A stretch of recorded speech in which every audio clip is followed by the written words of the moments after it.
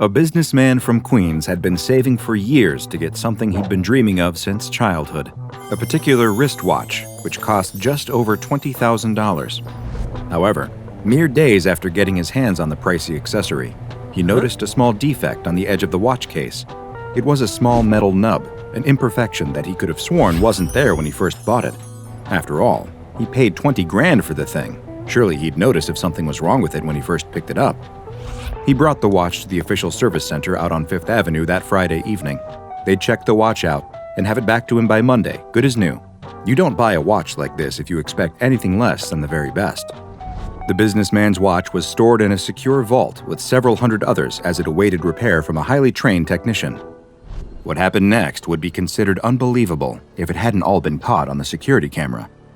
The first watch began to mutate over the next 18 hours.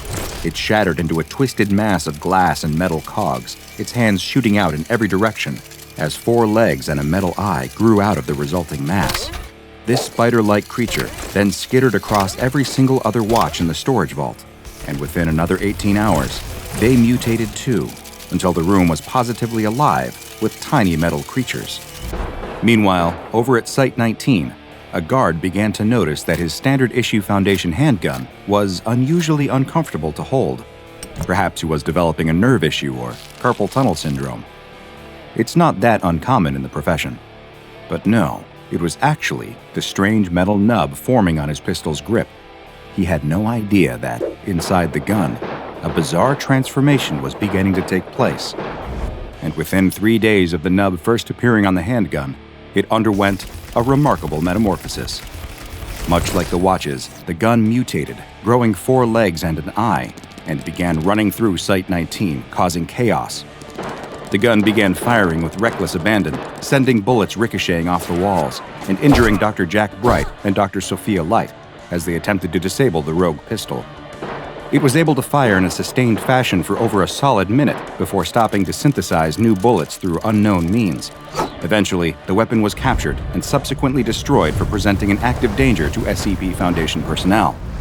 Meanwhile, in an insurance provider's office building out in South Dakota, one of the many desk drones working their fingers to the bone typing up insurance claims barely noticed a small plastic nub forming on the side of their wireless keyboard.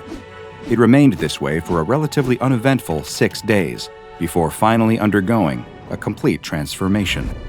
It became a chaotic configuration of legs and keys, spelling out the words, "Ask, we will answer," on the top of its body. It wandered around the office, seemingly brushing up against as many other pieces of technology as it could. The astonished workers found that if you typed any complete sentence onto this mechanical creature's keys, it would be rendered inactive for around an hour, much to the relief of everyone who was there at the time. In New Mexico, a small child was about to be scarred for life when his brand new talking action figure developed a plastic nub on the nape of its neck. The child didn't really pay any mind to it. However, within 10 days of the nub's appearance, the toy took on a transformation that was impossible to ignore. The toy burst open, its head growing 4 legs and skittering away from its own broken body. When the little boy saw this, he called for his mother. When it began skittering towards him at surprising speed, he screamed and fled. The head, which had also somehow lost its eyes to an even more frightening effect, kept repeating, "Mom, there's something wrong with my toy," in the little boy's voice. If it wasn't for the Foundation amnestics that he and his mother would later receive, he likely would have been scarred for life by the anomalous experience. In Idaho, an old woman who lived alone noticed something strange going on with her television set. A lump of warped, bulbous plastic had started forming on the top. She decided to call a TV repairman, or perhaps her son, who didn't call her nearly enough, to come over and take a look at it. But as things often do in life, she let it slip her mind, and 2 weeks passed without her addressing it. This would prove to be a mistake. Not that any TV repairman really could have done anything to help. The TV sprouted 4 long, spider-like legs and a single eye. The screen perpetually showed shaky footage of an unmoving figure suspended midair in the middle of a blank, featureless room. This change from the usual programming disturbed the old woman greatly, even more so as the television began advancing towards her. Meanwhile, soldiers operating a tank stationed in Syria noticed a small metal welt on its chassis. Of course, given the natural wear and tear experienced by tanks on an active battlefield, none of them paid much mind to such a tiny defect. It continued like this for a month and a half, until tragedy finally struck in the most unexpected fashion. Much like the handgun over in Site 19, the tank grew legs and started firing in every direction, devastating nearby infrastructure and killing scores of people around it. It seemed not to discriminate or even really to aim. It fired in all directions with soldiers and civilians alike, and it took several groups of soldiers armed with anti-tank weaponry to finally put it down. No explanation was ever given for what happened that day. Most people just assumed that it was a tank operator who'd snapped under the intense pressures of war and gone berserk, but the truth would forever elude them. So what is the truth? Why has all this machinery, from innocent to disastrous, been taking on a mind of its own and causing chaos across the globe? Allow me to explain. These are just a few entries from the filing cabinet of incident reports belonging to SCP-658, a parasitic mechanical entity that's also known as the Botflies. SCP-658 instances are a unique species of highly reproductive anomalous creatures characterized by their 4 long, thin legs on the underside of their bodies and their single large mechanical eye somewhere on the upper body. They reproduce through contact with any man-made mechanical objects, though the exact means of parasitic infection are unclear. Simply making contact seems to be enough to turn an object into a breeding pod for a growing SCP-658 embryo, and gestation time is dependent on the size and complexity of the infected object. The embryo will present itself as a metal or plastic nub on the surface of the object, appearing to the untrained eye like some kind of minor production defect. This keeps the embryo safe as it develops, growing and absorbing the surrounding technology into its own biomechanical makeup. Incidentally, the name Botfly is a play on an equally unpleasant, non-anomalous parasitic insect, Latin name Ostridae, which implant their eggs into the living flesh of their victims, where they incubate, grow, and eventually burst out from the skin. The similarities in breeding patterns of non-anomalous botflies and SCP-658 are self-evident. These entities vary massively in size, from the diminutive stature of 5 millimeters squared to hundreds of meters. The size of an SCP-658 instance, much like its aforementioned gestation period, depends entirely on its host object. And Foundation research has indicated that any complex man-made mechanical object is susceptible to parasitic infection. From cell phones to jumbo jets, all technology is on the table for 658.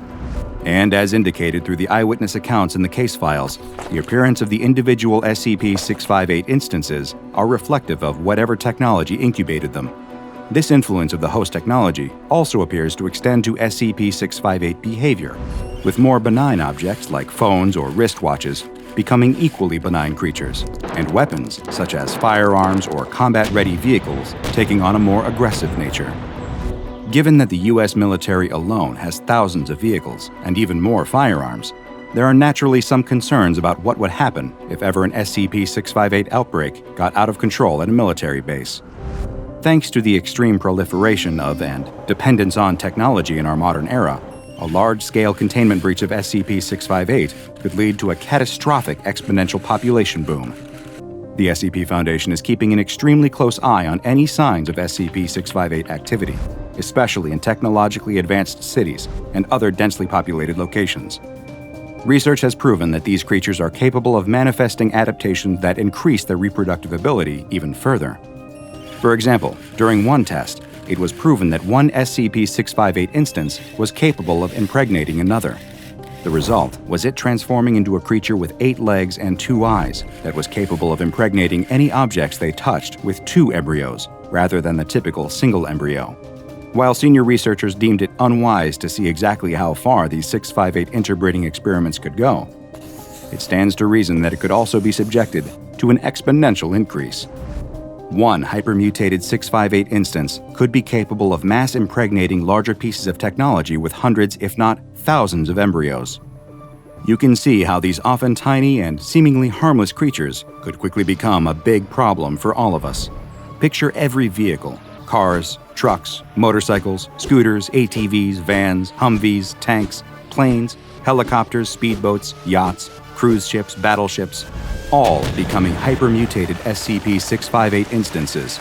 Then add every phone, every laptop, every computer, every tablet, every TV, every printer, every kitchen appliance, every gun, all being infected with SCP-658 embryos and joining the horde.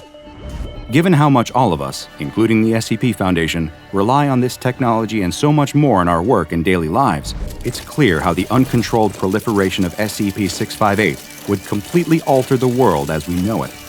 It's a clear reminder of the importance of the SCP Foundation's work. The worst-case scenarios for even some of the more innocent-seeming SCPs can be startlingly bleak. Due to the mechanical nature of these anomalies, all connections to the Church of the Broken God and their illicit activities are being explored by Foundation field personnel. Containment protocols on SCP-658 are extremely clear. Any instance of SCP-658 no larger than 50 centimeters across any axis, considered to be a small SCP-658 sample, is to be stored alone in a steel box when not being used in active testing.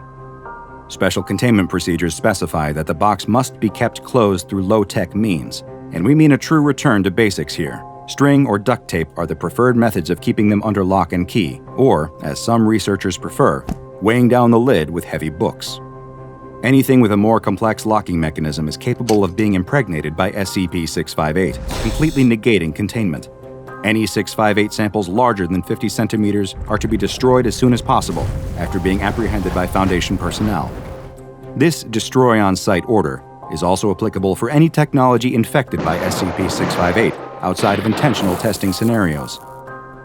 In order to avoid population growth during containment, all captured SCP-658 samples must be kept at least 3 meters away from any man-made technology capable of sustaining an SCP-658 embryo. If unsure of whether an object is applicable, researchers and guards are told to err on the side of caution when it comes to this anomaly, which has been classified as Euclid. After all, when it comes to SCP-658, or really any SCPs, it's far better to be safe than sorry. It's 1 o'clock in the morning on a work night, and the last of the bar hoppers and clubgoers have long since turned in. At the end of the street, the last bar is finally closing down for the night. Or it would, except that the bartender is having trouble getting rid of a customer. Sitting at the bar, an old derelict is demanding yet another drink. The bartender grumbles in annoyance. This derelict is sloppy drunk, and the bartender just wants to go home. "Closing time," growls the bartender. "Just one more," protests the derelict, shaking his empty glass for emphasis. "I've got money." He laughs at his own words, his giggles ending with a loud belch that blows a cloud of aromatic vapor into the bartender's face. That's it. This derelict has been hanging out at this bar causing trouble all night, and the bartender has had enough. "Get out of here," says the bartender as he hustles the wobbling derelict out the door. "You're done." The derelict creaks and totters as he stumbles out into the street. The night's festivities are really hitting him. It isn't so often that he's got the money to burn, but when he does, he likes to spend it here. The prices are right, and the conversation is minimal, which is just the way that he likes it. The derelict turns around, fire in his eyes. He's raring to fight, and he doesn't care that the bartender is quite a bit larger than he is. Right now, all he can see is red. "Don't tell me when I've had enough," he slurs, raising his fists as he prepares to lash out. But the bartender has already slammed the door in his face. Defeated, the derelict turns his back on the closed bar and starts a slow stumble down the street. "Stupid bartender," mutters the derelict, turning up his collar against the cold bite of the night air. He wishes that he just had one more drink to warm his stomach against the chill. He's so out of it that he doesn't stop to think that the bartender did him a favor by refusing to fight. There is no way that the derelict would have won that battle. Even if he was in his physical prime, even if the bartender wasn't twice his size, the derelict is in no shape to fight. His vision is blurry and his head is swimming. In fact, he can barely remain upright. If he had any sense, he would probably stumble home and sleep this off. But the night is young, and he's not ready to give up yet. He walks down the street, eyeing every storefront in hopes of finding another bar. Unfortunately, every window has a closed sign in it. He swears under his breath. What a run of bad luck. What's a guy supposed to do in this town, he wonders. Just when he's about to give up hope, he spies something glinting in the reflective halo of a street lamp. He stumbles closer to get a better look, and he can hardly believe his eyes. Finally, his luck is changing. Someone has abandoned a half-empty bottle. "Well, hello there, little friend," says the derelict. He struggles to focus, but the world is spinning. In his confusion, he could swear he's seeing things. But no, he can feel the heft of the glass bottle in his hand, and he knows that it is as real as he is. "Who left you behind?" Who would leave a perfectly good bottle just sitting out here? He recognizes this brand. There's only about 3 fingers of liquid left, but that's better than nothing. Some people might balk at drinking out of a random bottle that you found on the street, but the derelict doesn't give it a second thought. He tips the bottle back and slurps it all down. It burns going down, just as it should, he thinks. He sighs in contentment as he feels the harsh liquid warm his stomach. Perfect. That really hit the spot. But what happens next surprises him so much that he can't believe his eyes. There's still liquid in the bottle. He blinks, wondering if maybe his adult brain is playing tricks on him, but he shakes the bottle cautiously and is rewarded with the telltale swish of liquid. That's no illusion. He takes another swig, guzzling it down. Normally, he'd drop the bottle to the ground and stumble on, but something makes him pause. He maintains his grip on the bottleneck and raises it again to take another look. And sure enough, there's still more left in the bottle. The derelict cannot believe his luck. He feels like he must have won the lottery. He's found a never-ending bottle. Already his mind is reeling with possibilities. That bartender really thinks he's so smart, he mutters to himself as he weaves unsteadily. But I don't need him anymore. See if I ever go to this stupid bar again. He just lost his best customer. Now that I have you, little bottle, I don't ever need to pay for drinks ever again. It's the best day of my life, crows the derelict, raising his arms in triumph. He's barely able to stagger back to his home, a seedy apartment on the bad side of town, before he passes out on the floor. The morning sun rouses the slumbering derelict, and he rises with a groan. His whole body aches, and his mouth feels dry and parched. That's par for the course after a night of drinking, but somehow this hangover feels different. He puts that thought out of his mind as his mind returns to the strange, never-empty bottle that he discovered the night before. It's lying on its side on the floor next to him. He reaches for the mysterious bottle, only to find that, in fact, the previous night was not a dream. The bottle still contains just as much as it did the night before. He can't explain it, but the derelict isn't about to question his good fortune. He lifts himself to his feet and walks slowly into the bathroom. He's feeling a hangover like he's never felt before. His head is pounding and his throat is dry. His tongue feels swollen and sluggish inside his mouth, but he knows how to handle it. A little hair of the dog is all you need to help with the hangover. He takes another gulp from his bottle, but this time it brings little relief. And he notices something else strange too. It's his scalp. The skin on his head has started to itch, and he can't stop scratching. He feels like he's got the world's worst dandruff problem. He should probably take a shower, he thinks. He strips down and steps into the tub, turning the hot water on full blast and letting it wash over him. The shower only brings him temporary relief. Afterward, as he dries himself off, the towels feel rough and abrasive against his skin. His skin comes off in big, flaky patches, and his nails leave red trails in their wake. What's that? Is that blood? He examines his fingers to see that his nails have grown into ragged, claw-like talons. With a frightened yelp, he bites them off. It's easy to do. Although they look formidable, his fingernails are weak and brittle, almost as if he's dealing with a sudden calcium deficiency. What could be wrong with him? He remembers all the warnings he heard back in school when they used to march everyone into assembly to listen to lectures from the local police. At the time, he scoffed at the long lists of scary-sounding consequences of a lifetime of drinking, but now, he's not so sure. It's probably nothing, he says as he examines himself in the bathroom mirror. His skin looks blotchy and infected. It doesn't take long before his hair and nails are out of control. His hair grows down to his shoulders, but comes out in big, ragged clumps if he runs his fingers through it. His claw-like fingernails are constantly breaking and cracking until his fingertips are bloody, and his quick is itchy and infected. If his habits had left him looking worse for wear before, he really looks awful now. For the next week, he barely leaves the apartment. He pulls the curtains and keeps the lights off, afraid that someone might see him. When the landlord bangs on the door, shouting that rent is late and demanding that the derelict hand over the money, he doesn't answer. He waits. The landlord gives up for now. That's good, thinks the derelict. It will give him time to think, time to figure out what to do about his disease. He knows that something is not right. Many of the local bartenders are, by now, probably wondering where he's gone. It's not like the derelict to stay away. He's practically kept the bar industry in this town afloat all by himself. It must be something major indeed to keep him away from his favorite poison. Luckily, he still has the bottomless bottle to comfort him during this trying time. The derelict is certain that he's caught some bad bug, but he thinks that he can wait it out. All he needs to do is make it through the next week, and everything will be fine. Sipping free drinks helps him to pass the time in a pleasant stupor as he waits for his health to return. Unfortunately, things are only going to get worse for him. His hair and fingernails keep growing, to the point that he has trouble lifting the bottle without his twisted nails getting in the way. His dry, flaky skin is changing as well, becoming thick and leathery and hanging off him in great folds like the hide of an elephant or a rhinoceros. His skin continues to grow, until the folds flop over his knees and gradually hang lower and lower until they touch the ground. Moving is harder now that he's carrying so much extra weight. He thought at first he just had a nasty bug, but he's clearly picked up some weird skin condition, and even this derelict, sodded as he might be, suspects exactly where he got it. It's got to be that crazy bottomless bottle. He can't think of another reason. Even so, he can't bring himself to part with this little gift from heaven. Even in his darkest hour, a few sips of liquid courage always helps to calm his nerves. He considers lumbering down to the free clinic in hopes that they might be able to cure him or at least tell him what's wrong with his skin. But he thinks better of this option. What if he's got some weird alien parasite that no one has ever seen before? They might lock him away in some government lab or something. No, he reasons, it's better to wait it out.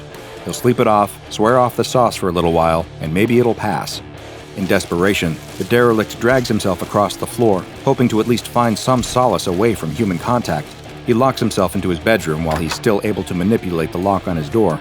The extra folds of skin are hanging off of his hands and arms, making it hard to do anything. The extra skin is so heavy that he can't walk much carrying all that extra weight. He lies on the floor of his bedroom, away from everything, and hopes that tomorrow, when he wakes up, this will just be a fading dream. The only thing that brings him solace is the never-ending bottle, which, even now in his advanced state of decay, he keeps close by him. After all, he reasons, the damage is already done. What could possibly be the harm in enjoying a nice drink? A week later, his condition has not passed. The landlord is back, and this time he's not taking no for an answer. The landlord isn't supposed to enter his tenant's apartment without permission, but he doesn't care. He uses his own key to unlock the door and go inside. The condition of the apartment is appalling. The furniture is broken, the floor is covered with unidentifiable filth, and there's a rotten stench in the air. The landlord wants to throw up as the full weight of the musty smell hits him in the face. It's as if someone has been living in here without any ventilation, with all the windows firmly closed and sealed. A sudden noise from the bathroom draws his attention. Of course, thinks the landlord, that old bum is hiding in there. He thinks I won't find him. The landlord steels his resolve and heads towards the bathroom, determined to get the money that he feels is owed to him. But what greets him when he steps through the door isn't the derelict anymore. It isn't even human. The creature in the bathroom is a massive pile of ambulatory skin folds. The skin flaps have grown so large and cumbersome that the derelict within can barely move. They sprout all over his body, covering him so that he looks more like some kind of alien sea cucumber now than any human. The landlord stumbles backwards, screaming in terror at the sight, unable to comprehend what he's looking at. Improbably, the creature reacts to the noise, and a ripple of movement spreads across its surface. It starts to move, despite not having any legs. The landlord is so terrified that he doesn't notice the glass bottle that suddenly drops from between the creature's skin folds as it starts to move toward him. The same bottle, still with 3 fingers of liquid inside. How could something like this happen? What parasite or disease did the derelict contract from the miracle bottle he found? Sadly, this never-ending bottle isn't a boon, but a curse, and the man who found it that night became just another victim of what the SCP Foundation has classified as SCP-420. SCP-420 looks like a perfectly ordinary bottle of a certain popular libation, even to the point that it bears the label of a common brand. The bottle always contains a small amount of a mysterious liquid known as SCP-420-1. If this liquid is poured out, SCP-420 will always replenish itself. When SCP-420-1 is potent, it is physically, chemically, and molecularly indistinguishable from ordinary whiskey, although drinking will have an effect far greater than even the strongest liquor. When SCP-420-1 is poured out of SCP-420, though, it undergoes a strange transformation, eventually losing its potency and changing until it is indistinguishable physically, chemically, or molecularly from urine. Consuming potent SCP-420-1 instigates a bizarre physical transformation called SCP-420-2 in 6 stages.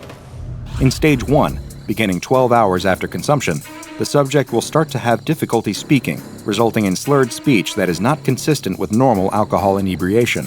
Their fingernails, toenails, and hair will start to grow at an accelerated rate, but also become brittle and prone to breakage. Nail breakage to the quick often leads to bleeding and infection. The Foundation has had some success in curing SCP-420-2 if it is caught when still in Stage 1, treating it as if it is an aggressive form of cancer with radiation and chemotherapy, as well as a constant intravenous supply of Formula 420A09T-T174B. Victims thus treated have a 73% recovery rate, but a 21% fatality rate. From Phase 2 onward, this protocol can slow the spread of SCP-420-2, but will not stop it entirely. In Stage 2, beginning 1 to 2 weeks after Stage 1, the subject's skin begins to show similar properties to those exhibited by hair and fingernails in Stage 1, becoming dry, brittle, and prone to cracking. As old skin flakes off, the subject's new skin begins to grow at an accelerated rate, eventually forming thick, leathery folds all over the subject's body. Skin flaps growing inside the mouth interfere with speech and eventually render subjects mute, but do not appear to impede breathing or eating. Indeed, subjects in Stage 2 exhibit a renewed interest in eating, possibly because the subject's body requires additional nutrients and calories to build the increasingly heavy armor of thickened, calloused skin. Stage 2 subjects will eat anything that they can get their hands on, and many die after attempting to eat poisonous or inedible objects. In Stage 3, beginning 3 to 6 weeks after Stage 2, nerves in the skin layer grow uncontrollably, but no longer connect to the victim's central nervous system. Genetic testing of the skin in this stage reveals that its DNA has become so mutated that it can no longer be classified as human. It is, in fact, a separate and very inhuman organism that almost acts as a parasite growing from the human host. The skin may develop tumor-like growths, which appear to be analogous to human muscle and secretory cells. Hair and fingernails sprout randomly from the mass of skin. By Stage 4, beginning 3 to 7 days after Stage 3, the skin has become a mass of thick, leathery folds, completely covering the human host to the point that they disappear completely. The skin begins to exhibit random twitching movements, as though it is indeed a living organism finally coming into its own as a life form and testing out its new body. The human subject within the skin continues to eat, although brain scans reveal that they are no longer in control of their mouth. Instead, the skin entity forces the mouth to move by moving the attached skin. Small holes begin to form in the skin, eventually growing into narrow tunnels or throats that lead back to the now trapped body of the helpless subject. The subject is still consumed with a ravenous hunger and will eat anything that they can get in their mouth. In Stage 5, beginning 1 to 2 days after Stage 4, the skin begins to move in patterns indicating rudimentary intelligence. The skin, although still attached to the original subject, is now completely and distinctly non-human. It is its own organism. It can move of its own accord, dragging the trapped host along for the ride, and it moves and feeds much in the manner of an extremely large amoeba. It feeds by excreting a digestive enzyme onto foodstuffs and then enveloping the nutrients with its skin folds, again like an amoeba surrounding its food. The food is taken into the throats. These tunnels connecting the outside of the skin to the now completely subsumed host are now directly connected to the host's circulatory system and function as additional mouths. They can consume nutrients which are moved down their length by bristly hairs and further broken down by grinding keratinous plates before being taken into the host's body. Most hosts will remain in Stage 5 indefinitely, although there still remains a much more dangerous Stage 6 yet to come. At this time, it's unknown what factor triggers SCP-420-2 to develop into Stage 6. Little information about Stage 6 is available at this time, although it is known that it involves even more accelerated skin and keratin growth, resulting in a sudden increase in size and mass. Perhaps the most terrifying part of the entire transformation is that the host remains alive for the duration of the process, and sometimes even after SCP-420-2 has settled comfortably into its new life at Stage 5. Mercifully, most hosts will have completely succumbed to insanity by this point, although some are shown by brain scans to still be self-aware and quite calm, perhaps fading into a Zen-like state as they accept the inevitability of their fate. SCP-420 is contained in a storage locker at an undisclosed site maintained by the Foundation, and it is only to be removed from this locker by SCP staff with Level 3 clearance or higher. It has been given the Safe class because, despite the horrifying nature of its effects, at least it doesn't move anywhere. Samples of SCP-420-1 not in use by testing should be stored in the container marked SCP-420-1 Decon in Locker 1014-420 until they lose potency, at which time they can be disposed of as biohazardous liquid waste. Victims infected with SCP-420-2 are not contagious and should be contained in standard solitary D-class secure confinement. On reaching Phase 3, subjects should receive double rations. Due to the extreme danger of Phase 6, any subjects who reach Phase 4 should be closely monitored for signs that the condition may be advancing further, in which case they are to be immediately destroyed by incineration. Knowing the fate that befalls victims of SCP-420 should make anyone think twice about drinking out of a random bottle that you just found in the street, though personally, I think that's just common sense. I hope you enjoyed this anomaly, which was recommended by DrBob Squad researcher Lawman23. A doctor frantically writes in his journal, "It's almost impossible to believe everything that's transpired has taken place in such a short amount of time. It all began 3 days ago. It was just another day down in the mines. A worker was drilling into a seam of coal when suddenly there was an issue with the rig. From what I've gathered, it sounds like the drill bit exploded due to some kind of mechanical defect, sending shards of metal flying throughout the tunnel. The worker was lucky that none of the large pieces struck him, as they surely would have been fatal. He had, though, still been grazed by a piece of shrapnel from the ruined drill bit, and it had left a deep cut across his upper arm.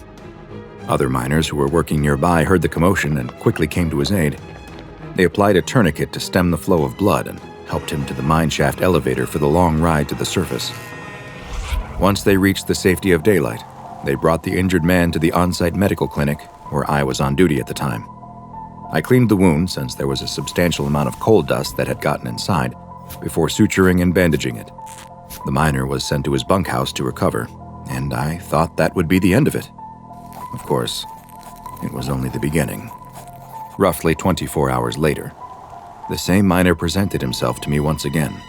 I asked about his injury, and he explained that while his arm was fine, he now felt like he might be coming down with an illness.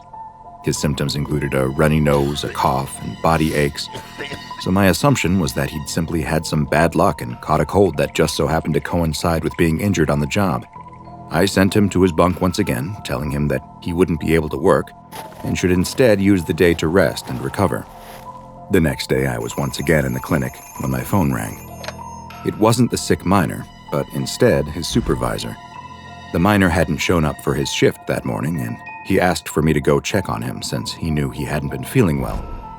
I agreed that it was strange that neither of us had heard anything else from the miner and went to see him straight away. I entered the bunkhouse where many of the workers stay while on site at this remote mine. It was empty, except for the injured miner who was still in his bed. As I approached, I could immediately tell something was very wrong. The man was curled up in the fetal position and was sweating profusely while also shivering. A quick touch of his forehead revealed that the man had a high fever, too. He was practically incoherent, seemingly delirious from his high temperature. The miner was moved to the empty bed inside the clinic so I could better observe and tend to him, but very carefully since I assumed now that he was actually suffering from influenza and didn't want to risk an outbreak at the mine. I was getting ready to administer fluids to the miner, who was still mumbling incomprehensibly, when I noticed something on his face. It appeared that he was crying, but the tears that ran down his cheeks weren't made of water. They were blood. I hadn't seen anything like it before. There was no reason why influenza should be causing this man to cry tears of blood. I could see the veins in his forehead starting to pulse, as if his blood pressure had suddenly skyrocketed. And just as I was leaning in to get a closer look, something horrible happened. The miner suddenly opened his mouth and expelled an enormous stream of blood. The blast of blood struck me in the face and knocked me backwards in fright as the man continued expelling more and more blood from his mouth, which soon covered the walls of the clinic. With seemingly all the blood having been discharged from his body, the man then went limp. I attempted to resuscitate him, but strangely, there was no need. The man was comatose, but he was alive. There I was, standing in the middle of the clinic over the man, both he, myself, as well as the room completely covered in blood. It was one of the worst things I'd ever experienced as a doctor, and yet somehow, it was about to get even worse. I was still in shock from what had just happened when I heard the door to the clinic open behind me. I turned around to see a group of half a dozen more miners from the site, each one coughing, sweating, and shivering. One held a cloth to his ear that was stained red, while another attempted to stop his nose from bleeding. Whatever had infected the first patient wasn't a one-off medical event. This had the makings of an epidemic. I knew that I was in way over my head. I was just a general practitioner, not an infectious disease specialist, and I called the Center for Disease Control to get their guidance. I was told to quarantine the sick men as best I could, and that a rapid response team would be sent who were better equipped to deal with potential outbreaks. While I waited for the CDC to arrive, I began moving the afflicted men to a bunkhouse that had been designated for quarantining. Several more also began expelling huge amounts of blood, though unlike the first patient, none of the others survived the traumatic event. As I was putting the final infected man into a bed, I noticed something, though. There was a huge amount of heat radiating off of his lower body, and when I pulled down the blankets, I discovered something that even with all of the strange happenings, I still couldn't believe. There were huge lumps growing on his legs, each of which looked to be filled with some kind of fluid or gas, and they were extremely hot to the touch, as if the chemicals inside the lumps were creating a source of heat. As I was investigating the bizarre growths, I suddenly looked up to see that the man was no longer in a state of delirium. Instead, a crazed look had come over his eyes, and he suddenly leapt out of bed, flailing and clawing at me as if he wanted to kill me. I don't know how, but I was able to fight off the man and run out of the bunkhouse. He gave chase, though, and with no other option, I ran into a nearby storage shed. The man was beating and scratching at the door, but I was able to barricade it by dragging a heavy shelf in front of it. After several minutes of trying to break inside, he finally gave up and left. And here I remain. I'm too afraid to go back out. It seems that if the disease won't kill me, then whatever it is turning people into will. All I can do is wait for the CDC team to get here and hopefully know how to deal with whatever the situation has become. The doctor closes his small notebook and notices a drop of something fall onto the cover. He reaches up and wipes his hand across his mouth. It comes back, covered in blood. The doctor didn't know what the disease was that had so rapidly spread through the workers at the mine, nor did the CDC response team when they arrived. No, it wasn't until the SCP Foundation caught word of the mysterious outbreak that someone would finally determine what was happening with what would soon be called SCP-016, which is also known as the Sentient Micro-Organism.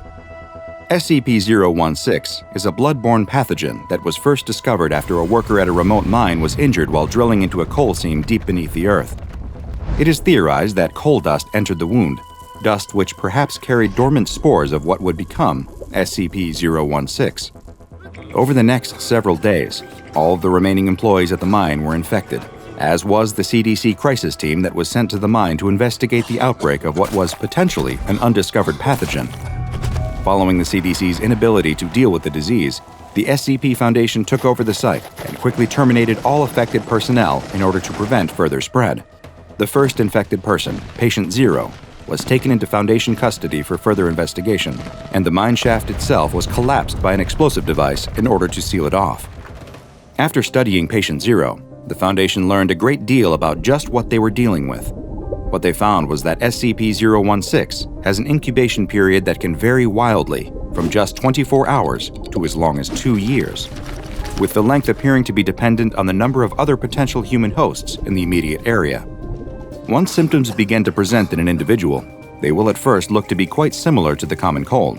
They can include coughing, a runny nose, itchy eyes, and body aches. Roughly 48 hours after the first symptoms, the infected person will experience a form of hemorrhagic fever similar to the Ebola virus, which causes a small amount of bleeding in the lungs.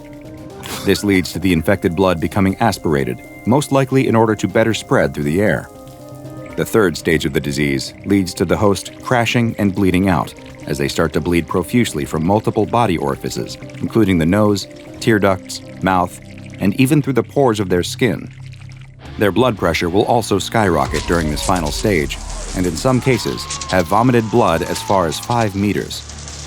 Oddly enough, although most die from the traumatic event, this almost complete exsanguination will not always result in death.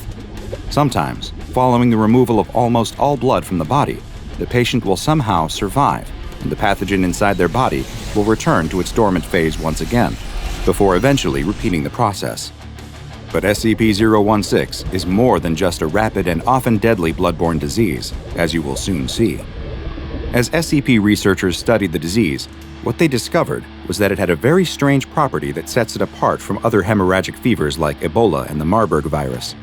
What they found was that when someone infected with SCP-016 is placed into a high-stress situation, such as one where their life is being threatened, SCP-016 will transition from rapidly reproducing inside of its host's body to instead begin rewriting their host's actual DNA. This genetic manipulation, combined with the stimulation of rapid cell division, leads to the host undergoing major physiological changes and in extremely small amounts of time. In just 24 hours, the host can begin showing physical changes to their body, and a complete bodily reconstruction can occur in less than 2 weeks.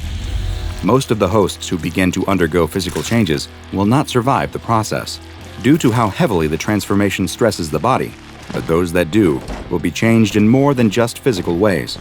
They'll exhibit hyper-aggressive behaviors, not dissimilar to those infected by rabies. And it's theorized that the pathogen may cause this behavior in order to better spread the virus. When the Foundation realized that SCP-016 was capable of these transformative effects, they immediately undertook a number of experiments on D-Class personnel in order to better understand their full extent. In the first test, a D-Class was infected with SCP-016, and as soon as they began showing symptoms, their cell was slowly flooded with water in order to stimulate the life-threatening situation needed to trigger the transformation process. Over the next 24 hours, researchers watched as the subject appeared to develop gills, which would allow it to survive in the now water-filled cell. The transformations didn't stop there, though, and over the next 2 weeks, the subject also had their limbs change into fins, their eyesight deteriorated, and their sense of hearing increased as they developed an echolocation ability very similar to the one employed by whales and dolphins. The experiment was concluded by removing all of the water from the cell, leading to the death of the subject from asphyxiation, as they could no longer breathe in the open air. A similar experiment was performed on another D-Class, but this time, instead of taking on aquatic animal properties, the D-Class experienced rapid muscle growth and their knuckles grew bone-like protrusions. It attempted to use both of these to break through the door of their flooding cell, but they were unable to breach the reinforced steel and soon died from drowning. The Foundation now knew that the virus could react in different ways to the same situation.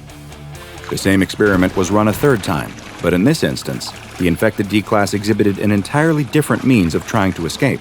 The subject had a massive growth appear on its chest, which seemed to be fed from 2 different tubes of flesh, also emanating from the subject's body.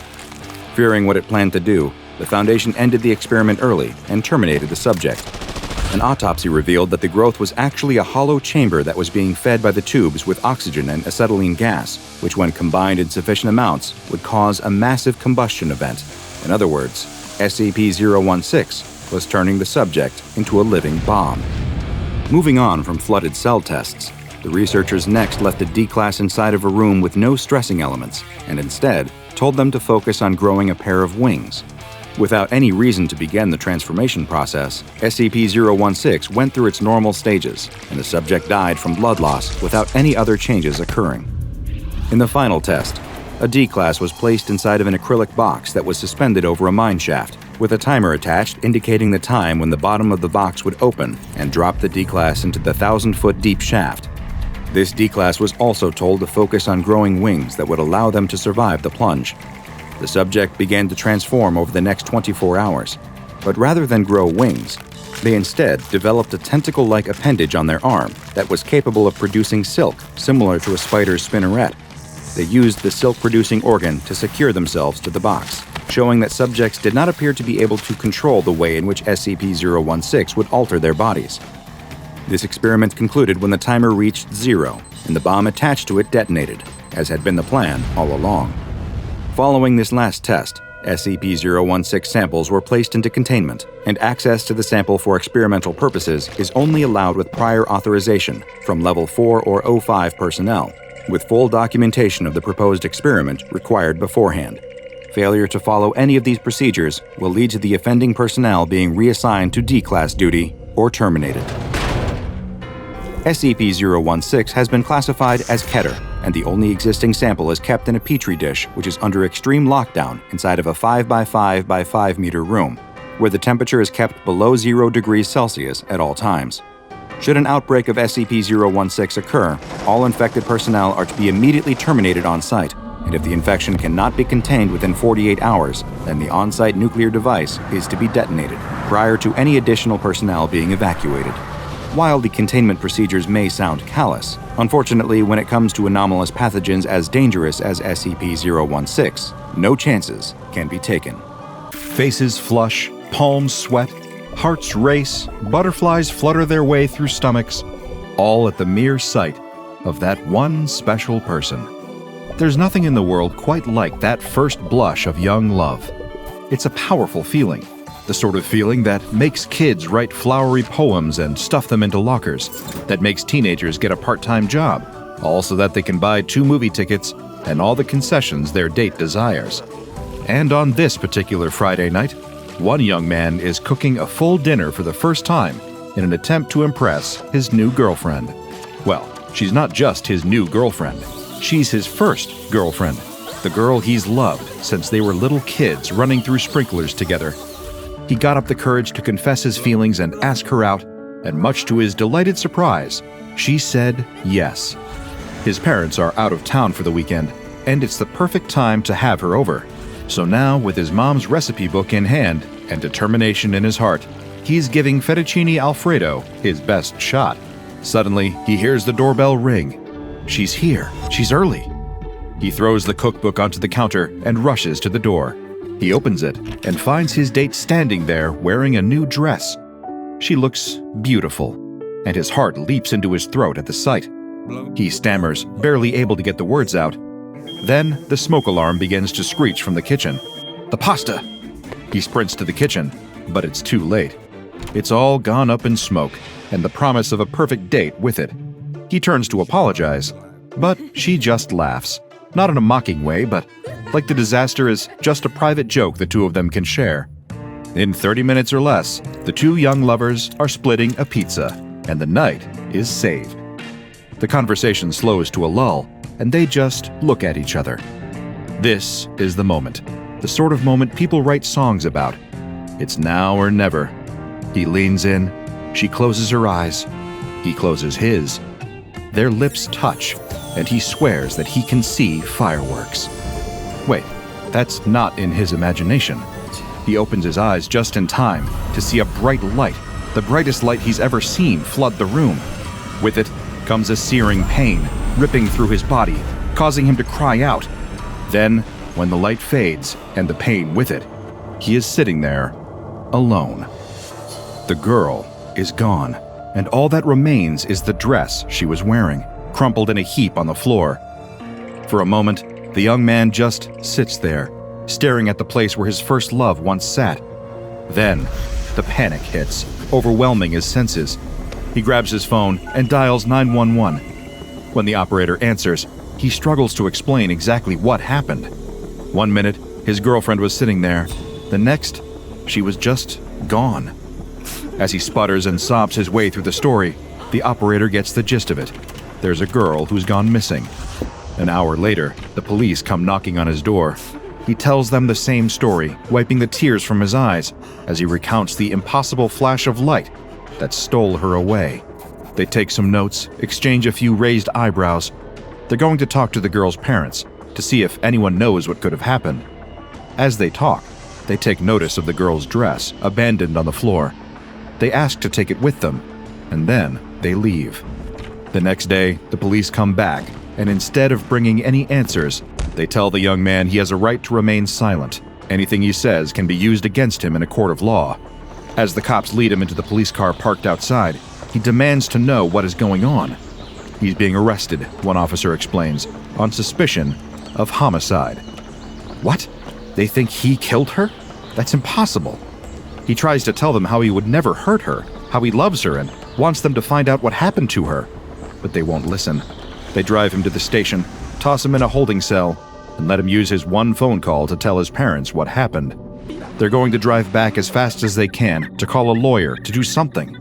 They won't be able to get there until the next day. For now, the young man is on his own. He doesn't know how long he sits there in that empty holding cell, mind reeling. They took his phone when they brought him in, and there's no clock visible from here. The minutes creep by at a snail's pace, while he grieves the life he had only 24 hours ago. It's all gone now. No matter what happens next, it'll never be the same. He is just about to drift off into a dreamless sleep of pure exhaustion when he hears a voice. There are two men standing at the door to his cell, dressed in suits. He doesn't recognize them. They aren't cops. At least, they aren't any of the cops he's seen so far. He asks them what they want with him. They tell him not to worry, that he's being transferred to a new facility. His parents have already been notified, they promise, but something in the young man's gut tells him that they are lying. He shakes his head and refuses to go with them. A transfer in the middle of the night without him even talking to a lawyer? Something is wrong. The men open the door to the cell and step inside, telling him that he doesn't really have a choice in the matter. They received orders from their superiors to come and collect him, and that's exactly what they're going to do. Each man grabs hold of one of the boy's arms as they drag him through the door, leading him down the hall. His heart rate spikes, his stomach turning with pure panic as adrenaline floods his body. He has to get away, has to do something to escape. All of a sudden, that familiar pain tears through him again, and he doubles over in agony. There's a crackling sound, like lightning striking. The bright, searing light fills the hall, and there's a whiff of something like ozone in the air. Then, the mysterious men are gone, without so much as a trace left behind. The young man's eyes dart around the room. There's no one else here, no one to stop him from making a break for it. So he does. He runs through the nearest door, out the exit, and keeps running. He knows he's breaking the law, digging his own grave even deeper. It definitely looks suspicious to run away from the authorities when you're already a murder suspect. But it would be way worse to stay behind and possibly be blamed for even more disappearances that weren't his fault. So, he runs. His desperate escape leads him out into the woods, to an abandoned cabin where he used to play as a child.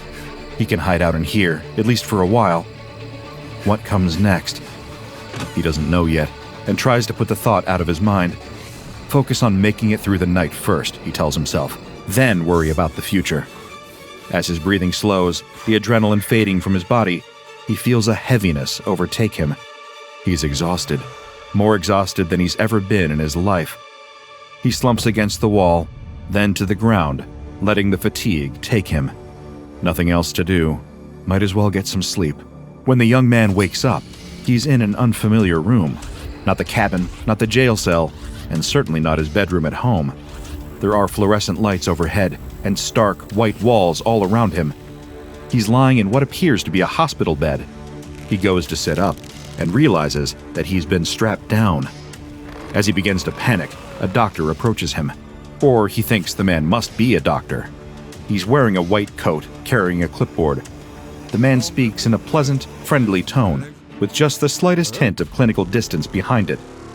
He tells the young man not to be afraid, and that no one is going to hurt him as long as he cooperates. He asks where he is, but the doctor doesn't answer. He struggles against the straps pinning him to the bed, demanding to be released. He asks for his phone, for a way to contact his parents or call a lawyer. The doctor does not answer. Then, that sudden pain, that crackling sound, that burst of light. The straps vanish, and the young man jumps off of the bed. But his legs are weak and unstable, his body still exhausted. He collapses and is strapped down all over again. The cycle repeats again and again like that for hours until the young man gives up. He begs the doctor to please just tell him where he is. The man relents and explains that this is a place called the SCP Foundation. He's been placed there after being removed from police custody, and he is, unfortunately, going to be there for quite a while. The young man doesn't yet know what this means, but he has been given an official designation, SCP-213.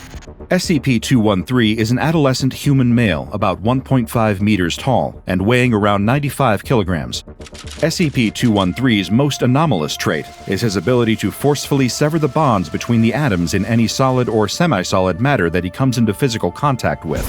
When this effect manifests, it is accompanied by a blinding flash of light. This effect can be triggered by any part of SCP-213's body, as long as it comes into physical contact with the affected being or object. For example, projectiles that have hit SCP-213's body in various places have been vaporized in this way on impact. The effect is not only devastating for whatever is being disintegrated, but also causes severe pain to SCP-213 himself. During several recorded manifestations of the effect, the pain has been intense enough to render SCP-213 unconscious. According to his file, SCP-213 has never been particularly happy to be in Foundation custody. It isn't hard to see why. I can't say I would have enjoyed spending my youth locked up in a scientific research facility, even one in picturesque southern Italy. Unfortunately, there is currently no ethical alternative that I can see. If SCP-213 were permitted to walk free, he could cause untold damage to the surrounding population, the ecosystem, and humanity as a whole. So, tragic as it is, he must remain in containment in order to prevent any innocents from being disintegrated. SCP-213 made 6 escape attempts during his first 6 months in containment. After all of these failed, he began to plan his 7th. He took his time, waiting several months for the Foundation to let their guard down. Then he requested an interview with one of the head researchers assigned to his case. When security personnel disengaged most of the containment procedures in order to let her into the chamber, SCP-213 used his ability to vaporize the doors to the chamber and make a run for it. Unfortunately, when the researcher and 2 other agents attempted to grab hold of SCP-213 to stop him from escaping, they were disintegrated by his anomalous ability. Once he escaped his containment chamber, SCP-213 was faced with a new obstacle. He had no idea which way the exit was. He had only seen a limited portion of the facility, so he knew next to nothing about its layout, or even how large the building actually was. He ran as fast as he could in a randomly chosen direction, but was quickly surrounded and overwhelmed by security personnel. Using his effect to escape his cell had sapped his energy and left him exhausted, and he collapsed to the ground after approximately 15 minutes of freedom. He was found in the staff break room, trying desperately to break through the floor and escape into the lower levels of the building. But his proverbial battery was drained, and he was unable to do anything other than follow the security guards back to his cell. Following this failed attempt, SCP-213 seemingly abandoned his pursuit of escape. But there would be more of his containment breaches. The security cameras in SCP-213's cell captured footage of him sleeping, tossing and turning as if having a nightmare. Suddenly, there was that recognizable flash of light. When the light was gone, so was the bed and a portion of the floor. SCP-213 awoke in freefall as he plunged through the floor and into a basement level of the site. Thankfully, he landed on a pile of mattresses that had been placed into storage down there, and was not injured. As this particular containment breach was obviously unintentional, he was not issued any punishments. A researcher's note was added to the file following this incident, which reads as follows. From study of this video, it is clear that SCP-213's control of the effect is not as perfect as it previously believed, and it has become more cooperative with us in trying to establish a method to control and utilize it. Vague conjecture on the part of the review staff as to possibilities of what would occur should the effect trigger accidentally, including SCP-213 self-vaporizing, are noted as being particularly useful in this regard. From here, the relationship between SCP-213 and the Foundation became a great deal less antagonistic. It seemed that the Foundation and SCP-213 shared a common goal. They both wanted to get to the bottom of SCP-213's anomalous properties and determine what exactly was causing them. From there, perhaps they could learn how to properly control them and prevent any more unintended casualties. SCP-213 was contained in a high-security humanoid containment cell within Site-77 in southern Italy. His containment chamber was surrounded by a 10-meter-wide zone filled with gaseous materials that are corrosive to human skin. SCP-213 was kept informed of the nature of his containment in order to prevent manifestations of his anomalous effect that might result in additional containment breaches. There were 2 guards positioned outside of the containment chamber at all times. These guards were required to be armed with high-pressure hoses, oleoresin capsicum, or pepper spray, and polymer web grenades, just in case. These containment procedures served SCP-213 well for some time. Then, during a routine physical examination of SCP-213, everything the Foundation thought they knew about him changed. The exam was off to a perfectly ordinary start when the physician happened to notice some lesions on the young man's back. At first glance, they appeared to be smooth nodules resembling a cyst or a small lipoma. However, The physician could tell right away that these were no ordinary cysts. There were 4 of them, positioned on SCP-213 at precise intervals of exactly 15 centimeters to form a perfect square. Additional medical personnel were assigned to monitor this condition in case of any changes, and follow-up examinations were scheduled. During the first follow-up examination of SCP-213, medical staff discovered 2 more nodules, each located in the center of one of the young man's palms. When asked if the nodules were causing any pain or discomfort, SCP-213 shrugged and said that they were a bit irritating but otherwise had not given him any trouble. Next, the medical personnel attempted to prick one of the nodules with a scalpel. The physician held the patient's hand steady, then attempted to excise a sample using the scalpel. However, the scalpel was unable to cut into the flesh. After a few seconds of trying, there was a flash of light and the scalpel was vaporized. SCP-213 was questioned about this, of course, but insisted that he did not do it deliberately. Over the next few days, his energy levels dropped to a notable degree, and he began to complain of extreme pain in his back and stomach. The following week, security guards spotted SCP-213 having a seizure in his containment cell. He was immediately taken to intensive care. When he was examined, medical staff were disturbed to see an additional 10 nodules on his back, placed at exact 5-centimeter intervals. In spite of his complaints of stomach pain and the aforementioned seizure, SCP-213 continued to insist that he felt no pain from the nodules themselves. After the examination concluded and his vitals were found to be normal, he was sent back to his containment cell. Additional medical observers were assigned to monitor his condition alongside the guard staff already placed there. During the next follow-up examination, the medical examiner noted an unsettling change. All of the nodules, every single one, had vanished. In their place, SCP-213 was now covered with tiny incisions, less than 1 millimeter wide, wherever there had once been a nodule. Naturally, the examiner wanted to take a closer look. He started with the incision on SCP-213's left hand, lifting it close to his face to thoroughly inspect it. As he gazed into the medical mystery before him, the tiny little slit in SCP-213's palm opened. Something was gazing back. She gasped and dropped the young man's hand in shock. Further examination confirmed her worst fears. There was an eye behind each of the lesions on the young man's body. Something was living inside of him, and it was watching. He was placed in the medical wing for an extended stay as research staff scrambled to find an explanation. After several weeks, they managed to arrive at a conclusion. SCP-213 was infested with a parasite of unknown origin. Despite attempts by the Foundation to open a line of communication, the parasite inside of SCP-213 did not respond. It is unclear whether this was due to an inability to communicate or an unwillingness to do so. Whatever the case may be, whenever a person is in the vicinity of SCP-213, one of the lesions on his body will open, and one of those little alien eyes will peer out, observing the person until they are no longer in his presence. As you might expect, SCP-213's mental state has severely deteriorated since this revelation about his condition. He panics each time he spots one of the eyes opening, and has submitted multiple requests that the entity in his body be surgically removed. The requests have been denied, pending further research. An additional researcher's note was added to the file for SCP-213 following this development. It reads, "The organism inhabiting SCP-213 fails to show up on any medical scan we have at our disposal. The new hypothesis is that this effect actually serves to provide sustenance and self-defense, with repeated tests to determine the nature of the anomaly has led to increased growth. SCP-213 has been placed in a chemically induced coma until further research can be conducted regarding the nature of this parasite.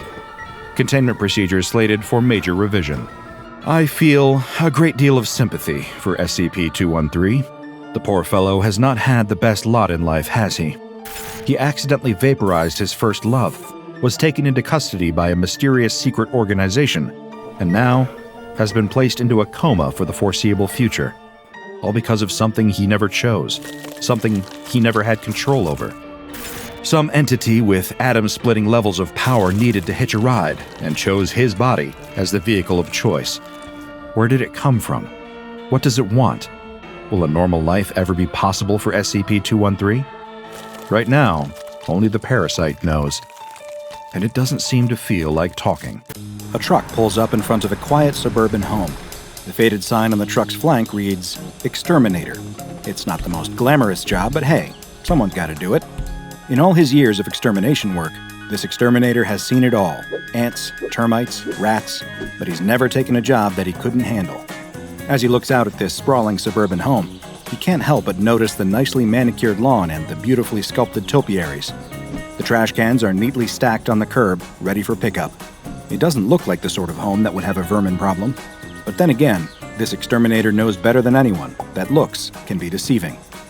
People often think that only run-down slums will attract vermin, but he knows that even the cleanest kitchens can still have a problem with unwelcome invaders.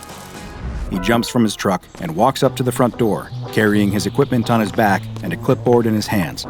He quickly reviews the specifics of this job from the paper on his clipboard.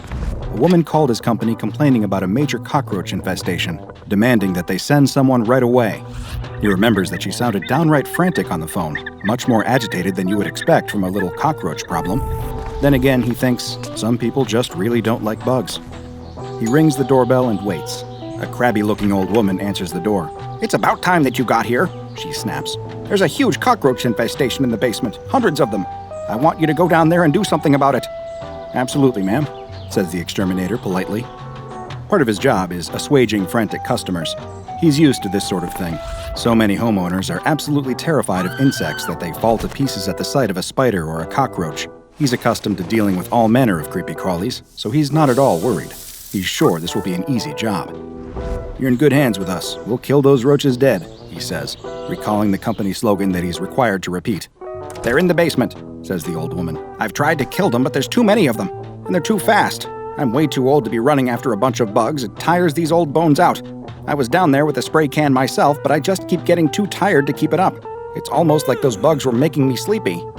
"Of course, ma'am." The exterminator can barely keep from rolling his eyes as this old woman continues to rattle off complaints about the cockroaches in her basement. Of course, there's an easy explanation for all of this. This woman is very old, so she wouldn't be able to run around much without tiring herself out. That's much more plausible than believing that the cockroaches were somehow magically draining her energy.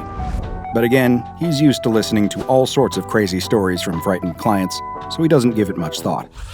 "Then I'll take a look and see what kind of problem you have." The exterminator opens the door to the basement and peers down into the darkness. He gropes blindly for the light switch, and eventually his fingers connect.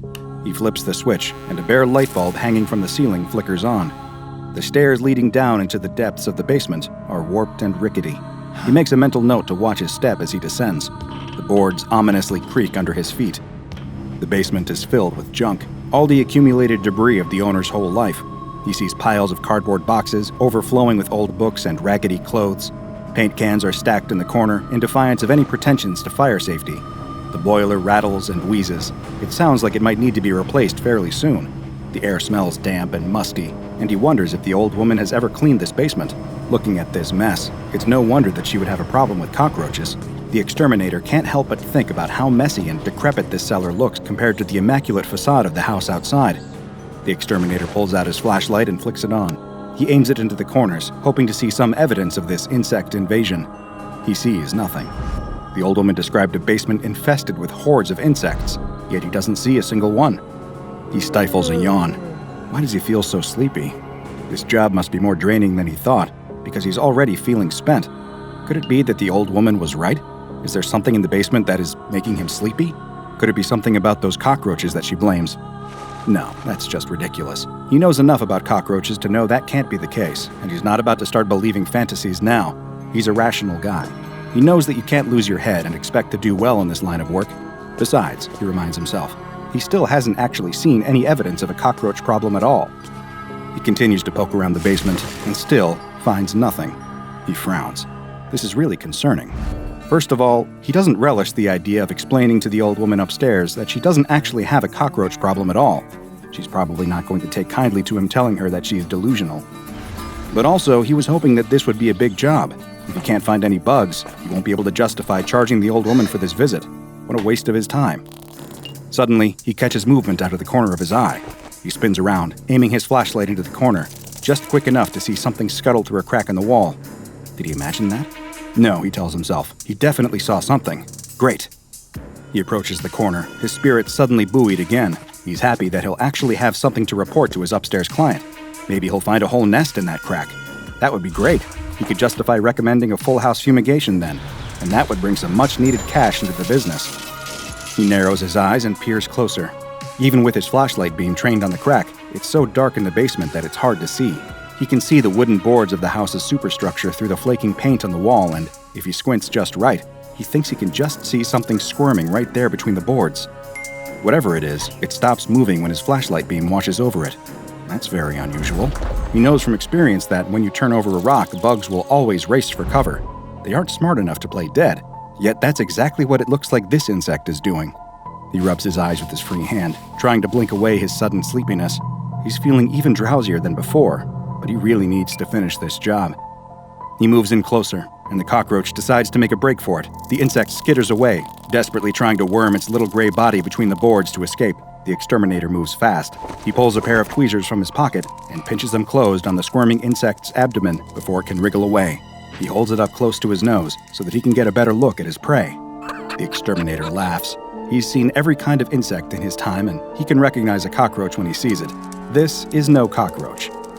He can tell from a glance that he's looking at a perfectly harmless cricket. Like so many people, that old woman must have just panicked at the sight of a bug and assumed it was a cockroach. That's good. Most people don't mind having crickets in their home, so this old lady will probably be happy to hear the news.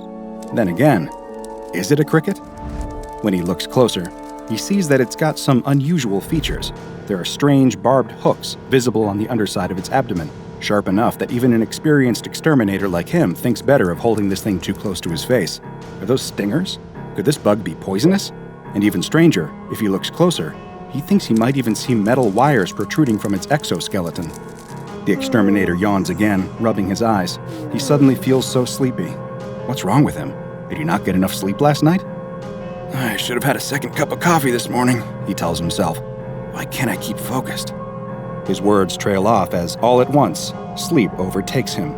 He collapses to the floor with a thud, dropping his tweezers. The cricket bounces free as the tweezers fall from his hands. The cricket drops to the floor and quickly rights itself. Instead of running, though, the tiny insect turns around. It skitters toward the prone form of the exterminator, making a straight line for his head, as if it were moving with intelligent purpose. This doesn't look like the frantic, stimulus response movements of an insect. The insect crawls over the slumbering man's face, hoisting itself over his chin, then lips, and then right up to his left nostril. With one sudden movement, the cricket slithers up his nose and disappears. The exterminator snorts and mumbles in his sleep, but the sensations of an insect wriggling up his nose does nothing to rouse him from his sleep. After a few minutes, the exterminator blinks his eyes open. He sits up with a groan and rubs his head. What the hell just happened? Did he pass out? How embarrassing. He looks around, finding his tweezers and his flashlight on the ground next to him. But no matter where he looks, he can't see the insect anymore. Where did it go? He returns to the crack in the wall for a second look, but sees nothing. Absently, the exterminator rubs his nose. He feels a vague discomfort in his sinuses, and he wonders if maybe his allergies are acting up. But otherwise, he remembers nothing about his bizarre experience. He probes his fingers into the crack and wiggles them around, hoping to find some evidence of the missing insect. There's nothing there. Well, at least he knows what he's dealing with, and it's definitely no cockroach. Eventually, he shrugs his shoulders helplessly and returns upstairs. "Did you find the cockroaches?" asks the old woman when he returns to the top of the stairs. "I know there are roaches down there." He shakes his head. "Ma'am, I searched the whole basement and I didn't find any cockroaches." He explains to her that all he could find in the basement was a harmless cricket. The old woman starts to argue with him, insisting that what she saw in her basement was no cricket, but the exterminator has already made up his mind. This is annoying. He thought that she would be happy to hear that she doesn't have roaches, but now she just wants to make a fuss. He's not going to waste any more time on this nonsense, not when he has real work to do. He shakes his head as he repacks his equipment and prepares to leave. The exterminator returns to his truck and turns the ignition. As he pulls away, his mind is already mulling his next job. He doesn't give another thought to this crappy old woman and her paranoia about cockroaches. He doesn't stop to wonder what became of that strange cricket that he found. It probably just crawled back into the wall, he thinks. He certainly would have no reason to think that the cricket is still with him, a new and permanent hitchhiker inside his head. The exterminator had just acquired a new lifelong friend, a lifelong friend that we call SCP-2119. SCP-2119 is a biomechanical creature that resembles a small gray insect, ranging from 5 to 15 millimeters in length, with a segmented body, 6-jointed legs, and protrusions from the head and abdomen that resemble antennae and oviposters respectively. However, SCP-2119 does not appear to reproduce by any means known to man, so these oviposters are likely simply a form of mimicry, something added to give SCP-2119 the appearance of a common insect to make it less conspicuous to humans. Genetic testing has determined that the organic parts of SCP-2119 are largely identical to those of Gryllus rubens, otherwise known as the southwestern field cricket. One notable difference between SCP-2119 and the field cricket, though, is that SCP-2119, also known as the transmitting parasite, has 6 barbed hooks on the underside of its body. Strangely, SCP-2119 also contains mechanical parts, including silicon parts that do not match any known make and platinum wiring, leading Foundation researchers to assume that SCP-2119 is an artificial life form. At this moment, who made SCP-2119 and why remains a mystery. In many ways, SCP-2119 not only looks like a normal insect, but also acts like one. It apparently possesses extremely rudimentary self-awareness and intelligence comparable to that of its insect brethren, being able to sense potential hosts or detect danger. It displays many normal self-preservation instincts common to insect life. If discovered by a conscious human, it will flee or hide, but it does possess one self-defense measure that no normal insect does. Any human who comes into the proximity of SCP-2119 will start to feel drowsy, eventually succumbing to unconsciousness within 3 to 8 minutes. Once a human subject is unconscious, SCP-2119 will enter their head, either through the nostrils or the ear canal, and eventually make its way to the subject's brain, where it will use its barbed hooks to attach itself to the corpus callosum, which are the nerve fibers that permit communication between the left and right side of the brain. The human subject will gradually wake up with no memory of the event. After waking, the subject will return to their normal routine and continue living just as if they were unaffected. It does not appear that infection with the transmitting parasite causes any physical, mental, or psychological damage to hosts or impairs their daily lives in any way. All attempts to physically remove SCP-2119 from a host's brain have so far resulted in the death of the host, as SCP-2119 appears to have some way of halting a host's brain activity when it's threatened. Once a host is dead, SCP-2119 will exit the host's head, again either via the nostrils or ear canal, when it determines that no other humans are in the area. Once SCP-2119 has taken up residence in a host's brain, it will start broadcasting a 514.1875 MHz radio signal with a range of approximately 3 kilometers, consisting of a tone lasting 0.05 seconds at 2-second intervals, possibly with the intent of locating other infected human hosts. Once a connection has been established, specimens will transmit a continuous stream of tones of variable lengths between instances, ranging from 70 Hz to 1,305 Hz, with wavelengths ranging from 480 centimeters to 25 centimeters. Foundation personnel have so far been unable to discern any pattern in the signal, so it is unknown if it is a form of communication or simply random. Most insidious of all, SCP-2119 seems able to spontaneously manifest inside human brains without entering through the ear or nose.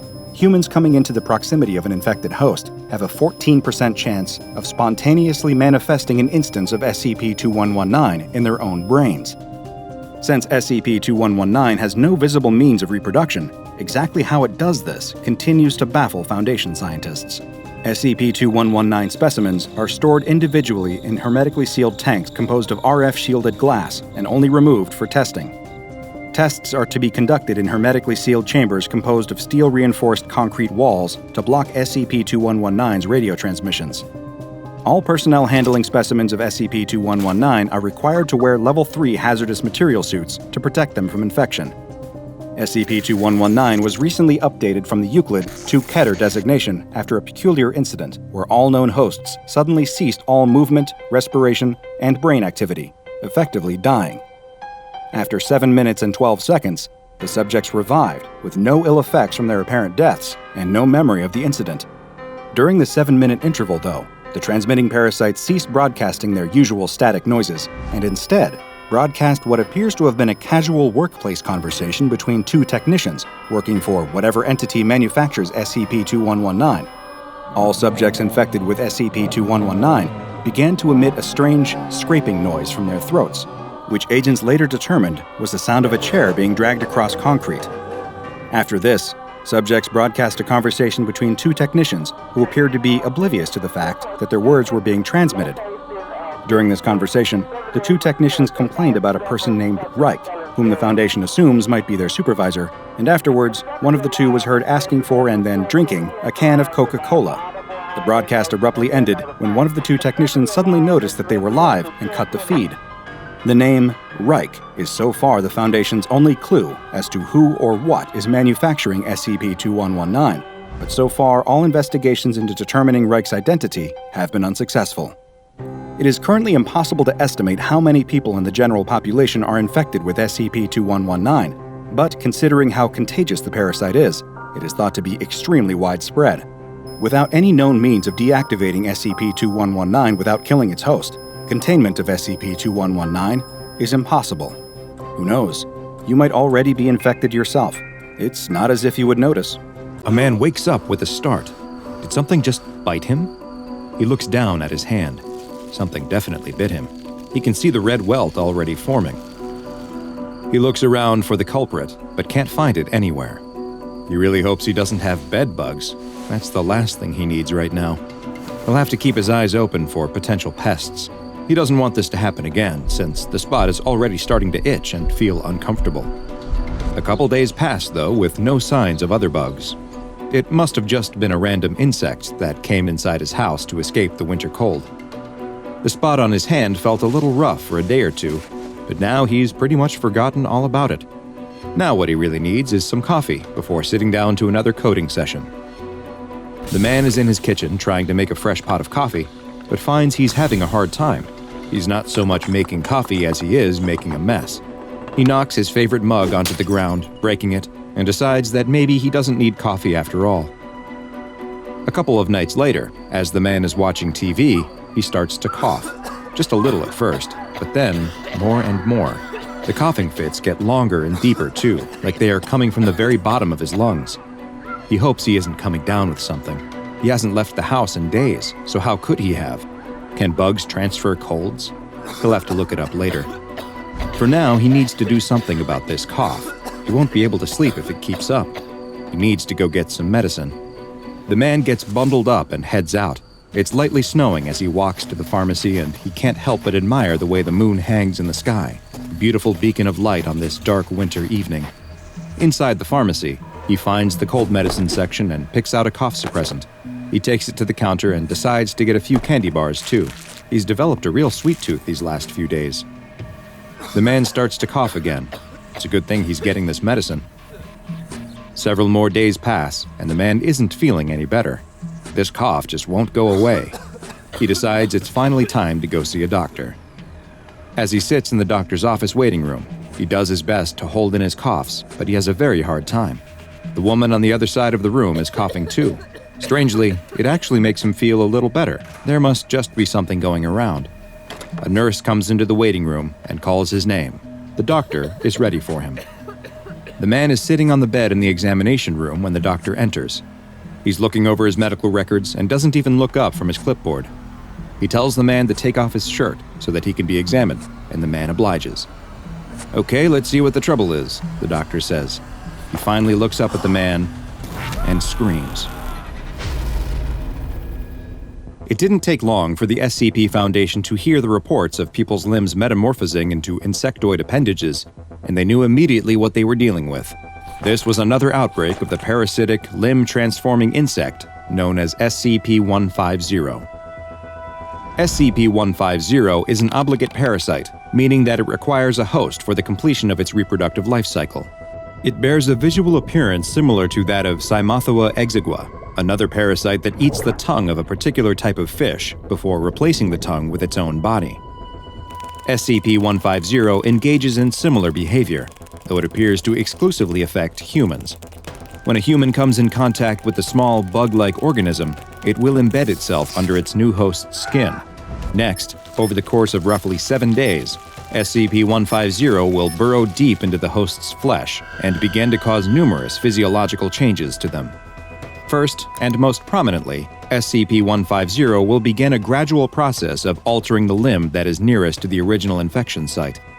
As SCP-150 burrows deeper and consumes the flesh, it excretes a substance that has the effect of replacing the missing sections of the limb with a hard, chitinous material that resembles one of its own appendages.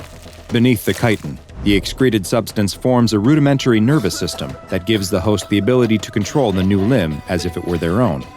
As it feeds, SCP-150 also secretes several chemicals that contain anesthetic, immunosuppressant, and transplant-rejecting properties that keep the host's body from responding to the changes, or even reacting at all. In fact, the host will often report that their new limb is completely normal and feels stronger and more resilient after the transformation. SCP-150 will continue to feed for approximately 1 to 2 weeks, and as it feeds on the nutrients within its host's body, it will begin to reproduce, creating eggs that it deposits directly into the bloodstream. While the majority of these eggs will die off, enough usually survive to begin colonizing other parts of the host's body, where they will hatch and repeat the process of feeding, reproducing, and spreading more eggs. It is theorized that it is capable of reproducing on its own, meaning that a single instance of SCP-150 is all it takes to create a new colony. Humans infected with SCP-150 will sometimes report slight discomfort and issues with their fine motor skills during this period, but will usually not express any knowledge of what might be causing this. Eventually, SCP-150 eggs will reach the host's lungs, where the process of assimilating continues, this time replacing the lungs themselves. During this process, more eggs will be produced, laid, and then spread out of the body by the host's coughing. As many as 10,000 eggs will be produced during this period, approximately 1% of which will survive being expelled, find another host, and implant themselves. The assimilation process then spreads to the central nervous system, including the spinal cord and brain, but strangely, the host will show no signs that their consciousness or behavior have been affected in any way. In interviews with hosts of SCP-150, those who are unaware that they are infected have not expressed any knowledge of changes happening in or out of their body. When subjects are made aware that they have been infected, they will be able to point out the site of the original infection and agree that a change has taken place, but they seem to have no ill will towards their new chitinous appendages and will often express positive feelings about it. In order to better study the effects of SCP-150 under SCP Foundation control, 2 D-Class personnel, D-13732 and D-016002, were both infected with the parasites, and the assimilation process was allowed to fully progress through all the stages. Following signs that D-016002 was experiencing swelling of the brain, a decompressive craniotomy was performed, a procedure in which a portion of the skull is removed in order to relieve pressure on the brain. This surgery had the added benefit of giving Foundation researchers the chance to look at SCP-150's progress firsthand. But after a flap of her skull was removed, the attending scientists did not find that her brain was swelling. They didn't find her brain at all, but instead observed numerous instances of SCP-150 in the cavity where her brain should be. The D-Class had been partially anesthetized to numb her skull but remained conscious during the procedure, and the scientists asked her several simple questions to which she was perfectly able to answer. They began removing some of the parasites, and as they did so, her answers became slower and less clear. It appeared that the SCP-150 instances had not just eaten and replaced her brain, they had become her brain.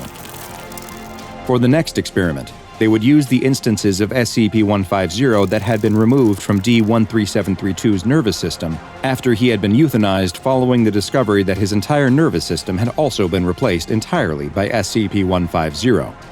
The parasites taken from his brain cavity were placed into D-016002's, and the results were nothing short of incredible. After observing a period of time where the organisms appeared to move and rearrange themselves within her skull, she regained consciousness. Once awake, not only did her cognitive functions immediately improve, when she was asked to state her name, she told them it was Michael, D-13732's name. It is unknown why SCP-150 engages in this peculiar life cycle, but the danger it poses to humans and the difficulty in keeping it contained has led the SCP Foundation to classify it as Keter. Some of the more erudite researchers have taken to calling the parasite the ship of Theseus, a play on the philosophical notion that questions whether something that has had all of its parts replaced is still fundamentally the same, or if it has become something new. Perhaps the observation of those infected with SCP-150 can shed some light on this millennia-old question. Infected patients who are being studied are to be kept in Level 3 biohazard containment cells, with never more than one infected host per cell. Cultures of SCP-150 adults and eggs are kept in vacuum-sealed glass flasks in the Site-42 Infectious Materials Lab, and the Foundation's standard pathogen handling procedures are required to be followed at all times. Should any instance of SCP-150 be found outside of containment, it is to be immediately incinerated. It's Saturday night, and a teenaged boy and girl are out on a date. They are strolling through a shopping mall with plans to see a movie later at the theater attached to the mall. As they walk through the mall waiting for their show to start, the girl spots something. It's a photo booth. She excitedly grabs the boy's hand and pulls him inside. They close the curtain, insert a coin, and the machine comes to life, snapping a series of photos. The two exit the booth, but both seem to be a little off. It's getting close to showtime, though, so they start making their way to the movie theater. Meanwhile, unbeknownst to the mall patrons, something is happening deep below the ground. The boy and girl exit the theater and walk arm in arm through the alley back toward the parking lot where the boy left his car. It's late now. The sun has long since set, and they're all alone.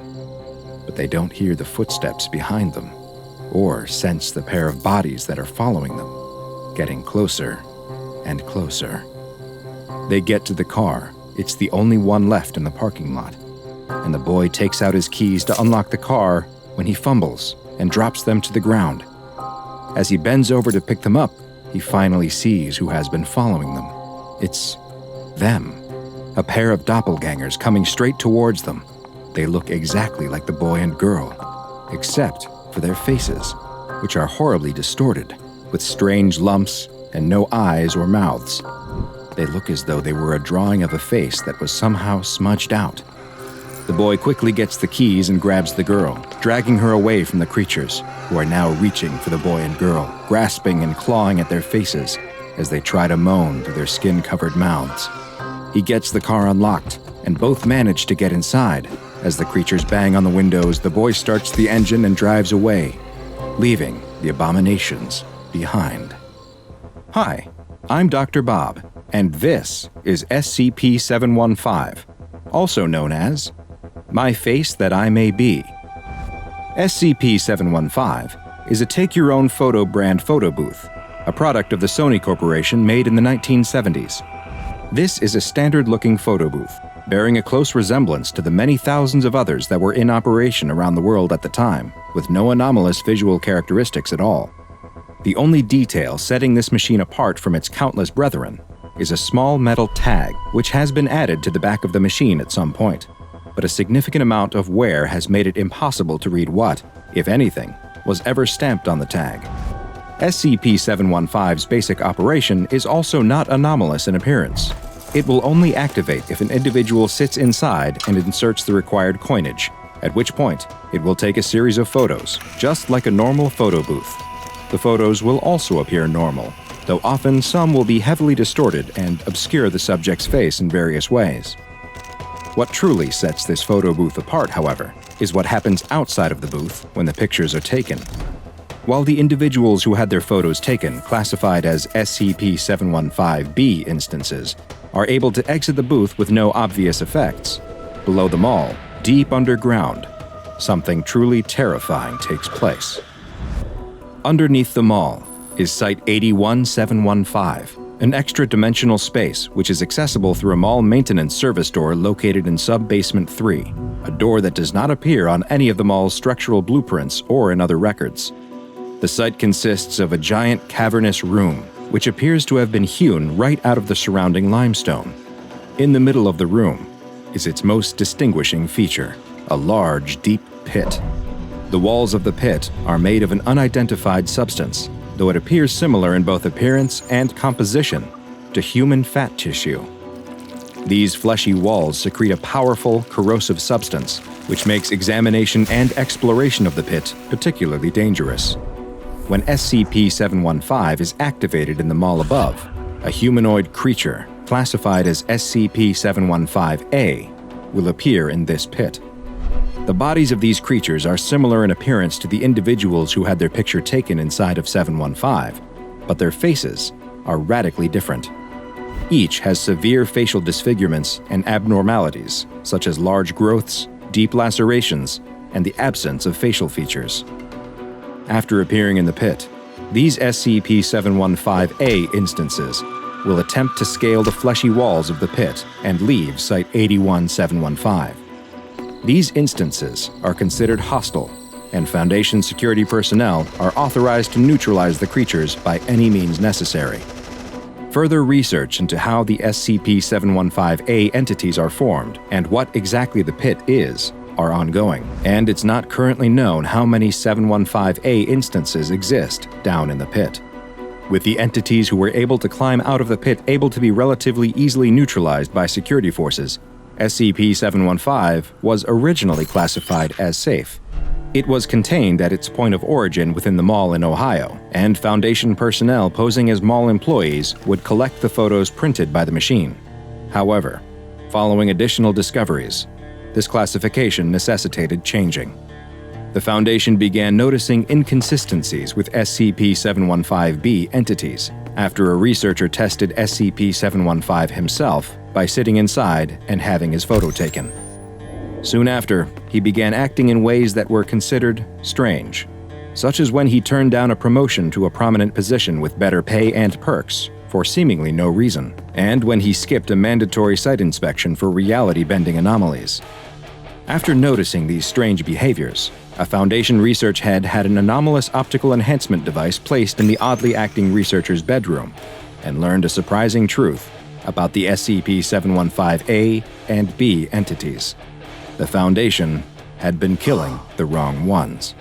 The device, which could remove anomalous reality-distorting effects from images, showed that the researcher was actually one of the creatures from the pit, with the telltale facial distortions.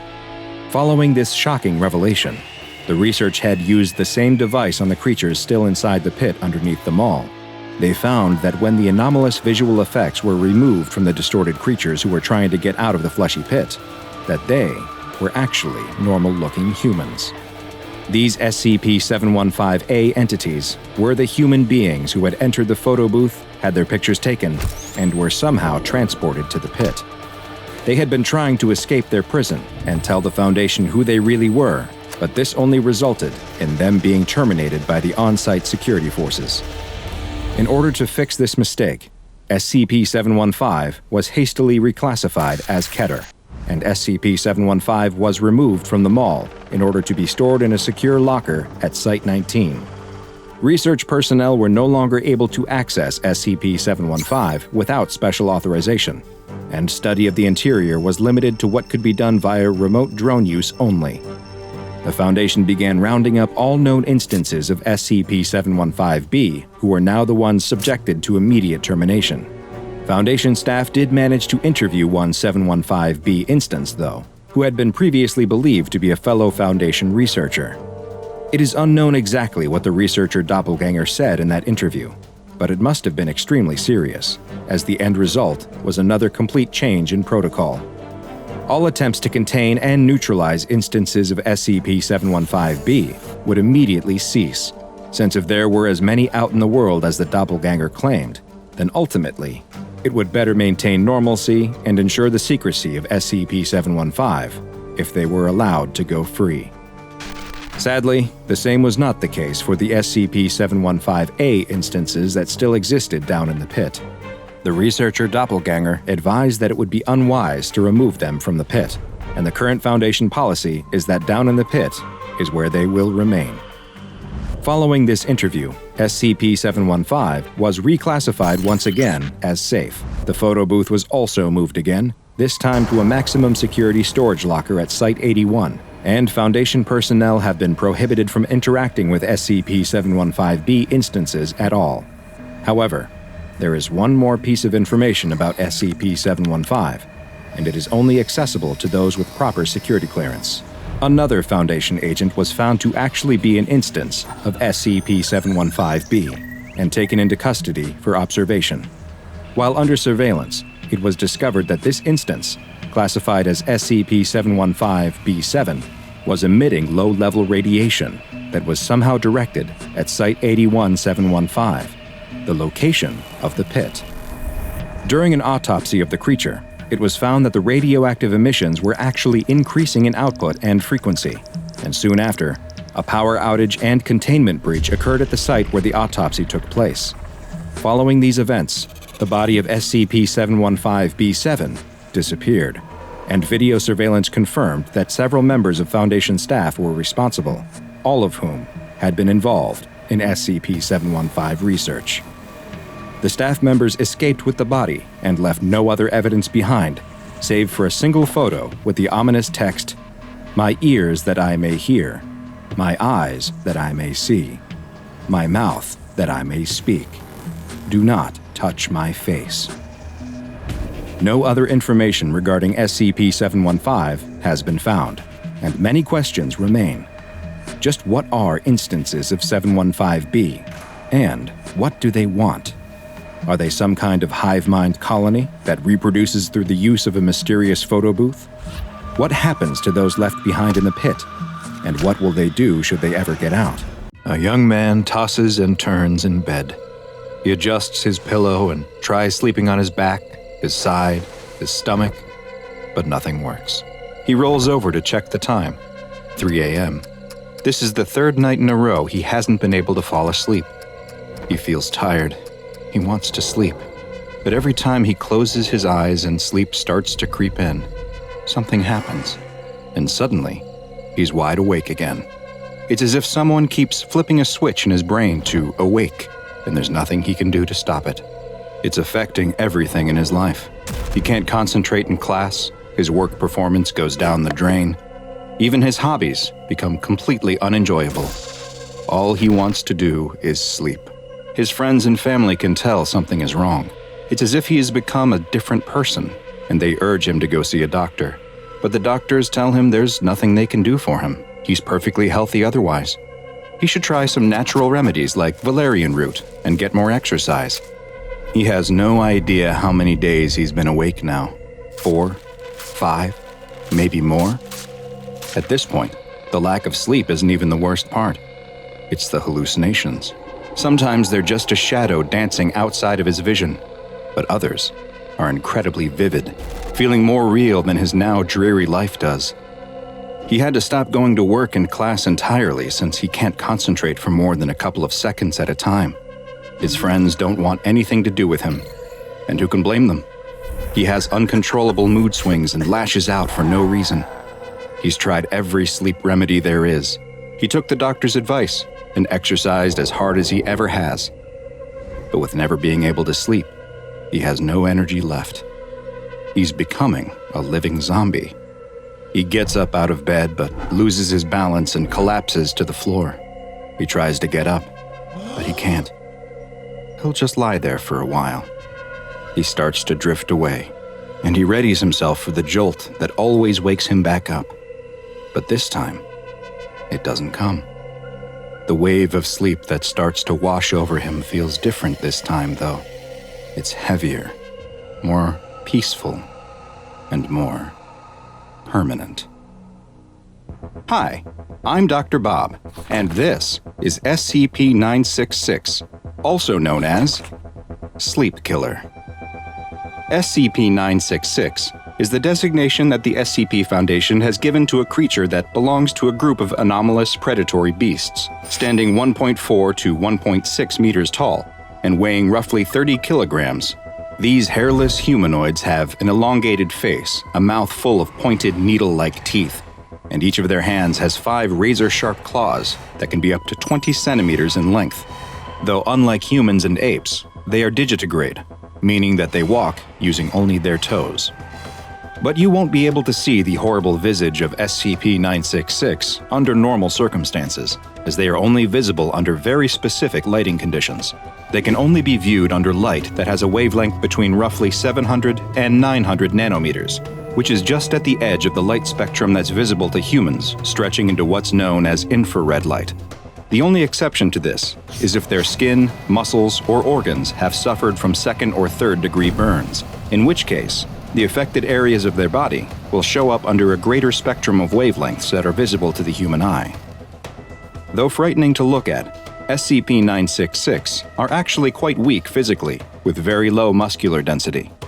Their bones are hollow, similar to birds, and while their claws may be incredibly sharp, they are also easily broken, making them unsuited for use in combat. Additionally, they do not rest through sleep, but will, at seemingly random times, stop all movement and fall into a rest period that lasts roughly 3 to 5 minutes, after which they are able to resume their normal behavior. With all of these physical shortcomings, how did SCP-966 gain a reputation as such a fearsome hunter? The secret lies in their ability to emit bursts of a previously unknown type of wave. Hunting either alone or in pairs, SCP-966 uses this wave to inhibit its prey's ability to enter any of the restful sleep stages, and also stops the ability to microsleep. These waves have been observed to be effective at up to 20 meters, though tests have shown that they can be blocked by post-transition metals, of which lead appears to be especially effective. SCP-966 hunts and feeds on medium to large-sized animals, which includes humans. And once their quarry has been targeted by the sleep-inhibiting waves, the effect is permanent, with no method having yet been discovered that will allow them to regain the ability to sleep. Experiments have shown that unconsciousness can be induced in other ways, such as with the use of general anesthesia, though these methods have ultimately proven to be ineffective, since although the victim is unconscious, they are still not receiving any of the restful benefits of sleep while in that state. The effects of sleep deprivation on humans, both mentally and physically, are devastating. Symptoms can begin setting in after just 24 hours that can include mood swings, memory issues, and sensory impairment. After 2 to 3 days, the body's hormones become deregulated, and bodily functions like hunger, thirst, and temperature fluctuate wildly as cognitive abilities start to dramatically decline. Hallucinations, paranoia, and fits of rage are common, and the risk of death from sleep deprivation increases with each day that passes without sleep. And this is exactly what SCP-966 wants. After surreptitiously sending a burst of sleep deprivation waves at their victim, they will then stalk their prey until lack of sleep finally leads to total incapacitation, at which point SCP-966 consumes them. SCP-966 have proven to be both extremely quiet and agile when hunting. However, they have actually been observed intentionally making threatening noises around their prey, presumably to further increase their already elevated stress levels, and potentially hastening their mental degradation. On rare occasions, they will even physically assault their victim to further degenerate their mental and physical health.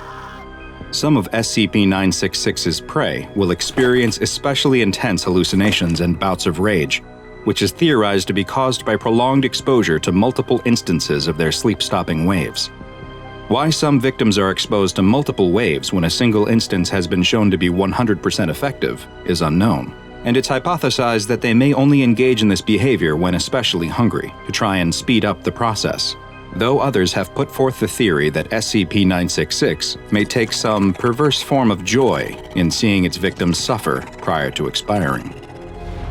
Wild instances of SCP-966 have been found across the globe, and while the SCP Foundation has been successful in thinning their numbers, they still exist in high enough numbers to pose a serious threat to humanity. For these reasons, they have been assigned the classification Euclid.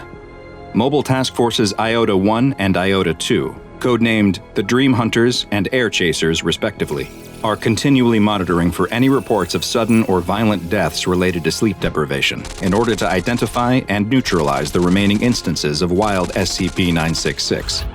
4 SCP-966 specimens, 3 males and 1 female, have been acquired by the Foundation, and they are currently contained in a 10 by 10 meter room that is lined with lead and equipped with infrared security cameras. Each specimen is fed 20 kilograms of meat each month, and in the event that the female specimen gives birth, the new specimen is to be taken for observation and study before being disposed of prior to reaching maturity. A wasp stings a cockroach in the brain, rendering it a mindless zombie that she can lead to her home and fill with eggs that will hatch and devour the insect from the inside. A snail accidentally eats the eggs of a flatworm, and the eggs hatch, filling the snail's eye stalks with sacs of wriggling larvae. They mimic the movements of caterpillars, attracting hapless birds and enticing them to swoop down, attack, eat, and continue the life cycle of the worms. The spores of the cordyceps fungus make their way inside of a doomed ant, taking over its nervous system, puppeteering its body, and forcing it to march to the nearest highest point, only to die and split open, fungus blooming from its corpse and spreading spores to the next victim.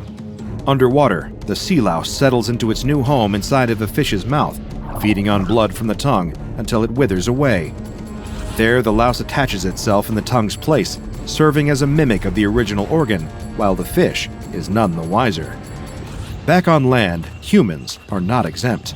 Nematode worm larvae infect the bloodstream through fly bites, hiding undetected until their host feels them wriggling beneath the cornea. Guinea worms enter the system when a person drinks infested water, growing longer and longer, then forcing their way out through the foot. Nature is full of terrifying parasitic creatures, but far scarier than the parasites we know about are the parasites that we haven't discovered yet. The creatures sneaking in and burrowing under the skin of their hosts without anyone even knowing they exist. After all, if you don't know something is there, how can you possibly hope to protect yourself from it?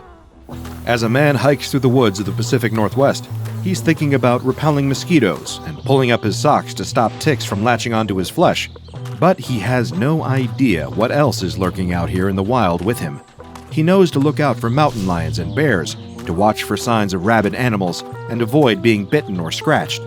But he doesn't notice the tiny, almost invisible flecks drifting through the air around him. He doesn't notice when one happens to get caught on the breeze of his inhale, pulled into his nostril.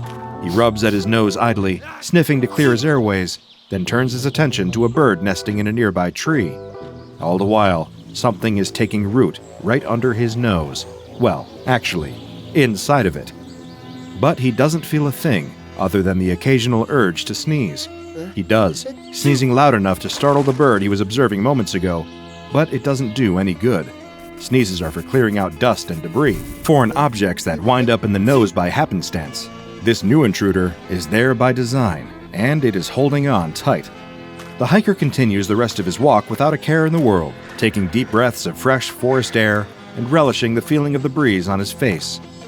By the time he gets back home, he's made it out of the woods without a single mosquito bite, with nary a tick to be found in his meticulous pre-shower check. That night, he sleeps soundly, and the next morning as he goes back to work at his office job, all thoughts of the wilderness slowly drift from his mind.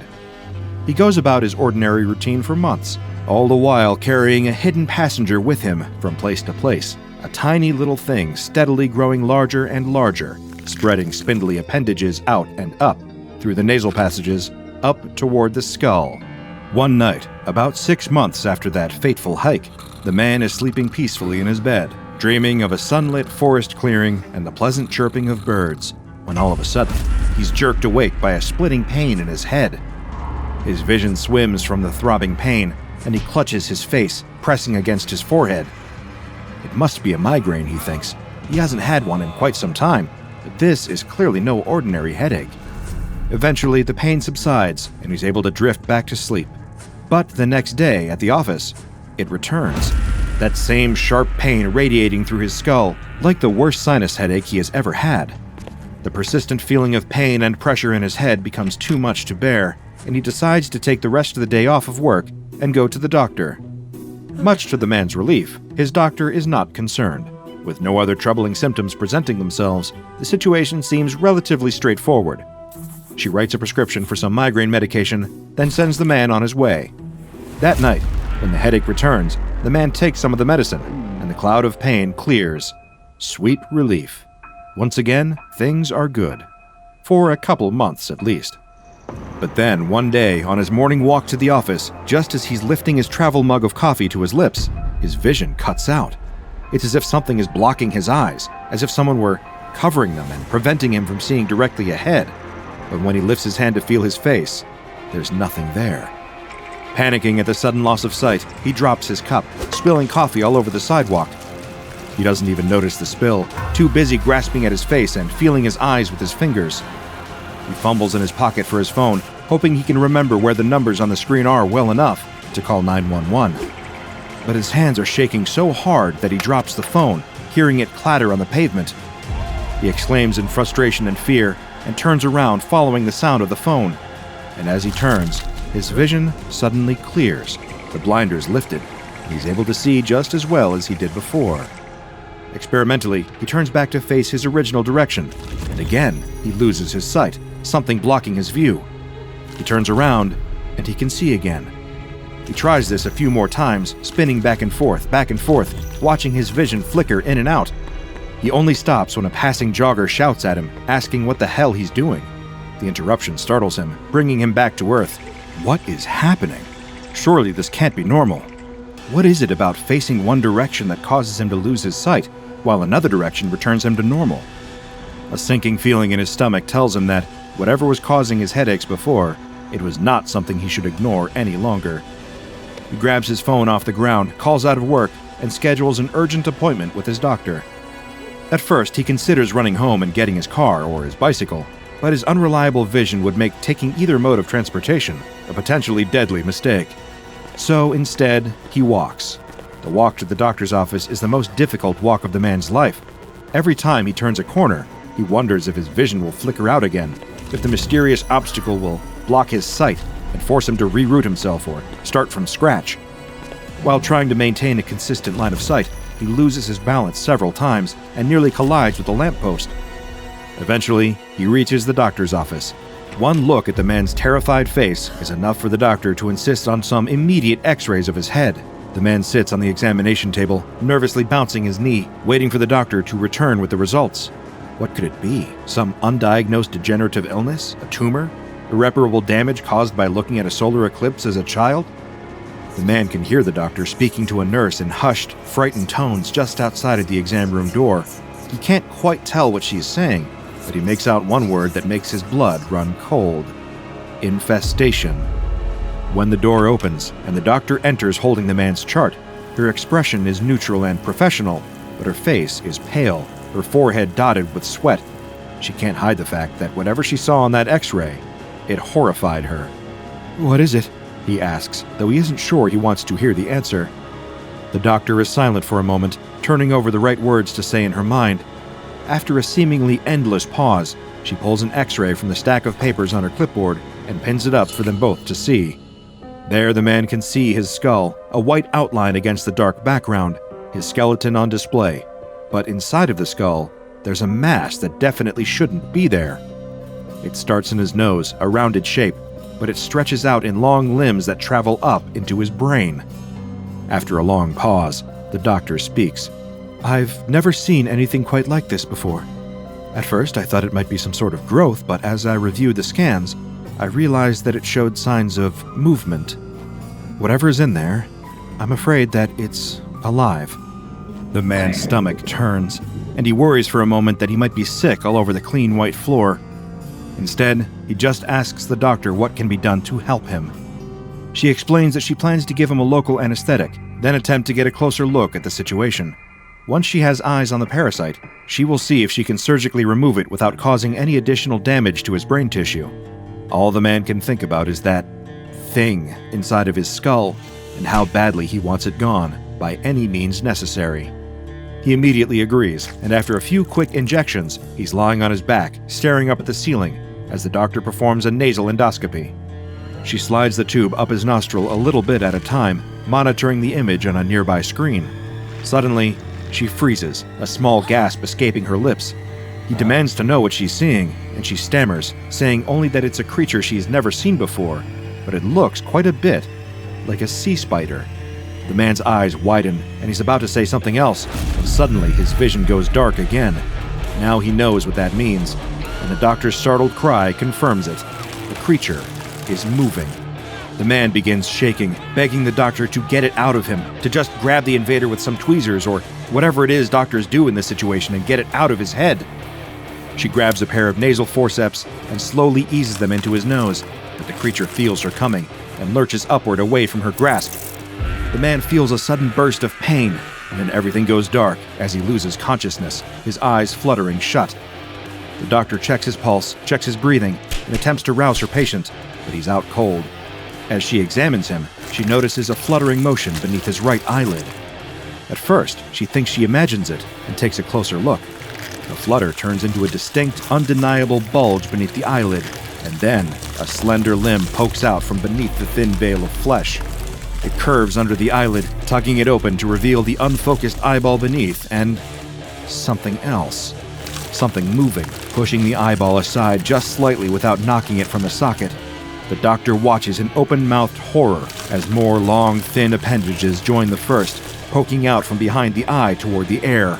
The many-legged creature pulls itself from the ocular cavity and begins scuttling down her patient's face, over his neck, and off the edge of the exam table and onto the floor. As it nears the door, the doctor regains her ability to move and rushes to try and catch the thing. She grabs a jar and the forceps, hoping to capture it without touching it. Even with gloves on, she shudders at the thought of touching the thing. It evades her grasp, darting away from her forceps. It scrabbles back toward the table, and in a moment of primal instinct and revulsion, the doctor brings her foot up and stomps on the little parasite with all of her strength. When she lifts her shoe, all that's left on the ground is a few spindly legs and a small brown stain. She curses herself for acting impulsively and not finding a way to trap the thing and keep it for observation, but that ship has sailed. The only thing she can do now is tend to her patient and monitor his well-being. As she approaches the man on the table, his eyes open, and he gasps, sitting up suddenly and gripping his head. The man awakes with a headache and a foggy feeling in his head, but also with a sense of relief, a feeling that the unwelcome presence that took up residence in his skull for so many months is thankfully gone. He asks the doctor, haltingly, struggling to find his words, if she was able to remove the creature. She tells him, simply, that it is gone now. The man slowly climbs off of the table, and, ignoring the protests from the doctor as she begs him to sit back down and let her examine him, he walks out of the office and heads back home. Over the next several weeks, the man returns to normal life. He feels a little bit different, a little hazier, a little slower to respond. He tires more easily, going to bed earlier and sleeping in later, but overall, he feels nothing but relief. Still, at night, when he tries to fall asleep, he thinks of those X-rays. He imagines what that creature might have looked like when the doctor got it out, how it might have moved. He wonders where it came from, or if it will come back. He never goes hiking in those particular woods again. Meanwhile, the doctor receives an influx of patients complaining of persistent headaches.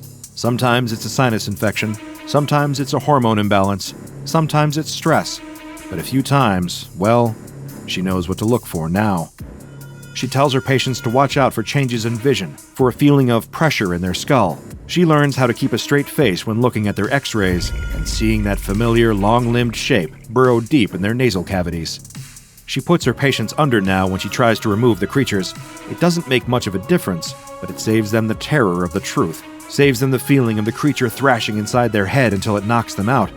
She manages to collect a few specimens for study and contacts her friend at the Centers for Disease Control. He's never seen or heard of anything like these parasites either, but he does know someone who might be able to offer their expertise. When the doctor comes into work the next day, there are two strangers waiting in her office. They introduce themselves as employees of a specialized research foundation and ask to see her samples. The next thing she knows, the doctor is waking up in bed the following morning, and she has no memory of ever seeing a patient with a strange spidery parasite in their skull. If she remembered enough to look for the records, she would find that they had disappeared from her office, along with the living specimens she had collected. But she doesn't remember, and her discovery is now in the hands of the SCP Foundation, who have given it an official designation, SCP-1104. SCP-1104, commonly nicknamed nose crabs, is a species of organism tentatively identified as a member of the order Chelicerata, which includes sea spiders and horseshoe crabs. The life cycle of the organism consists of at least two phases. The first of these is a larval stage, at which point the creature is approximately 0.4 millimeters in diameter. At irregular intervals, SCP-1104 larvae are expelled from tubes at a concentration of up to 200 per cubic meter. These larvae drift through the air for as long as 14 hours at a time, and have been spotted traveling for several kilometers under the right weather conditions. Whenever an SCP-1104 larva is inhaled, it will attach to the nasal mucosa of its host and begin to excrete H1 receptor antagonists that suppress inflammation as well as the implantation of any further larvae. Over the next 6 to 8 months, SCP-1104 will grow larger, extending appendages through the ethmoidal canals of the host. Aside from occasional persistent headaches, the host will likely not notice the presence of SCP-1104 during this period. Once the organism has matured, however, it will begin to apply pressure to its host's optic nerves, causing its central visual field to be obstructed. SCP-1104 will apply this pressure selectively whenever the host is not oriented toward the gradient of atmospheric hydrogen sulfide. SCP-1104 can detect this hydrogen sulfide through its host's nasal respiration. At first, this effect is distressing to the host, but after a little while, they will begin to adjust their behavior accordingly, showing a preference for facing and moving in directions that do not cause those visual disturbances. Without realizing it, the host is moving closer and closer to higher concentrations of hydrogen sulfide. Once the host reaches an area with sufficient hydrogen sulfide concentration, SCP-1104 will extend its appendages into the host's prefrontal cortex, causing the host to lose consciousness. While the host is passed out, SCP-1104 will exit through their ocular cavity. Once SCP-1104 has left its host, it will attempt to find and enter the source of the hydrogen sulfide. This can include, but is not limited to, a lava tube or a sewer pipe. Whatever it does next is currently unknown, as its subterranean behavior and development has not been documented. Humans show the same instinctive aversion to SCP-1104's visual disturbances as other animal hosts, but they are also able to defy this influence. They are especially able to avoid following SCP-1104's prompting if they are informed of the nature of the infestation. Any attempt to surgically remove or poison a fully developed SCP-1104 will trigger its exit response, and it will flee through the host's ocular cavity and scuttle away. Following SCP-1104's exit, the former host displays a lack of spontaneous response to external stimulus, with delayed reactions as well as changes to personality linked to orbital frontal lesions. While individual instances of SCP-1104 are relatively easy to destroy, the species as a whole is considered endemic to certain subsurface geological formations. As it currently stands, the general population of SCP-1104 cannot be reached by convenient means of extermination. An area 10 meters in diameter, thought to contain the majority of SCP-1104, has been blocked off from the public under the guise of conservation and designated Site-104. Any non-Foundation personnel mammalian organisms larger than 10 kilograms found in the area should be considered contaminated and promptly incinerated on site. Once the SCP Foundation has discovered a way to effectively exterminate SCP-1104, doing so has been strongly endorsed by the O5 Council.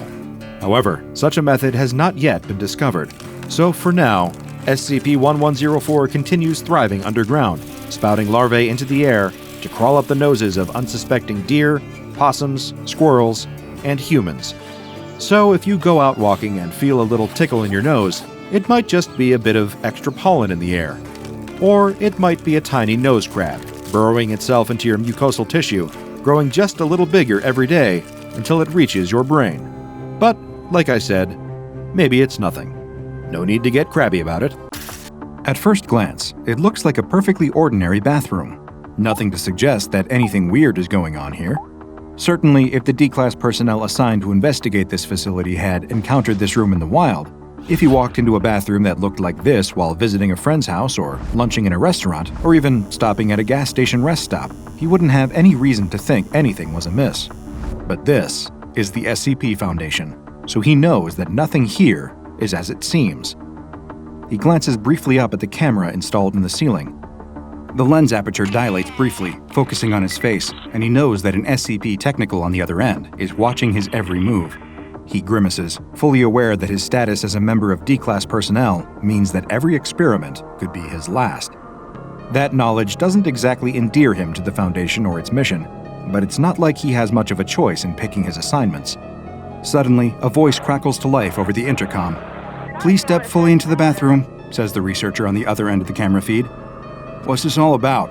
asks the D-Class personnel. "This is just a bathroom, isn't it? What's so special about this place?" His eyes scan the room. The floor is covered with smooth white tiles.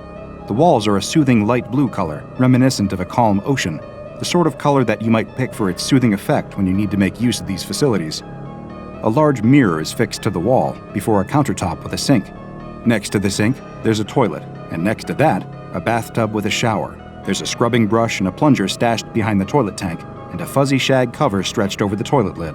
It's all very ordinary. It's much too ordinary, he thinks. A sudden horrible thought occurs to him. "You're not gonna watch me use the toilet?" he asks, a slight edge of panic in his voice. That's absurd, of course, but Here at the SCP Foundation, there's nothing that he would put past these people. They've always got some new weirdness happening, and it wouldn't at all surprise him to learn that they would want to watch him at his most exposed. The voice comes back over the intercom. What? No, you don't need to use that. Look, just step forward. Literally all that I want you to do is to step into the room. The D-Class smirks to himself. He's already been through more of these crazy experiments than he would care to remember, and he has the scars to prove it. It gives him a small measure of satisfaction to hear the agent getting flustered. Even if he has to participate in these dangerous experiments, he can at least make things awkward for his tormentors. That seems like a little bit of poetic justice to him. As the agent requested, though, he steps forward. The moment that he's cleared the threshold, the door slams behind him with a crash. The D-Class jumps in surprise and shouts, Why'd you do that? I didn't do that, says the voice over the intercom. Of course, thinks the D-Class personnel. He should have expected this. He grabs the doorknob and tries to yank the door open, but the door is stuck fast. He yanks again, harder this time, but the result is the same. The door doesn't budge at all. The door's stuck, cries the D-Class. He feels his heart start to beat faster, and his temperature begins to rise. What terrible thing does this room plan to do to him? But after a moment, he begins to calm down. It doesn't seem like this room is planning to do anything. Maybe it's just a room with a weird door. But if that were the case, then why would the SCP Foundation be interested in this? Just hang tight, says the agent. I'll see what I can do about getting that door open. A few moments later, the agent arrives at the door to the bathroom and gives it a sharp yank. It doesn't budge. Door's stuck, she says. The D-Class rolls his eyes. Of course it's stuck. Hold on a second, I'll go get a technician, she says. The D-Class personnel listens to the sound of the agent's feet retreating into the distance. He sits down on the closed toilet and buries his face in his hands. What a day.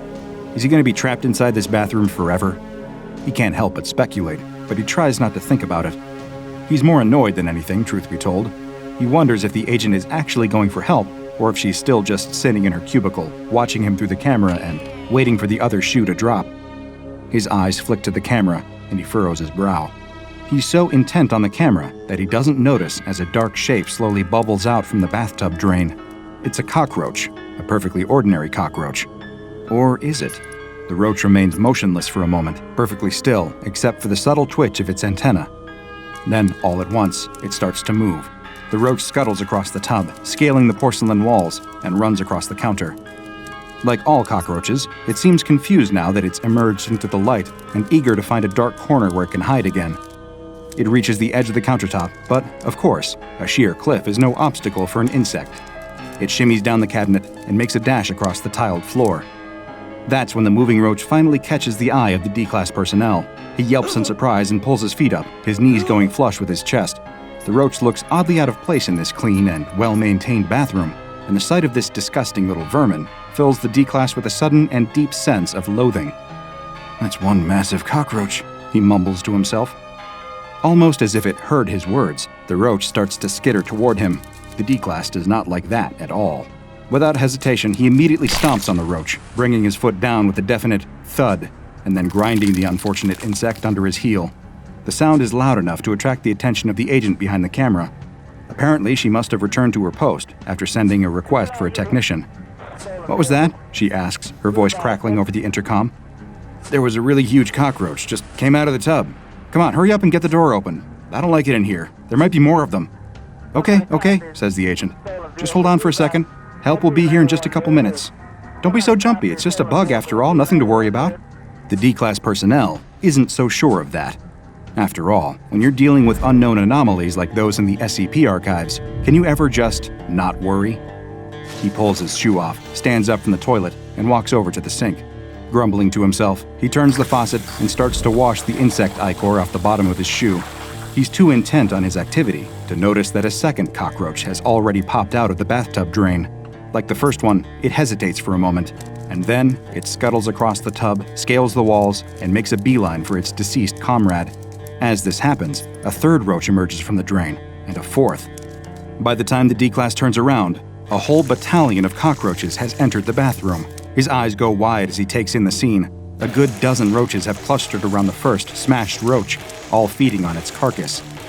It's a grisly scene, and the D-Class is immediately revolted. He knows nothing about roaches, nothing that might suggest to him that this is in any way unusual behavior for these insects, but he doesn't really care. It looks disgusting, and he's positive that it isn't natural. I don't like this, he yells, panic rising in his voice. Get me out of here! Hurry up and open the stupid door! The observing agent, safe in her office, doesn't share the D-Class personnel's terror. From her point of view, she's just watching a man freak out over a couple of perfectly ordinary bugs.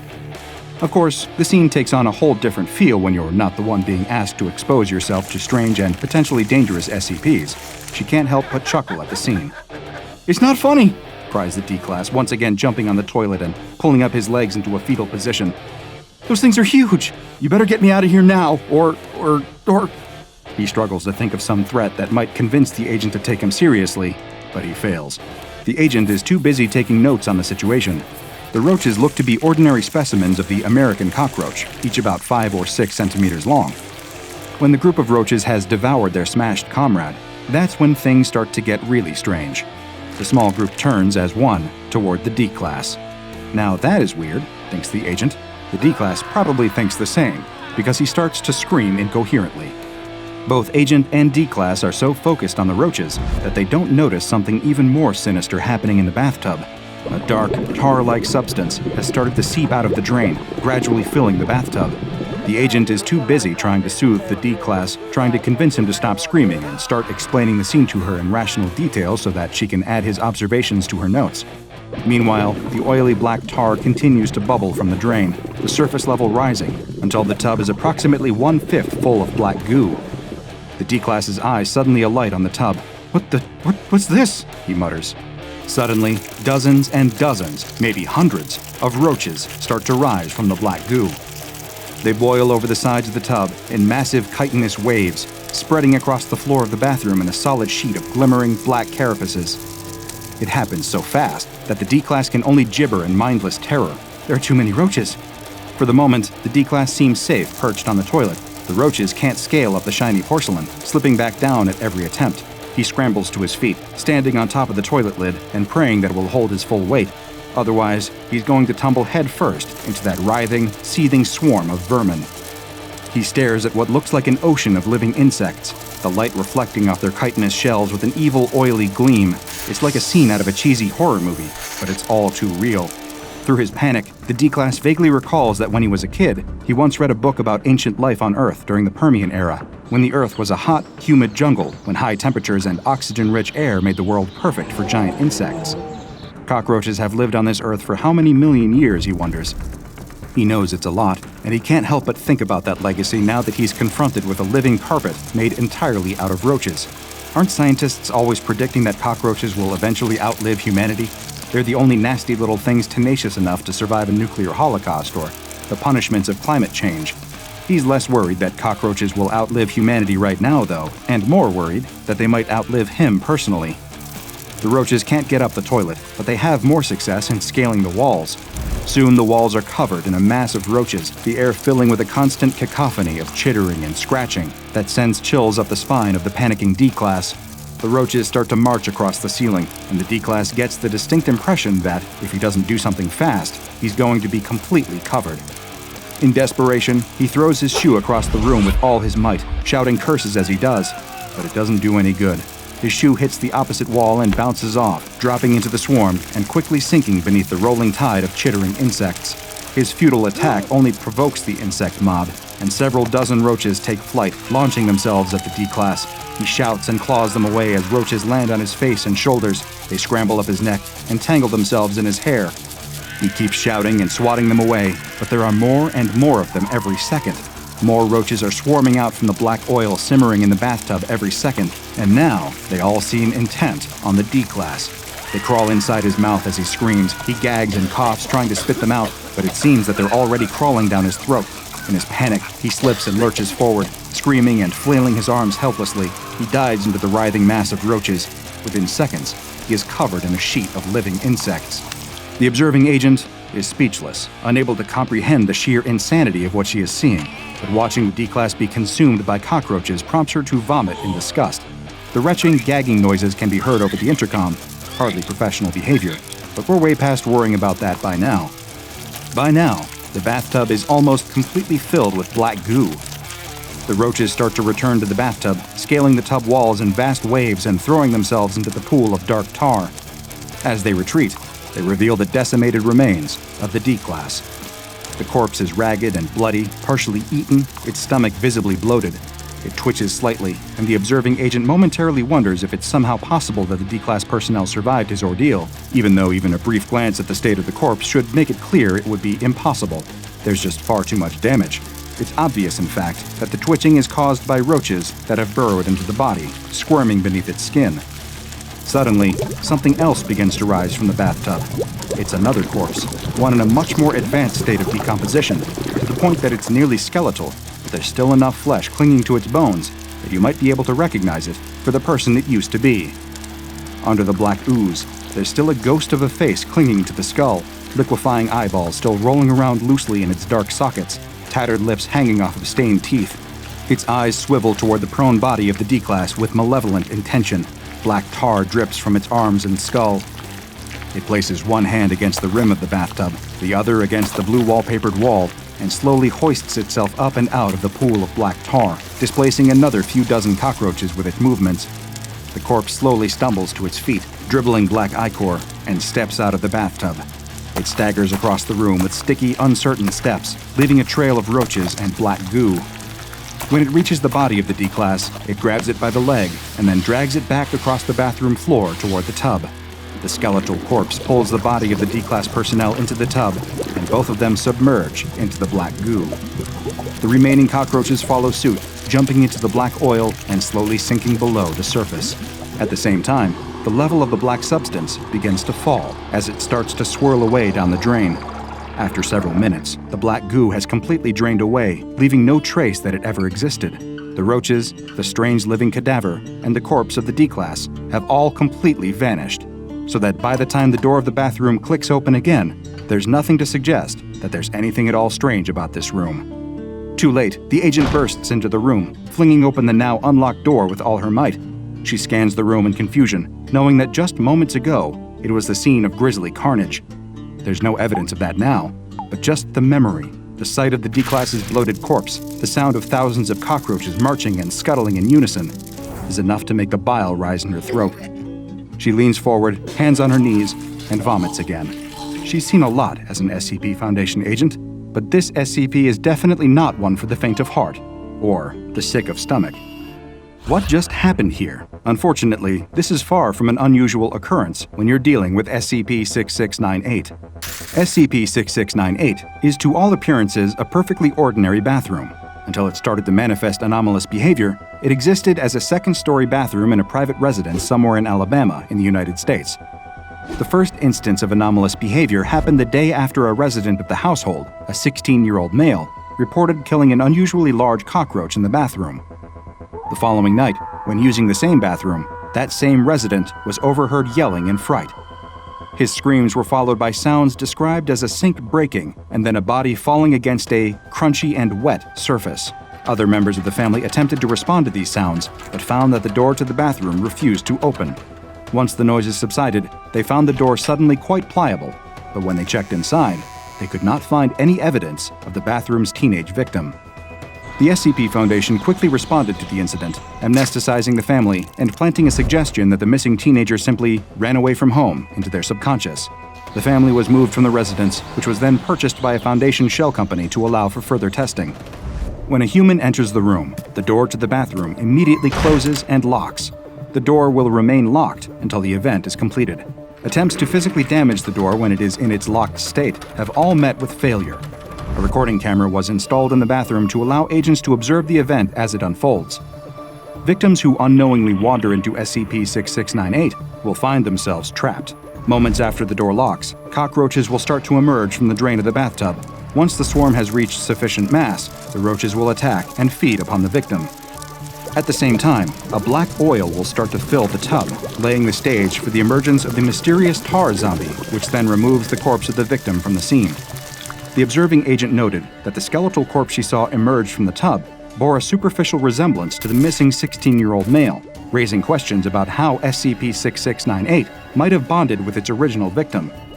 Testing was suspended following the death of the D-Class personnel, so it is currently unclear if the same tar zombie appears during every instance, or if perhaps SCP-6698 pulls from a rotating roster of previous victims during its manifestations. At this moment, the relationship between the tar zombie, the black ooze, and the legions of carnivorous cockroaches is unclear, but large amounts of spectral energy have been detected in the room, leading to an assumption that the event must be supernatural in nature and to the involvement of the Department of Spectral Phenomena.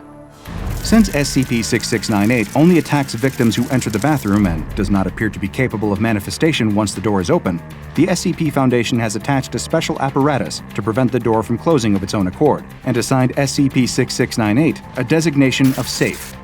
One thing that is for sure, though, is that of all the ways that deadly SCP anomalies might choose to do away with their victims, being eaten alive from the inside by a swarm of scuttling cockroaches probably ranks up there as one of the worst. So that's something to think about the next time that you're looking for a little privacy in the bathroom.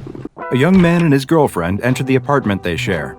She tosses her keys on the entryway table as the man checks the time on his phone. He reminds the young woman that they will need to leave soon if they don't want to miss the movie they have purchased tickets for. The woman agrees, but she wants to take a quick shower before they leave. As she goes to freshen up, the man sits down at his computer to get in a quick round or two of his favorite online squad-based first-person shooter. He puts on his headset and jumps into a game. Before he knows it, he's just finished his third round. He checks the time on his phone again and realizes that they were running late. He takes off his headphones and is confused when he hears what sounds like the shower still running. He gets up and goes to the bathroom door and listens. The shower is definitely still on. The man knocks on the door and asks if everything is all right. He waits a moment, but there's no response. He knocks again, and still nothing. She doesn't usually take showers this long, and he immediately worries that she might have passed out or, well, he doesn't even want to think about it. "I'm coming in, okay?" he announces as he opens the door to check on her. The man immediately notices how steamy the room is. The hot water must have been running for a while, and he's worried she really did pass out from the heat. "What's going on? Are you okay?" he asks, and when there's no response again, he pulls open the shower curtain to find nothing. Just an empty tub. There's no sign of his girlfriend anywhere. The man is beyond confused. He turns off the water and goes to the bedroom, but she isn't in there either. He runs to the front door, but it's still locked, and her keys are sitting on the table. He unlocks the door and sticks his head out into the hallway anyway, but nothing is out there. What is going on? He checks the bedroom again, then the bathroom, but she hasn't suddenly reappeared in either. He's in complete shock, unsure of what could be happening. He sits down on the toilet and puts his head in his hands. His head is spinning as it feels like the world is suddenly falling down all around him. The police are immediately suspicious of the man's story. His girlfriend simply vanished while taking a shower? "You expect us to believe that?" the detective asks. The man has no answer, though. It's as if she simply blinked out of existence. He's convinced she must still be in the building somewhere, that she somehow slipped out without him noticing. But none of the security footage from inside the building shows anything abnormal. There's footage from the cameras in the lobby of them entering the building, but nothing after that of her leaving. Just as in every missing person case like this, the boyfriend is the #1 suspect. But without any evidence, they can't hold him any longer. After many long hours of interviews, they finally allow him to leave, but not back to the apartment, since it's an active crime scene. The man has no family to speak of, and his few friends seem to have the same suspicions as the police and want nothing to do with him. His girlfriend was the only person he truly had in the world, and now she's gone. He's put up in a shabby motel, and days pass, then weeks, then months, but no evidence of the missing woman ever turns up. The man replays the memory of that day over and over in his head, searching for some kind of answer, but try as he might, he can't remember anything helpful, no clue as to what could have happened. The case is completely cold, and has been from the very start. The police eventually have to move on to newer, more solvable cases, and they finally allow the man to return home. He's overwhelmed with emotion the first time he enters the apartment. The place is a mess. It looks like the police turned it inside out looking for clues. Not knowing what else to do, he starts the long process of cleaning up the apartment. After hours of putting things away, he eventually gathers the strength to go to the one room he's been avoiding, the bathroom. He opens the door to the last place he's certain his girlfriend was. He enters to find that it looks like the rest of the apartment, as if someone has looked at every single object. But just like him, the police never found any trace of where she went. After straightening up this last room, he decides that he should take a shower and go to bed. It fills him with dread to think about standing in the last place he knows where she was. But he's had months to grieve the loss of his girlfriend, and he's decided that he needs to move on. whatever that means when someone goes missing without a trace. He turns on the shower and lets the water heat up before stepping in. Once he's in, every thought he has is about her. He wonders if she ever actually got in the shower at all, or somehow used it as a diversion to slip out unseen. He just can't figure out how. The day's events race through his mind, just as they have 1,000 times before, but his thoughts are interrupted when he notices that the water has started to pool around his feet. He looks down and sees that the drain cover looks normal. Maybe there's a clog, though. Do showers clog when they're not used? He has no idea. He bends down to get a closer look. The long, black creature emerges from the drain in the blink of an eye and latches onto his mouth, muffling him before he even has a chance to scream. He struggles and pulls down the curtain on top of him as he falls back onto the shower floor. But it's already too late. And in a matter of minutes, he too will be gone without a trace. Is there anything more comforting after a hard day than a nice, long, hot shower? The answer to that is no, there is nothing better. But that relaxing shower might just be the last you ever take when, unbeknownst to you, your pipes are home to an instance of SCP-153, also known as drain worms. SCP-153 refers to a species that resembles the common nematode, or roundworm, consisting of a long, thin body with a large mouth on one end. While some roundworms can grow to as large as a meter long, which is in itself a disturbing thought, SCP-153 instances can be much, much larger, and it is estimated that they can reach up to nearly 10 meters in length, though it is hypothesized that some instances in the wild may grow even longer. These worm-like creatures will feed off of any available organic material. However, their favorite form of sustenance is fresh animal tissue, and they appear to have an especially strong predilection towards human flesh. In order to satiate their desire to feed on their preferred prey, SCP-153 has developed a rather unique predatory style that perfectly suits its elongated body structure. While it is unknown just where they originate, they are most often found in the pipes of sewer and drainage systems. 153 instances will swim up those pipes, seeking out ones that lead to people's homes, and especially those that connect to showers and bathtubs. Once they reach the end of the pipe, SCP-153 will latch onto the drain cover and begin secreting an acidic substance. The acid quickly dissolves the drain cover, and SCP-153 will position its own mouth in its place, which it then is able to camouflage as the missing drain cover almost perfectly. Once SCP-153 has taken this position, it is virtually impossible to distinguish it from the original or discern that anything has changed. SCP-153 will then lie in wait until it detects that someone has entered the shower or bathtub. Once the unsuspecting person has begun to bathe, it will very quickly emerge from the drain, latching onto the victim's face, most likely in order to prevent them from calling for help. It then begins to rapidly secrete more of the same acid that it used to dissolve the drain cover. With how effectively it was able to dissolve metal, it's no surprise that SCP-153 is able to quickly produce the same effect on its victim. Their skin, muscle, and bone will all be almost immediately liquefied, allowing SCP-153 to feed on the slurry. And the drain worms feed extremely quickly as well. After just several minutes, basically nothing will remain of the person who stepped into the shower, and 153 will retreat back into the drain, leaving no signs that it was ever there, save for the missing drain cover. The SCP Foundation became aware of this anomaly following multiple mysterious missing person cases that all had one key element in common. Each was reported as having disappeared after entering a bathroom to either shower or take a bath. The Foundation soon discovered that large populations of SCP-153 instances were living in the sewers beneath several major American cities, and immediately began enacting containment procedures. The Foundation collected as many specimens as they could, and brought them to Bioresearch Area 12, where they keep them contained in 10 by 10 by 5 meter tanks that are kept partially filled with sewage and other organic material for them to feed on. Of course, it is of the utmost importance that these containers are never connected to any other plumbing systems, either internal or external. With several specimens contained, the Foundation began researching the creatures in order to hopefully better understand them and how they were able to develop such complex hunting techniques. Research was also approved to find out whether they could be used as a sort of waste disposal system in certain extreme circumstances, such as with SCP-2717, a mass of living animal tissue that has grown to line nearly 4 kilometers of sewer pipes beneath Amsterdam. A small number of SCP-153 instances were approved for release into the wild in order to test whether they could stall the spread of 2717. However, this experiment was halted following some disturbing new reports. More missing person reports came to the Foundation's attention that bore the hallmarks of an SCP-153 attack. But these new reports were not limited to people who vanished after bathing.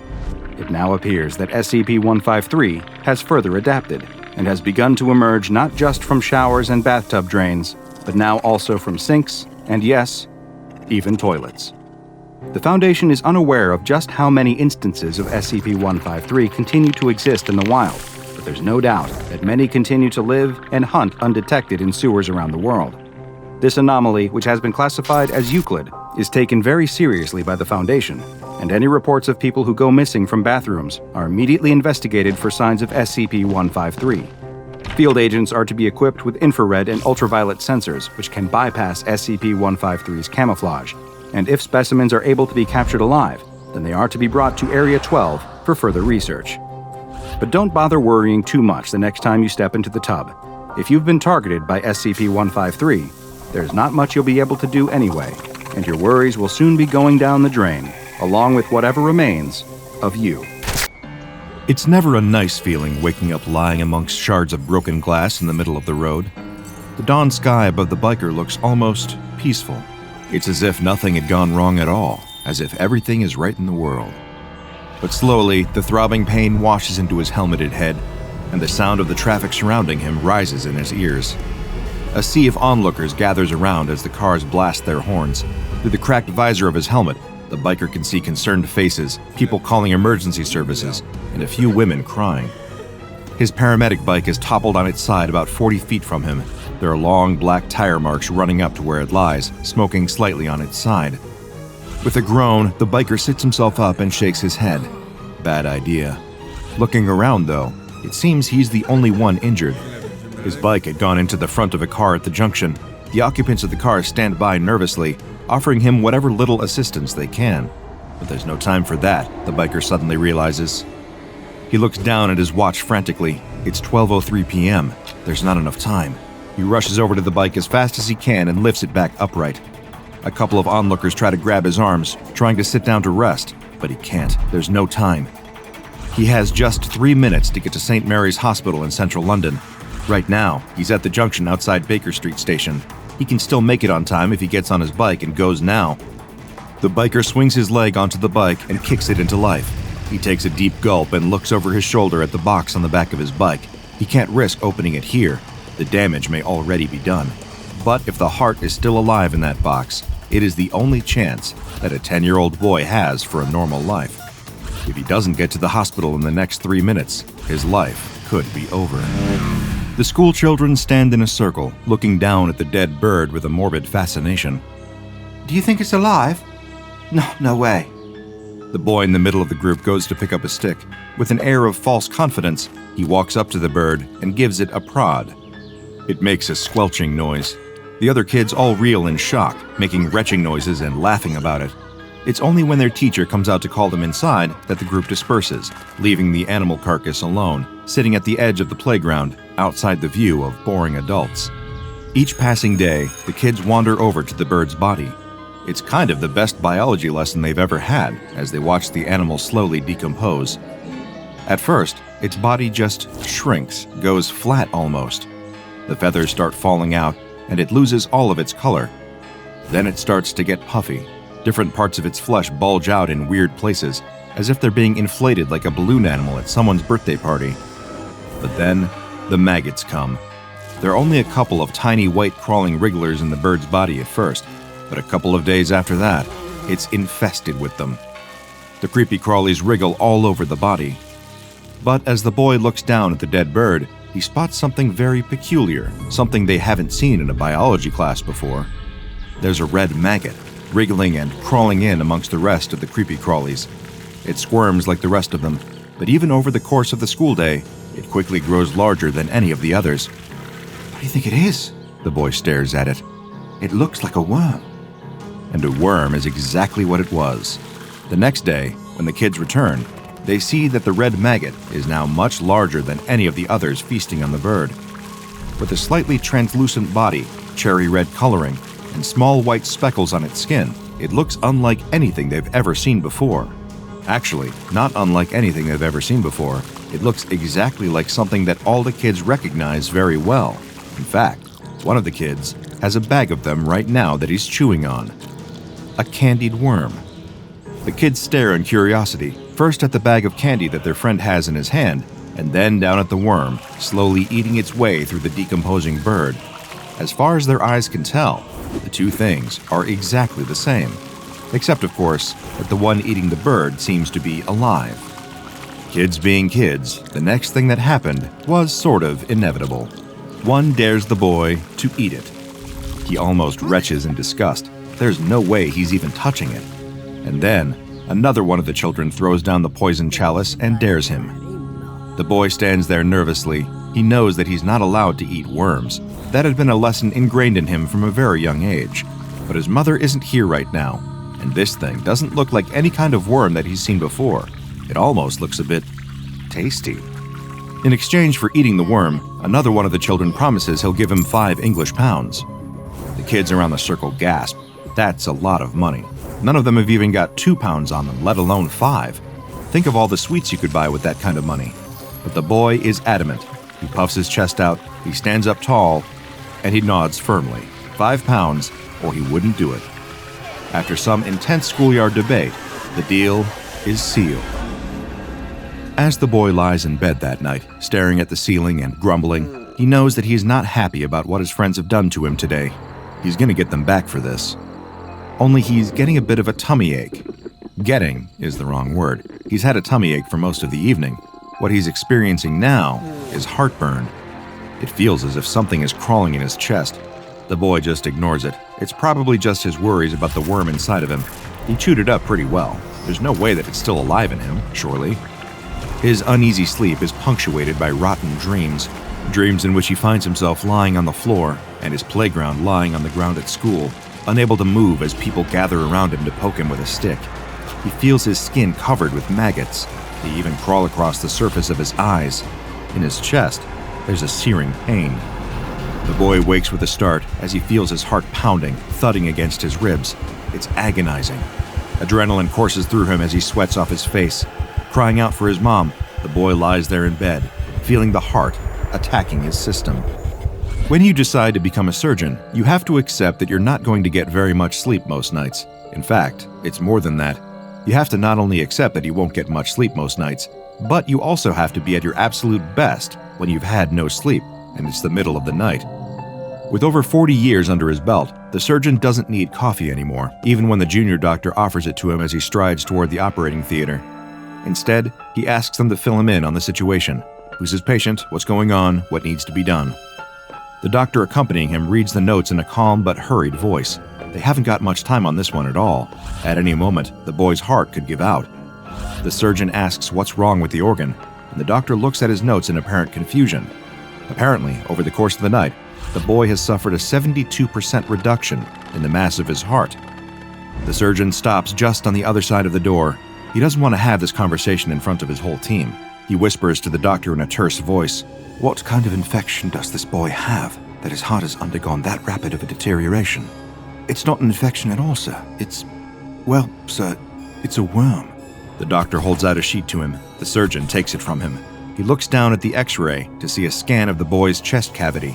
It doesn't look so bad. There's a hole in the heart for sure, but the surgeon has encountered worse in his career. This was taken when the boy was first admitted. The doctor hands the surgeon a second x-ray. And this was taken just 1 hour later.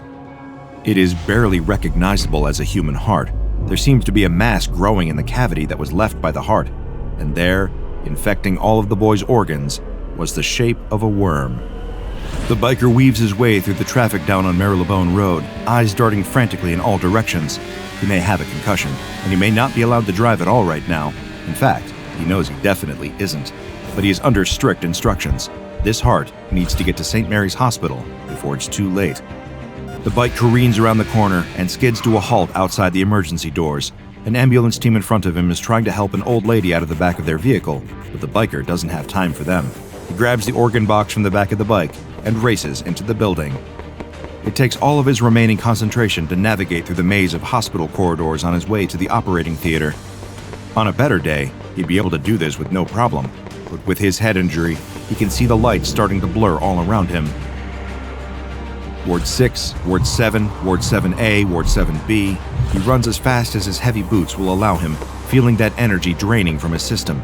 He can't look at his watch. He can't check the time. He just has to find this boy. Operating theater. There, right up ahead of him, just a couple of 100 feet. There's a doctor waiting outside the door who looks up at the sound of his footsteps. The biker rips his helmet off and holds out the box with the heart in it, panting heavily. It's the moment of truth. Is he too late? The doctor looks shell-shocked, not at the biker's arrival, but clearly at something else she's just seen. The man starts to explain, but runs out of words, and instead beckons the biker to follow him into the observation room. There, the two of them stand looking through the glass at the little boy lying on the operating table with the surgeon standing over him. There's something in the air. The biker sniffs, confused. Can anyone else smell sugar? Next time you open a packet of candied worms, take a second to look through the little creepy crawlies in the bag. Perhaps poke a couple of them, just to see if any of them are moving. You can never be too careful. If you had told the parents of that young boy on the night when their son woke up with heart palpitations, telling stories of eating a worm at school, that the only health concerns he would have going forward were mild diabetes and a slightly raised level of blood sugar, I'm sure they would have been thrilled to hear it.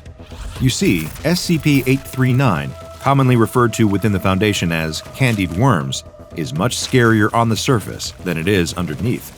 Not only does this SCP resemble your usual candy worm, but its body is actually composed of sugar flavorings and colorings, roughly equivalent to what you would find in most convenience store candy aisles. Each instance even has a small raised bit of writing near the tail specifying which flavor it is. While the origins of these worms are yet to be determined, cases have sprung up across much of the Western world, with higher numbers reported in areas with higher levels of diabetes. There seems to be a parallel between high-sugar diets and the presence of SCP-839. Whether they are of man-made or other origins is yet to be determined. That is not to say that SCP-839 cannot survive outside of human populations. This SCP in the wild primarily feeds on decomposing organic matter and is capable of sustaining itself on a purely vegetarian diet. However, when ingested into the human body, SCP-839 will target specific organs and burrow its way towards them. The organ in question depends on which color candied worm the SCP instance is. For example, the red cherry-flavored candied worms will burrow towards the heart and consume that, while the blue raspberry ones will instead feed on the human's kidney. One would expect the health consequences of this feeding to be severe.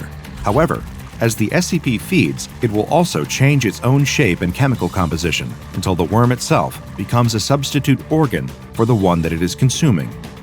However, this substitute organ is not a perfect replacement, as other health consequences are derived from its presence. For example, the green apple-flavored SCP-839-3 targets the eye and replaces it with a jelly-green version of the human eye. While this eye is mostly capable of sight, subjects have reported mild hallucinations and blurriness of vision, as well as a greenish tint to how they see the world. Fortunately for the Foundation, SCP-839 reproduces sexually, meaning that individual instances require a partner in order to have offspring. This has made containment of this SCP much more feasible. Though they are a relatively low-priority entity in the broader scope of the Foundation, there are no known cases as of yet of any SCP-839 infections leading to death or serious chronic illness. Therefore, any instances that are captured by the Foundation are sent to storage site 839-1, where they are kept in a glass housing and regularly fed a diet of plant matter each day. Here, their reproductive activity can be closely monitored and controlled based on what research is needed. Those infected with SCP-839 instances can continue to live long and healthy lives, with only minor health complications arising. Therefore, the Foundation is comfortable allowing a reasonable number of cases to go unexamined in the world. So, like I said, for next time you open up a bag of candied worms, maybe just give them a quick poke.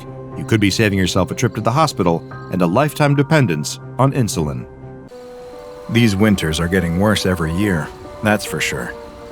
The old cattle rancher doesn't know if it's the climate changing, God's judgment arriving, or if he's just getting older and struggling to keep up. Probably a strong mix of all of it. Whatever the cause, it doesn't change the facts. It's deathly cold out there. His ailing, elderly ma's health continues to deteriorate. He hasn't heard from his delivery driver Jorge in days, and on top of it all, his loyal dog Maribel is out there barking into the darkness of the barn. The rancher heads out to fetch her. He doesn't know what he'd do if she froze. He whistles, but she doesn't look back at him. She just carries on barking up that road into the snowy night. The rancher wades through the snow and peers in the direction she's looking. "There's nothing there, girl. Get inside." But Maribel keeps barking. She's insisting. He looks again. Is that? The rancher takes off running up the road. All thoughts of cold immediately gone from his mind, he races towards the figure as fast as he can. His frozen fingers fumble at the zipper on his parka. Icy wind stabs the insides of his lungs.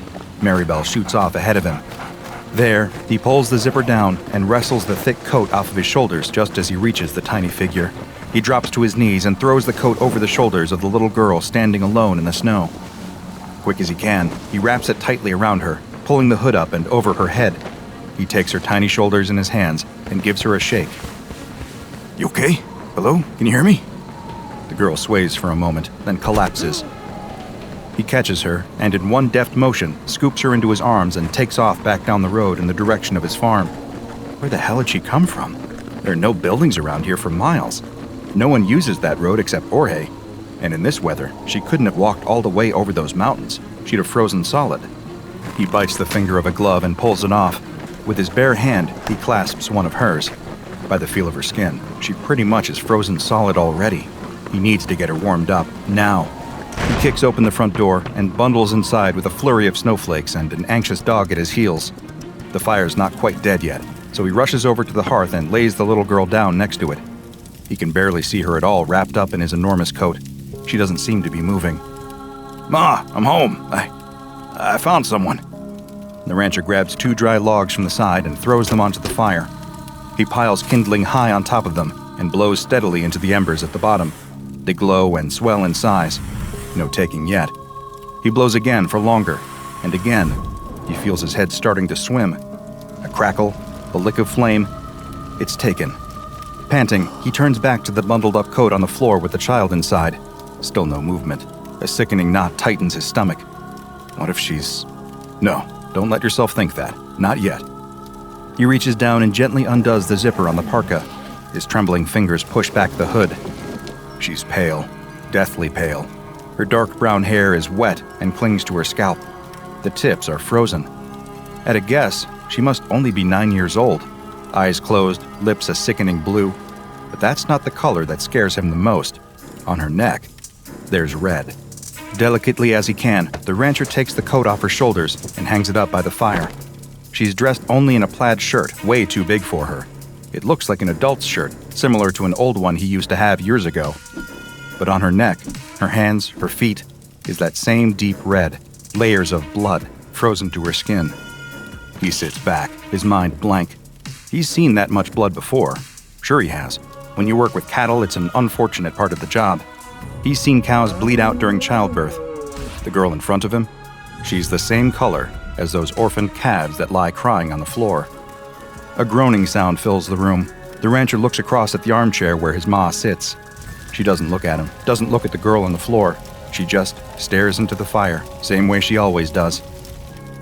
Ma groans again, trying to express something she doesn't understand, being in a world without living in it. "Ma, it's okay. Sorry if I startled you. We have a guest with us." But she just keeps on groaning and staring into the fire. The rancher buries his head in his hands and lets out a deep breath. Only the sound of his breath is joined by another, a tiny breath rattling and rasping through a damaged child's throat, trying its best to keep its host alive. The rancher opens his eyes and stares at the child. She isn't conscious, not by a long shot, but she's breathing, a little at a time. The icicles in her hair have turned into rounded droplets of water that glow by the heat of the fire. He snaps back to his senses. He's not doing her much if she's just lying there soaking wet. He runs off upstairs and grabs some towels and a fresh flannel shirt to wear. After several minutes of drying her off, he's confident enough that he's got most of the water off. There's still a lot of blood caked to her skin, but as far as he can tell, there's no wound anywhere that it could have come from. Brow furrowed, he leaves her under a bundle of blankets and fills up the kettle with water. Hanging it carefully over the fire, he walks over to the cabinet and fishes out a tin of cocoa from the top shelf. Hasn't been used in years, but should still be fine. He would make it with milk, but she's probably dehydrated. Lifting the kettle's lid with the poker, the rancher pours the brown powder inside and waits for it to boil. The little girl's eyes are open now. She's staring into the flames. Her lips are looking a little more pink, her skin a little more blotchy. You're safe here. Just stay by the fire and warm up a bit. You like cocoa? The little girl drags her eyes away from the flames. Her expression is mostly blank. She looks too tired to be confused. I don't know. I think you will. Ma always gave me cocoa. Okay. And with that, the farmhouse falls silent. The little girl stares into the fire. The rancher watches her, finally feeling the wave of exhaustion crashing over him. His ma has fallen asleep in her armchair. Only Maribel stays awake through the whole night, staying close to the little girl by the fire, occasionally licking her toes to try and warm them up. By the morning, the snow stopped, but the huge drifts remain.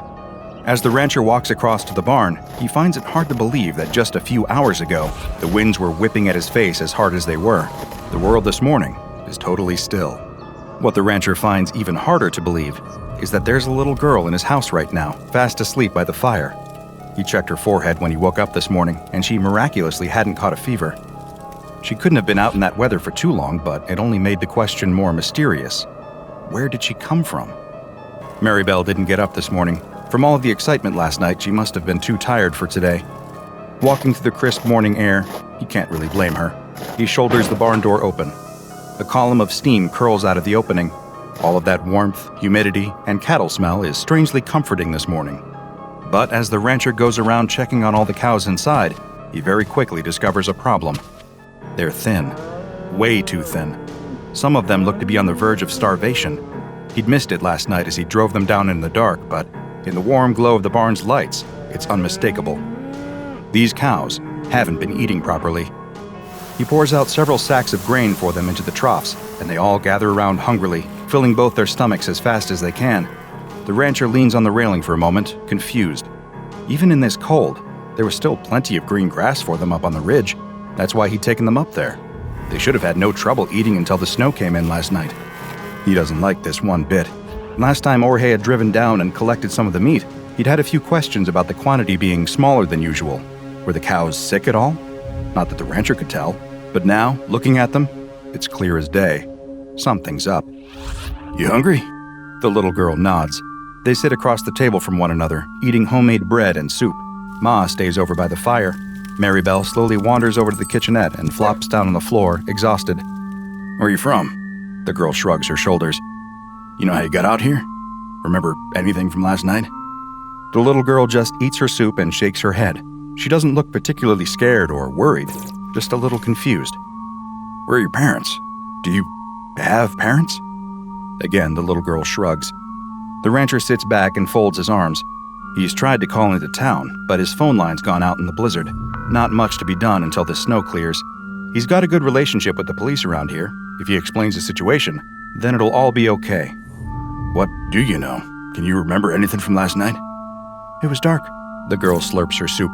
I was hungry. So hungry. Then I saw the light and I went towards that. My car? No. Well, yes, later on it was your car, but before it wasn't. What was the light then? Where were you? I don't know. It was just the light. Now he's even more confused. But try as he might, the rancher can't figure any of it out. And try as she might, the little girl can't remember anything more precise than that. The pair of them hop into the car and drive back out up the road that afternoon. The snow is piled so high that the rancher is having to get out twice as often as he did the previous night to clear a track for them. He isn't actually sure what he's brought her out here looking for. Clues, maybe? He almost laughs at himself at the thought, but that's probably the best word for it. If he can figure out how she got here, then he can work on understanding who she is and how to get her home. There's the damage to the phone line. One of the masts has collapsed, sagging heavily on the lines. That's not something he can fix on his own. No, sir. Looks like he'll have to wait for the snow to melt before making any phone calls again. That could be in 1 week. That could be in 3 months. He glances at the child sitting in the passenger seat. She's just staring out of the window in amazement, wrapped up in as many layers as he could put on her. They may be stuck together for a while. A lurch. The pickup plunges dangerously to the left. The rancher slams on the brakes and it comes to a stop just in time. A large chunk of snow in front of them comes loose and slips off the side of the road. It tumbles down into a gully that he hadn't even spotted. With all this snow on the ground, he has no frame of reference. Everything is just white. Stay here. The rancher opens the door and climbs out. He wishes Maribel was with him, but she'd wanted to stay home again. Poor dog. She must really be going through it if she wasn't even up for a ride in the pickup. Carefully as he can, testing every step before making it, the rancher creeps over to the edge of the gully. It's bigger than he thought, much bigger. It continues down, more and more sharply for a few hundred feet, all the way down into a... Oh no. There's a semi down there, a big rig, warped and bent, lying on the rocks. Just a glance is enough to tell the rancher it's Jorge's, but he just keeps staring at it in disbelief. Can't be. But it is. Stay in the car. The rancher reaches past the little girl and into the back seat. Grabbing a pair of crampons and some rope, he straightens up and looks at the girl. She knows it's serious. He can see the concern on her face. Stay in the car, he repeats. By the time the rancher makes it down to the truck, his legs and back are killing him. All this work over the last 24 hours is going to start taking its toll sooner or later, but some things have to be done. He pauses by the semi. It's on its side. He'll have to climb up onto it and try to open the door. Some things have to be done. He hoists himself up and manages to clamber onto the metal door. It's badly crumpled, and the window is smashed in. He doesn't fancy his chances of being able to get it open. One look through the window shows him that he won't want to do that anyway. Blood coats every inch of the inside of Jorge's truck. The cabin that the rancher is so used to seeing and sitting in is almost unrecognizable. Smashed glass is sprinkled across every surface with a dark brownish-red layer of gore frozen into everything else. There, in the midst of it all, still wearing a seatbelt, is Jorge's body. It dangles like a limp carcass at a butcher shop, like the cows he hangs in the slaughterhouse. And like those cows, a large chunk of Jorge is missing. His fat stomach is gone, not just cut open, but gone. The tops of his thighs, too, and much of his chest. So much of him is just missing. Open arteries and lifeless nerves dangle in place. That must have been a hell of a crash. The rancher reaches over and pulls Jorge's cap down over his eyes. Not much else to be done right now. No way he can clean this mess up by himself. But as the rancher climbs up the valley, his mind starts to connect some dots that leave a sick feeling in his stomach. He's seen that much blood somewhere else, or rather, on someone else, just last night. He slams the door to the pickup shut and starts to drive back down the track. Since the snow stopped, all of the drifts that he'd cleared earlier remain clear. It's only a few minutes' drive back down to the farm. He doesn't say a word the whole way, and neither does the little girl. She clearly senses something's up. The sick feeling in his stomach remains. He pulls up the handbrake, and the two of them sit in silence outside the farmhouse. There's a truck in that valley. Did you know that? Yes? Is that where you came from last night? I don't remember. Was he... The rancher stops. Jorge didn't have any kids. What were you doing in his truck? I don't know. Was he... The rancher can't bring himself to accuse his best friend of the words that almost left his mouth. Do you think you might not remember because something bad happened to you? I don't know. The rancher closes his eyes for a long moment. Silence fills the pickup. Come on, let's get inside. But inside wasn't the safe haven he'd been hoping for. Ma's been throwing up. Not just once, but a few times. She's distressed, groaning aimlessly for someone to come and save her. Maribel is pacing around the room, yelping and whining. The rancher immediately goes upstairs to get some rags to clean up with. Perfect timing, as usual. But he stops in his tracks when he comes back down. His ma's stopped moaning. The little girl is kneeling by the armchair, holding the old lady's hand. The room is calm. The little girl gently places the frail hand back on the armrest and comes over to take the rags from the rancher. Returning to the old lady, the girl goes about mopping her up as best she can. Maribel slumps back down on the floor. And that is how the four of them exist for the next few days. Ma gets sicker steadily, but the little girl stays by her side all day long, caring for her in every way. The rancher's glad of that. It gives him the time he needs to help his cows outside. None of them are in a good shape. Whatever it is, they're still getting thinner. He feeds them all the grain they'd normally need, and then some, and they always finish it off. Yet none of them are getting any fatter. The rancher leans on the railing, trusty dog by his side. His energy is starting to really lag behind what he needs. The last couple of days, even though he hasn't done all that much, have totally taken it out of him. How do you think it is, Maribel? He looks down at his little friend. She's looking thinner too, actually, but she's been eating just fine. It hits him. Tapeworms. As soon as the word comes into his head, it makes total sense. His cows, his entire herd by the looks of things, have been riddled with tapeworms.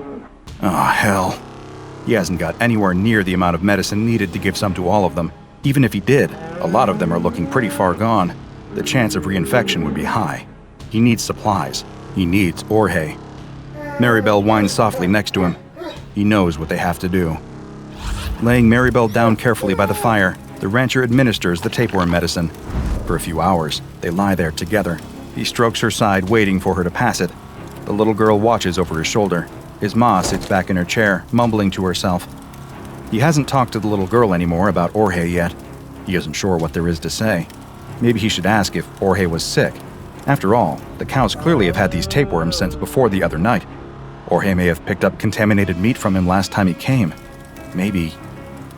Maribel passes the worm on the rug. Ugh, the smell.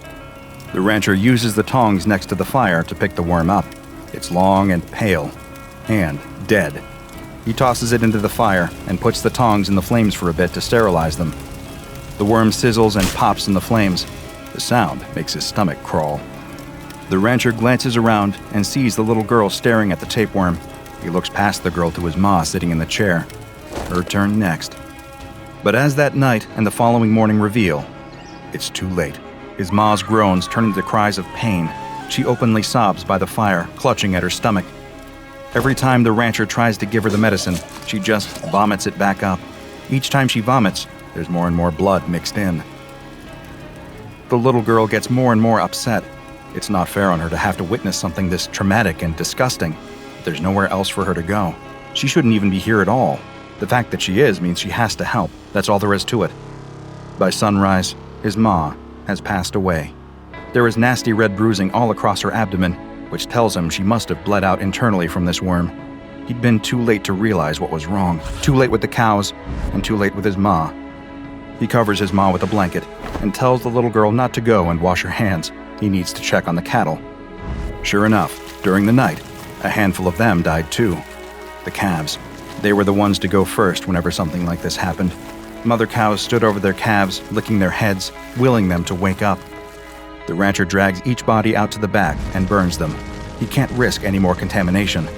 As the carcasses burn, he allows himself to cry. But when the rancher comes back into the house, it's full of noise, a noise that takes his brain a long time to comprehend. Crying, but not his own, not the little girl either. No, it was a new sound. It was a baby, a newborn child screaming at the top of its lungs. The rancher can't believe what he's looking at. The little girl is sitting at the hearth with Maribel at her feet.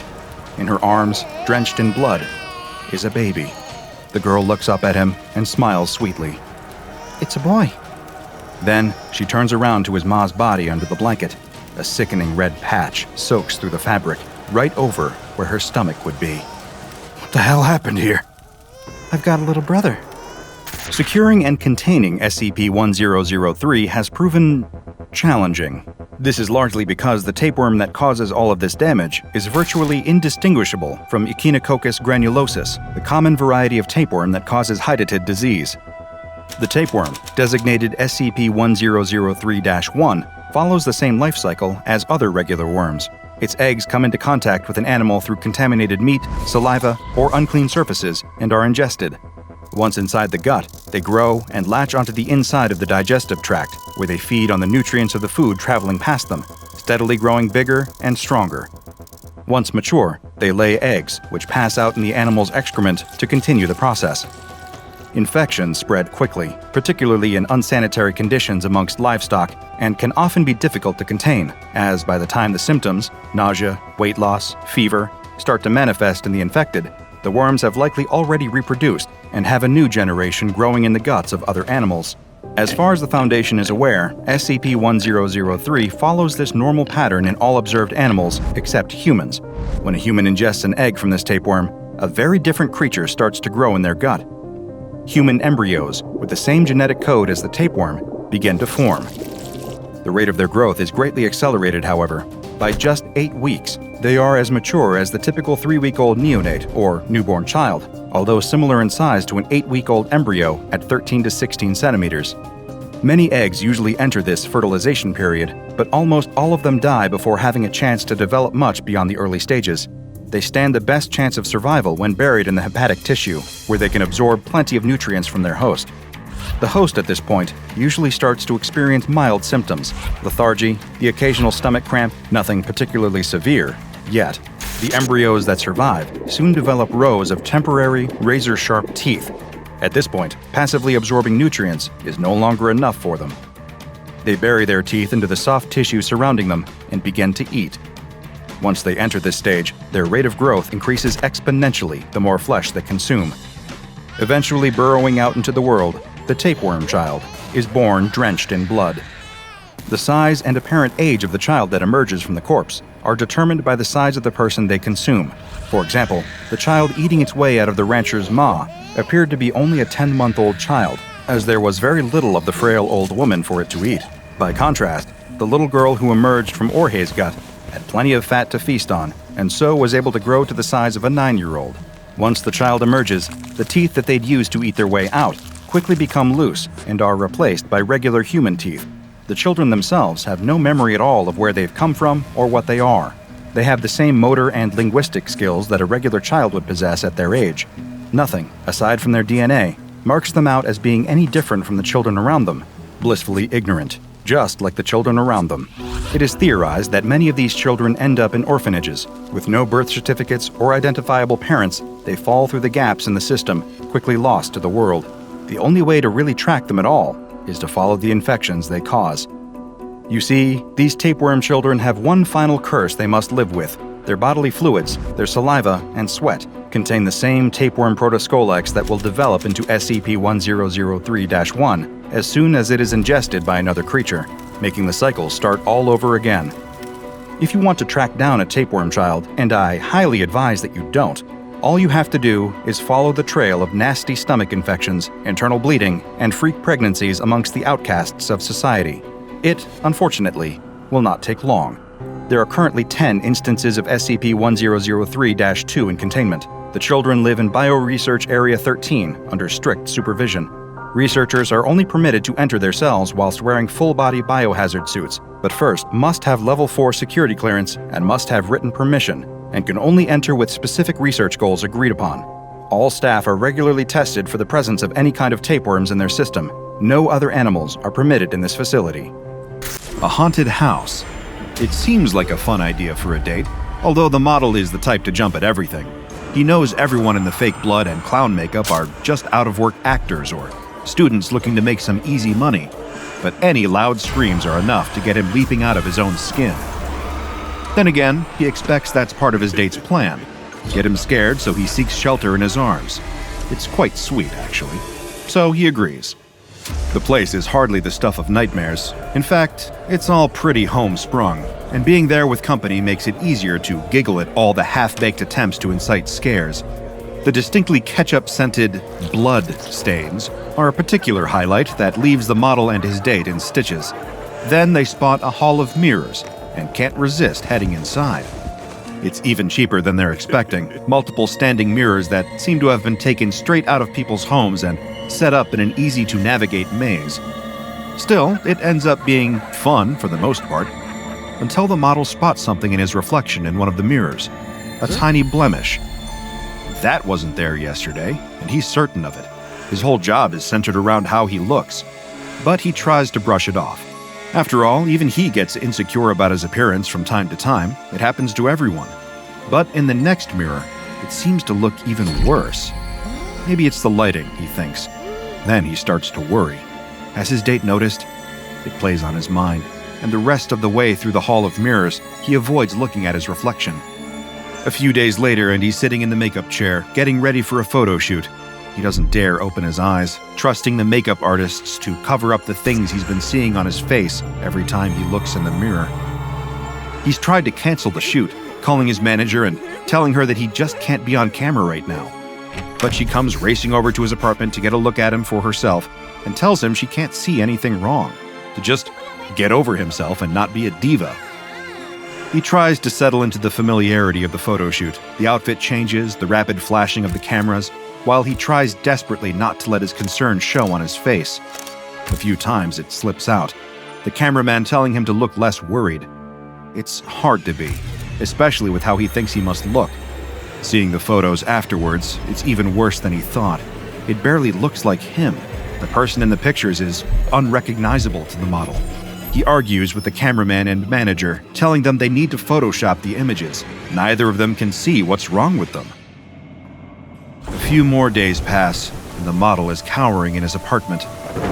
The thing he sees in the mirror doesn't look like him anymore. He doesn't even look human. He's seen it everywhere. Looking back at him in the glass pane of windows, out of the corner of his eye in the TV, shuffling in the place where his own reflection should be. It creeps into every photo, takes his place, standing in the spots he's supposed to be. The model's even started having nightmares about seeing whatever he's become. There's something very wrong with all this, and it all started in that hall of mirrors. Held in a secure storage locker at Site-19, SCP-4682 is to remain wrapped in an opaque material at all times, in accordance with its special containment procedures. Under no circumstances are any personnel permitted to view SCP-4682 directly. If they do, then they likely won't like what they see. SCP-4682 is, or at least appears to be, a common silver and glass mirror. Upon closer inspection, there appears to be nothing immediately or obviously anomalous about the mirror, even down to having been constructed with entirely ordinary materials. The anomalous properties of SCP-4682 will only manifest from the point a person observes their own reflection within the mirror itself, after which point, any individual that is subjected to the effects of SCP-4682 must avoid any and all reflective surfaces effective immediately after looking at SCP-4682. An affected individual will be advised by the Foundation to avoid being depicted in any and all visual mediums, including never having their picture taken or allowing themselves to be recorded on video, either through the use of digital or film cameras. Psychologists working for the firm Schuyler and Crane Psychiatry, a front for the SCP Foundation's Psychological Research and Analysis Department, will conduct therapy sessions with affected individuals on a monthly to weekly schedule, determined on a case-by-case basis, depending on the severity of the side effects they experience after looking directly at SCP-4682. This, of course, leaves the lingering question of what exactly happens when a person observes their reflection in SCP-4682. Do they find themselves trapped in an inescapable mirror dimension? Does it impart an anomalous effect that removes them from photographs, leading them to question their own sanity and existence? Not quite, but it's arguably just as cruel. Any human being that observes their own reflection on SCP-4682's surface will experience a permanent and irreversible shift in their perception. Whenever viewing themselves in SCP-4682, they will immediately notice physical differences that are not actually present on their real face or body, but they only appear in the anomalous mirror. These have been known to include a mix of the following discrepancies in reflections. For one, they might perceive themselves as having incorrect proportions of the face, such as their eyes being further apart or closer together than they are in reality. This can also extend to the proportions of the rest of their body too, as the reflection might depict them as being inaccurately taller or shorter than they actually are, or show them having a significantly different body mass or shape. Many of the D-Class test subjects deployed during experimentation with SCP-4682 have also reported seeing various blemishes and skin conditions on the mirror's inaccurate reflections, from acne to facial scars, eczema to even conditions as severe as first-degree burns, all of which are not present on the test subjects' actual faces. Dental hygiene of the test subjects is often depicted as being much worse in their SCP-4682 reflection than it is in real life, with yellowed or rotting teeth appearing, as well as cavities that do not correspond with the subject's actual dental records. Reflected in SCP-4682 are also often the addition of facial features that are considered, at least by conventional standards, to be unattractive. Some test subjects have reported seeing themselves sporting unibrows or uneven facial hair regardless of gender. The same also further extends to the rest of their body, with numerous instances of D-Class seeing themselves with excessive body hair that isn't present outside of the reflection. Following a person's direct exposure to the mirror's surface, the effect of SCP-4682 will become unavoidable. While not possible for anyone else to observe any noticeable change in said person, they themselves will notice the perceived imperfections in their appearance and other reflective surfaces. This extends not only to conventional non-anomalous mirrors, but also to television, computer, or cell phone screens, windows, and other glass surfaces, as well as anything that is polished sufficiently enough to produce a reflection. Additionally, these inaccurate anomalous differences to an affected person's appearance will be present in any photographs or video footage of them, meaning that there is virtually no proven way to convince them that these imperfections are actually present beyond pointing this out. The differences to a person's appearance are not present when they are viewed by others, or when they view themselves with the naked eye. However, naturally, it will be impossible for them to view their own face without the assistance of a reflective surface, which will always depict them as having inaccurate imperfections that are not actually physically present. As if triggering this perceptual shift wasn't bad enough, SCP-4682's anomalous effect is also cumulative, as in, it only gets worse every time a person sees themselves again. When viewing their reflection after exposure to SCP-4682, whether using the anomalous mirror, a normal one, or any other method, another new imperfection will seemingly have appeared. Any reflective surface or method of visual recording around them will appear to make more and more differences present in their appearance. Anyone around that observes the altered reflection of the affected person, particularly on a surface or through photographs, will also be able to view the same imperfections that they perceive.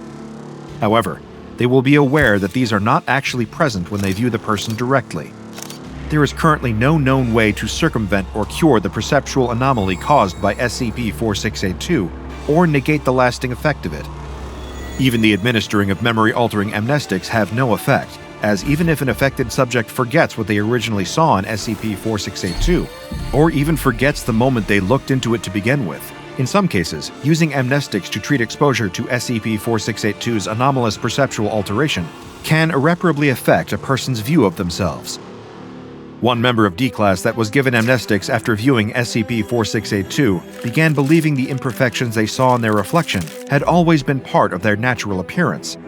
For a time, this led to a degree of acceptance in this individual. Being unable to recall their encounter with SCP-4682 meant they had no inclination that their reflection had previously appeared any differently before being altered by the mirror. However, they began to notice additional inaccuracies when subsequently viewing their reflection in the mirror above the faucet within their living quarters at the Foundation.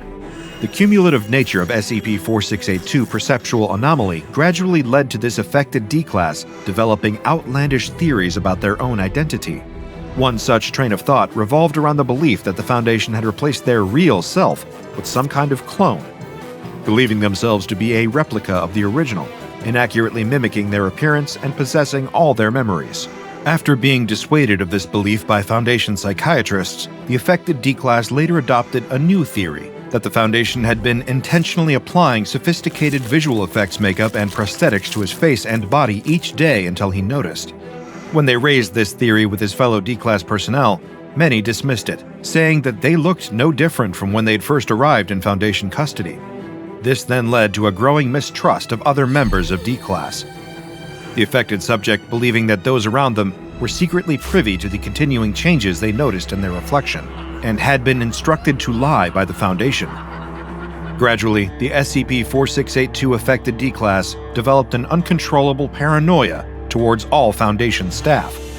Unbeknownst to anyone else at Site-19, they began to believe the SCP Foundation had intentionally stolen their face and was deliberately changing their appearance every day as some means of sadistic, psychological torture.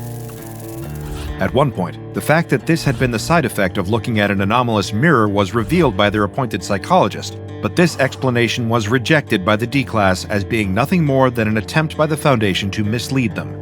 Having been drawing up an escape plan in secret, the affected individual eventually experienced a psychotic break and shattered the mirror in their holding cell, both to prevent them from being able to observe the continuously worsening changes in their reflection, and in order to hide one of the sharper fragments of glass on their person, in order to use it as a makeshift weapon. During recreational time, the D-Class caught a member of Foundation security by surprise and took them hostage, threatening their safety with the shard of the mirror. Holding it to the throat of their hostage, the D-Class was still able to catch momentary glimpses of their altered reflection in the glass. Additional Foundation security officers attempted to intervene, but could not get close enough to the D-Class without risking potential harm to their captured colleague. When asked by officers attempting to peacefully negotiate, the SCP-4682 affected D-Class made continuous requests for the Foundation to return their real face. Further attempts were made to explain the effects of SCP-4682 to the D-Class. However, they once again refused to believe what they were being told.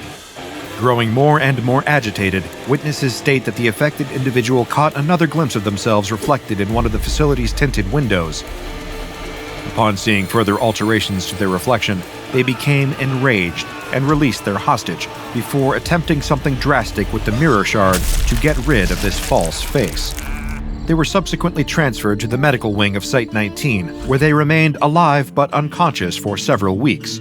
As a form of compensation for the mental anguish imposed on them by being made to look at SCP-4682 and then being forced to forget about it, the Foundation offered to perform facial reconstruction surgery on the affected D-Class, as well as applying skin grafts to repair some of the lasting facial trauma. However, the D-Class instead refused, opting to keep their face wrapped in bandages and sterile wound dressing indefinitely, requesting that the Foundation instead develop some method of preventing them from ever seeing their reflection again. At present, there are several proposals to re-engineer the technology behind the scramble goggles to serve this purpose. One includes developing electronic contact lenses that either blur or completely remove an individual's reflection from their vision in real time. However, these proposals are still awaiting review and approval by Foundation higher-ups.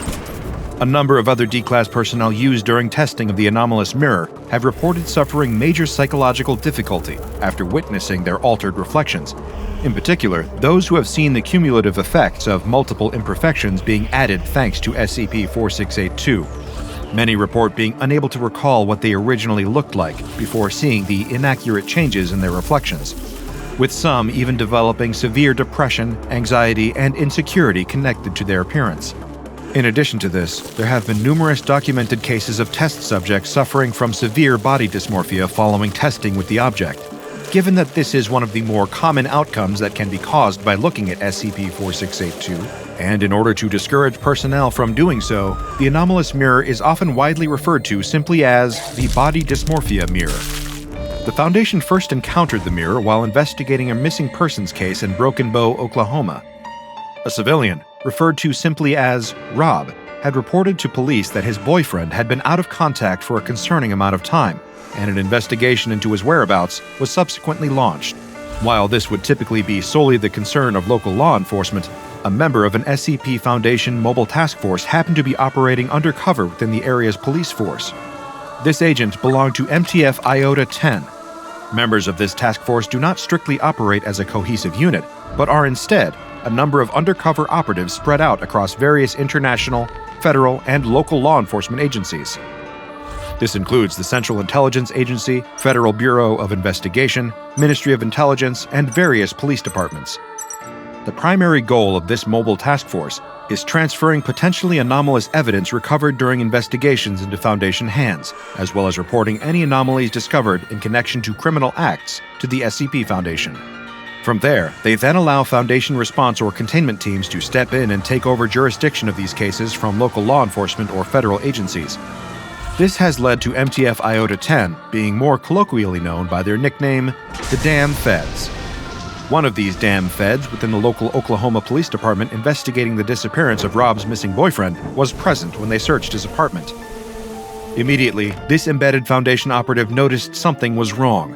All of the mirrors, screens, windows, every reflective surface in the apartment seemed to have been shattered or painted over, except for one, SCP-4682, which was laying intact on the carpet of the bedroom. Even worse, the cause of the boyfriend's disappearance quickly became apparent upon the discovery of a mixture of Jack Daniels and cough medicine next to a body with a note. Believing the apartment to have been the site of a potential anomalous incursion, the undercover MTF Iota-10 operative contacted his superiors at the SCP Foundation and requested that members of Mobile Task Force Eta-10 be dispatched to assess the situation. The operative was commended for making an accurate assessment of the situation, especially in requesting MTF Eta-10, otherwise known as See No Evil. Of all the Foundation's numerous deployable task forces, Eta-10 specializes in the investigation, acquisition, and containment of anomalies that cause visual cognition hazards or mimetic effects. In short, anything that cannot or should not be directly observed in order to be safely handled. Through the use of anomalous means available to only MTF-810, they were able to safely secure SCP-4682 and bring it to Foundation containment. Also recovered from the scene in the apartment was the note left by Rob's boyfriend. This note revealed little about how he had come to have SCP-4682 in his possession, nor shed any light on its origins, or when he first began to notice its anomalous effects. However, it did contain insights as to how the mirror functioned through the harrowing testimony of the man who had been found dead alongside it. He had reportedly started seeing his altered reflection more frequently, so much so that it had started affecting his day-to-day life. He recalled accidentally colliding with his neighbor's car after he hadn't been using his vehicle's rearview mirror because he couldn't stand the sight of his own eyes looking back at him. It had seemingly become so bad that he had smashed the bathroom mirror in his apartment, unable to look into it for more than a second.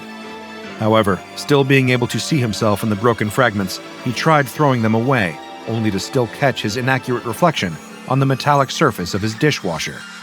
Every time a reflective surface showed imperfections on his face thanks to SCP-4682, he destroyed it, smashing his phone when he saw his reflection in the glass screen protector.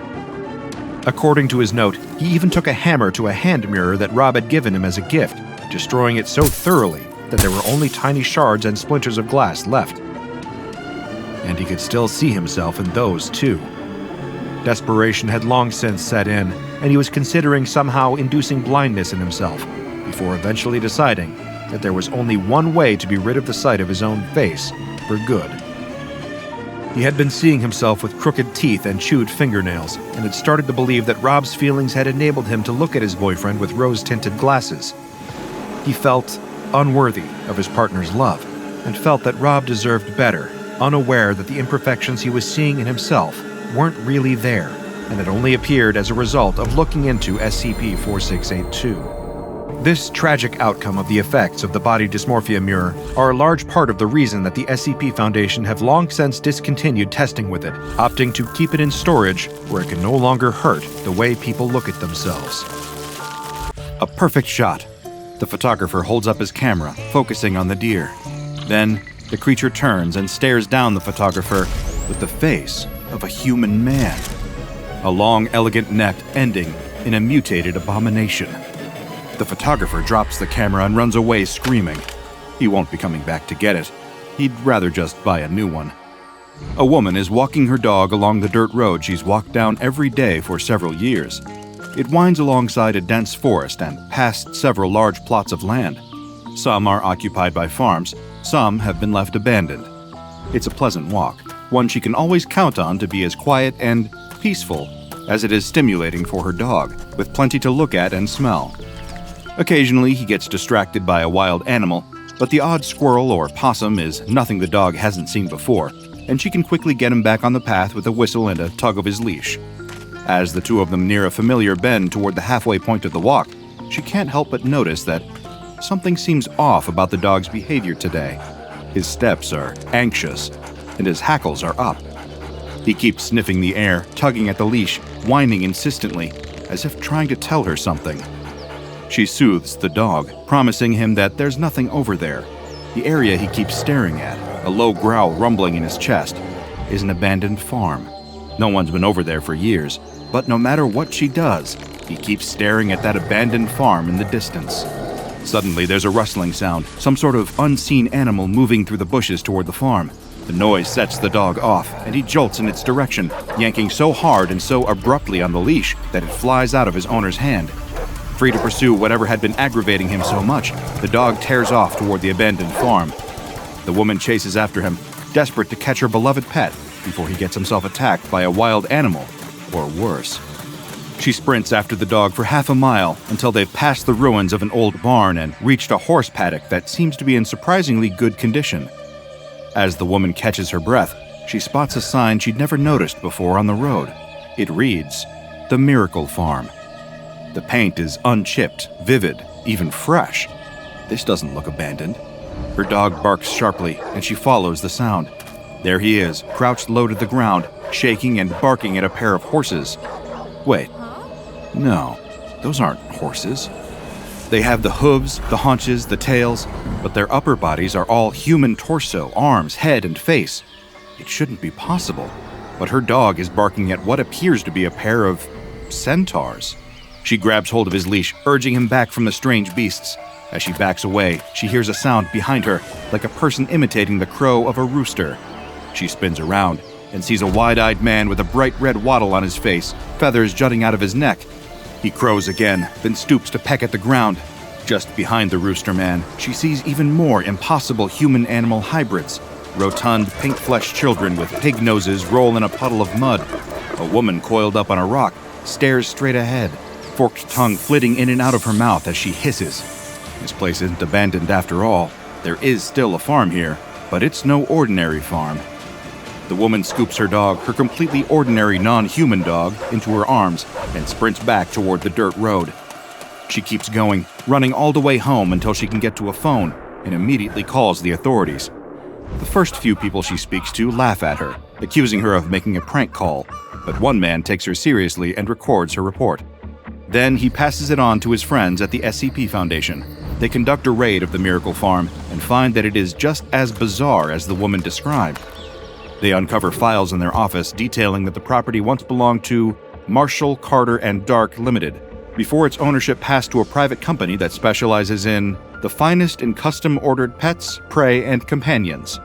Mobile Task Force Theta 2, Moreau's morgue, is deployed to the scene, where they bring all on-hand personnel, clients, and living specimens into custody.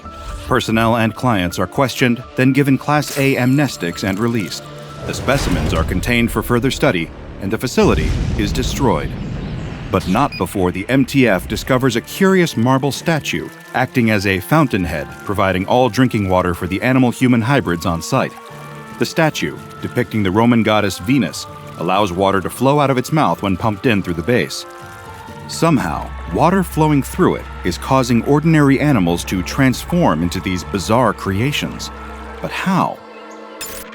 Before we tell you, first, I have a question directly for you. Is something interfering with your happiness or preventing you from achieving your goals?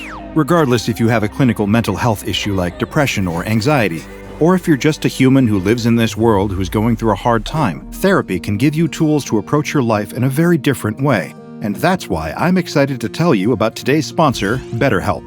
BetterHelp's mission is to make therapy more affordable and more accessible, and this is an important mission because finding a therapist can be really hard, especially when you're limited to the options in your area.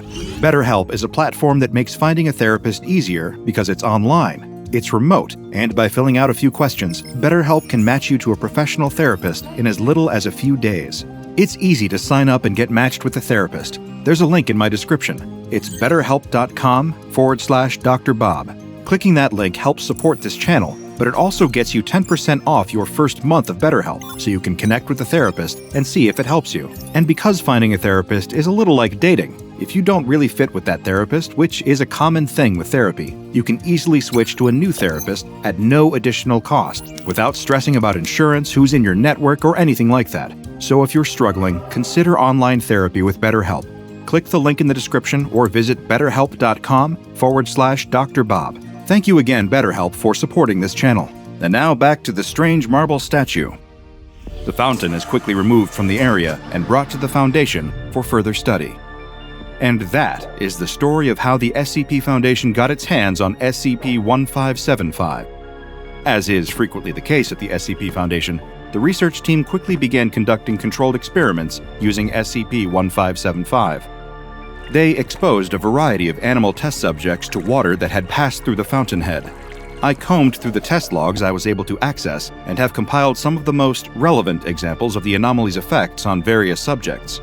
I must warn you that some of the imagery contained within may be a bit disturbing, even by SCP Foundation standards. I admit that a few of them turned my significantly desensitized stomach, but still, they fascinate me, and like a train wreck in slow motion, I haven't been able to look away. Test 1575-2 was performed on a female Japanese field mouse, Apodemus argenteus, at the adolescent stage of development. After several weeks of exposure to SCP-1575-1, the mouse began to rapidly increase in size.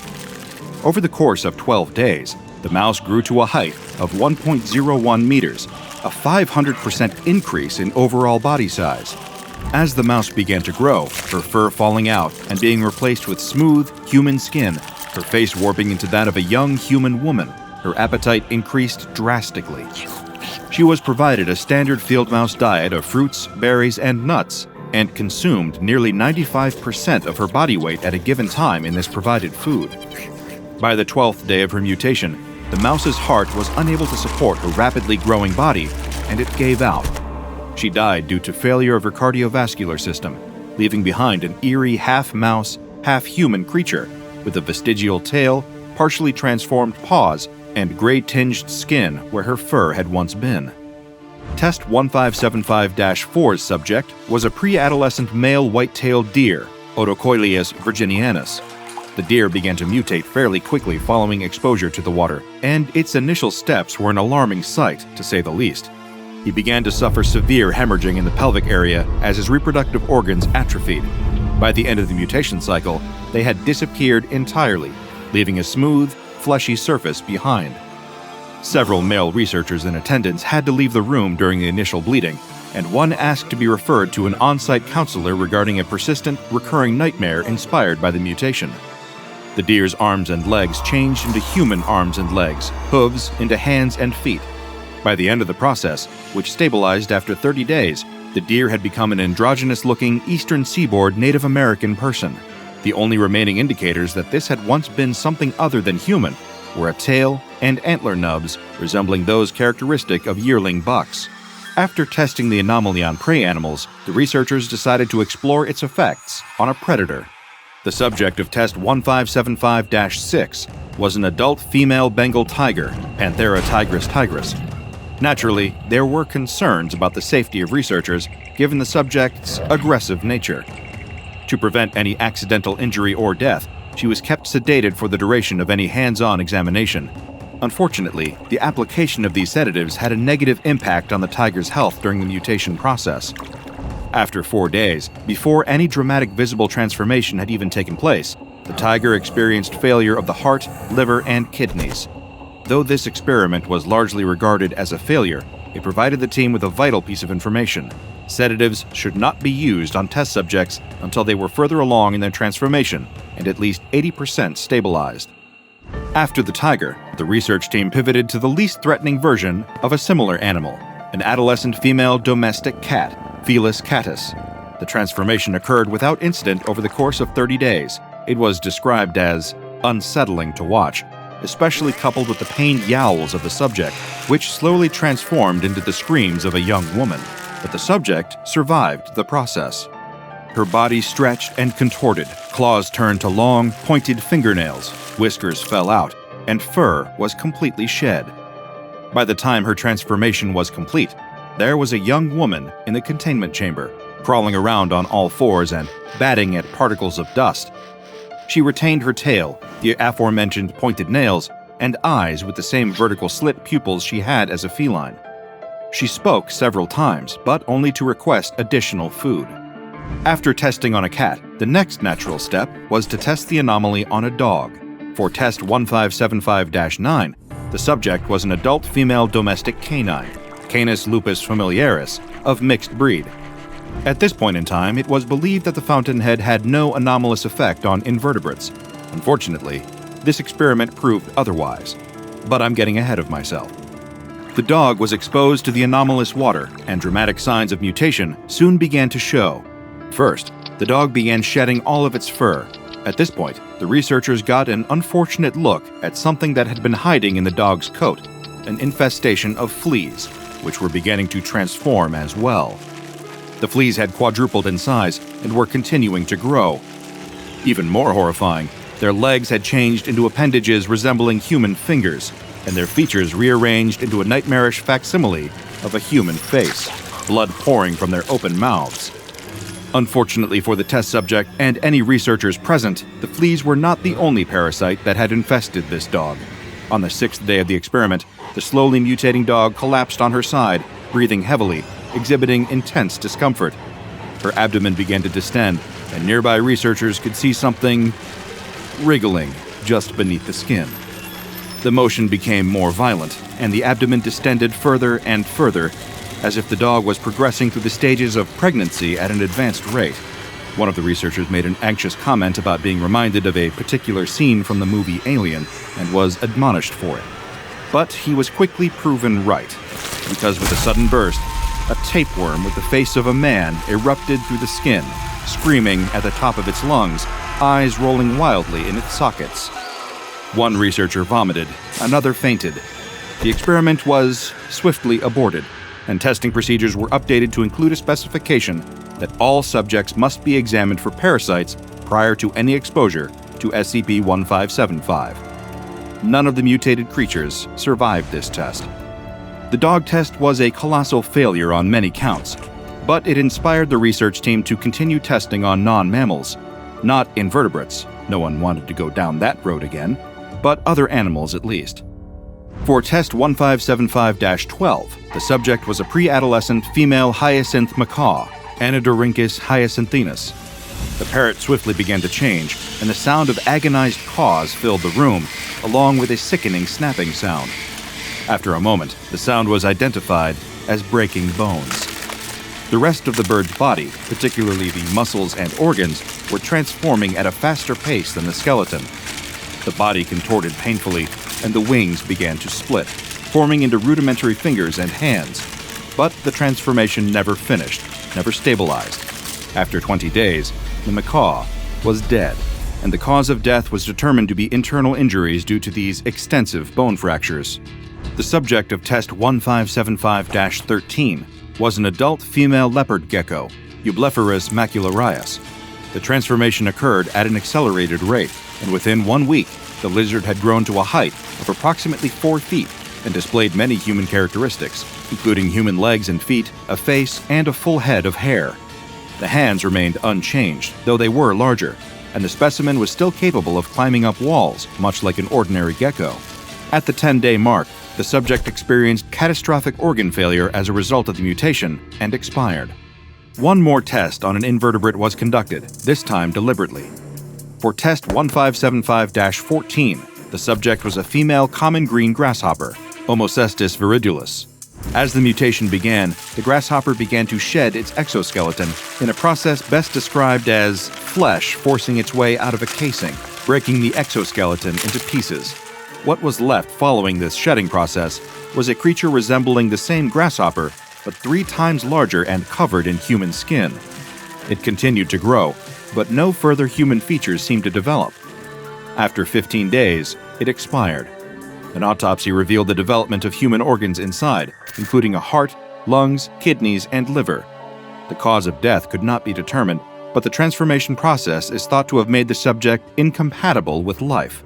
The subject of test 1575-15 was an adult female grizzly bear, Ursus arctos horribilis. During the first 29 days of her mutation, the bear did not consume any food or drink aside from SCP-1575-1.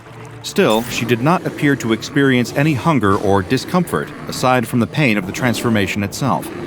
Her body slowly shrank over the course of 30 days, her fur thinning until it left only the ordinary amount of body hair for an average human woman. Notably, the hair was the same color as the fur she had once had. She retained her bear paws, which appeared to be uncomfortably heavy at the ends of her new human arms. Throughout the transformation, stool samples taken from the subject showed excessive amounts of organic matter, such as blood and fatty deposits. After 32 days, the mutation was complete, and the former bear's condition was stable. She did not speak. Instead, she used her newly transformed mouth and voice to grunt and roar. It was much less intimidating coming out of her human mouth, but researchers noted that her paws and claws were still dangerous and should be avoided. The subject of test 1575-16 was an adolescent female Gravy's zebra, also imperial zebra, Equus grevii. Over the course of 27 days, the zebra's main body, hind legs, and most of her head mutated into a human, resembling the appearance of a person native to Africa. However, her front legs and jaw structure remained that of a zebra. The transformation stabilized, leaving her in this half-changed state. She was unable to move without pain, unable to eat, and exhibited extreme distress at her state of existence. When she attempted to walk, she would lose her balance and topple over, lying on the ground in agony. It is uncertain what caused the transformation to halt at such an incomplete stage, the subject's quality of life had been all but destroyed. After a thorough physical examination, the half-transformed zebra specimen was euthanized as a humane measure. As disturbing as the results of the Foundation's tests using SCP-1575 were, they allowed for a more thorough understanding of the anomaly and how it operates. The statue, which was studied extensively, shows no anomalous properties on its own, nor do any samples taken of the marble throw up any red flags. It appeared to be a completely ordinary statue, except for the effect that it has on any water that flows through it. This water, or SCP-1575-1, begins to show its anomalous true colors when consumed by a non-human mammal. Non-human mammals who consume 0.5 or more liters of this water per day will begin to mutate over the course of a month. Perplexingly, impossibly, they will mutate into a human being. During the experiments, it was noted that the ethnicity of the resulting human seems to correspond with the humans native to the natural habitat of the pre-transformation mammal. A European deer displays Caucasian features, for example, while a North American deer resembles a Native American.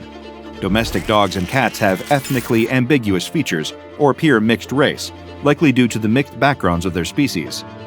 Many of the survivors of this process develop vocal cords and are able to speak about their experiences, but their odds of surviving are not great.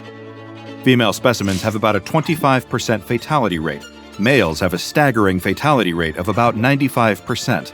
There is a 40% chance that the transformed animal, regardless of sex, will keep at least one premutation feature. These include, but are not limited to, paws, tails, ears, and fur. Across the board, those who survive the mutation process describe it as extremely painful. Though these transformed animals can communicate, they tend to display an intelligence level that aligns with their prior species. There are a few exceptions to this, as some subjects have displayed heightened problem-solving skills, but it is uncertain what exactly caused this shift. Proposed causes include neural restructuring during mutation or an unintended byproduct of the Foundation testing itself. These transformed instances do not magically become human in behavior, personality, or habits. They retain their animal instincts, memories, and sense of self, give or take some added depression or anxiety brought on by the traumatic and drastic changes they've endured. Humans exposed to this anomalous water do not seem to change at all, which makes a degree of sense. If the water serves to transform mammals into human beings, then a human drinking it has nothing for the water to change. Still, I wouldn't suggest drinking it.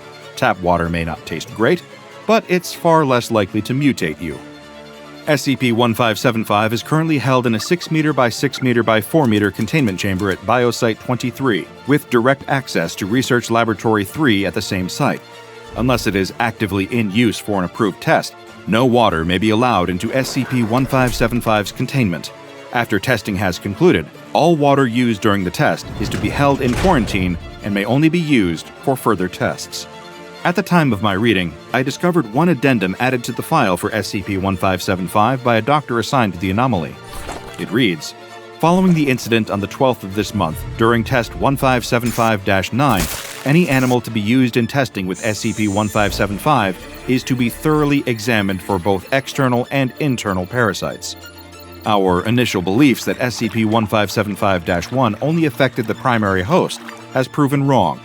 It apparently retains its mutagenic properties, even when ingested secondarily through the host's lower GI tract or bloodstream. We absolutely do not need another instance of half-mutated flea creatures, and the psychologist is having a hard time helping Janet with her nightmares of a 7-foot-long tapeworm with a screaming face tearing out of the belly of a dog. I fear that Janet and I may have those nightmares in common. This imagery will stay with me for quite some time. When it comes to drinking water from mysterious fountains, proceed with caution, my friends. Sure, this particular fountainhead may not trigger mutation in humans, but that doesn't mean it's the only one of its kind out there. Drink from the wrong water spout, and you may find yourself changed, and no one, including me, can predict what you might become. July 18th, 2014. The calm and peaceful tranquility of the day has just been disrupted by the squawk of a panicked report over the radio. Civilians in danger. Urgent assistance required. The park ranger hears the screams carried through the trees by the wind a second later, already hurtling his way toward the location given by his colleague. Something is very, very wrong.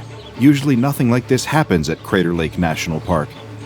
His mind starts racing as fast as the Jeep he's driving, a brain entering survival mode, trying to predict every possible danger. A forest fire? It was still daylight. He'd have seen the smoke. An animal attack? Maybe. Bears could sometimes be seen roaming about on the fringes of the park, but they typically kept away from humans, especially the more people were around. And today, in the midst of July, there were plenty to ward off any strays. Every attempted prediction only raised the same question. Just what the hell was going on? Approaching the tree line, one of the other rangers waves down the car. She's armed. If the vagueness of the report hadn't been troubling enough, seeing another park ranger with a shotgun in her hands certainly was. They were in bear territory. It wasn't unheard of for one of them to occasionally need a gun to ward the bears off, but that was a rarity out at Crater Lake. Slamming the brakes and leaping out of the Jeep, the park ranger rushes towards his colleague as she takes cover behind a nearby tree. He immediately asks her what the situation is, but she urges him to be quiet. There's something out there with them, she tells him in a whisper, racking a live round into her shotgun.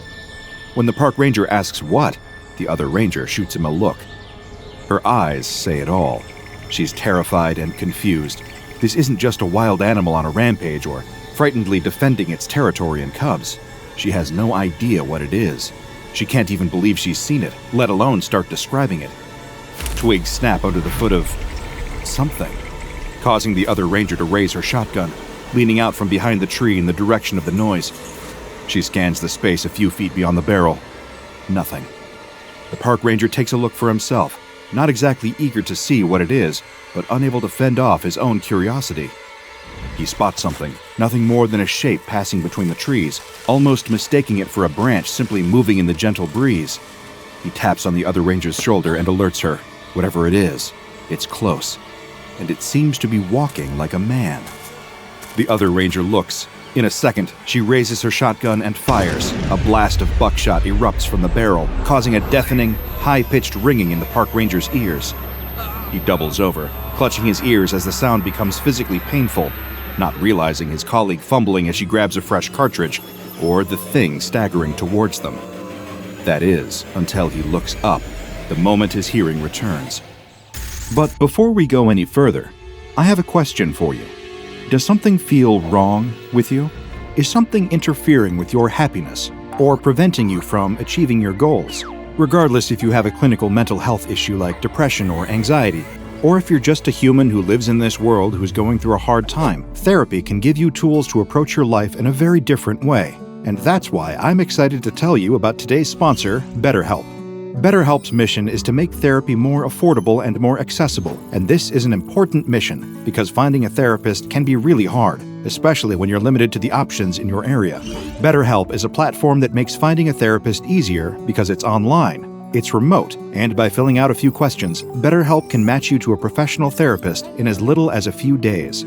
It's easy to sign up and get matched with a therapist. There's a link in my description. It's betterhelp.com/DrBob. Clicking that link helps support this channel, but it also gets you 10% off your first month of BetterHelp, so you can connect with a therapist and see if it helps you. And because finding a therapist is a little like dating, if you don't really fit with that therapist, which is a common thing with therapy, you can easily switch to a new therapist at no additional cost, without stressing about insurance, who's in your network, or anything like that. So if you're struggling, consider online therapy with BetterHelp. Click the link in the description or visit betterhelp.com/DrBob. Thank you again, BetterHelp, for supporting this channel.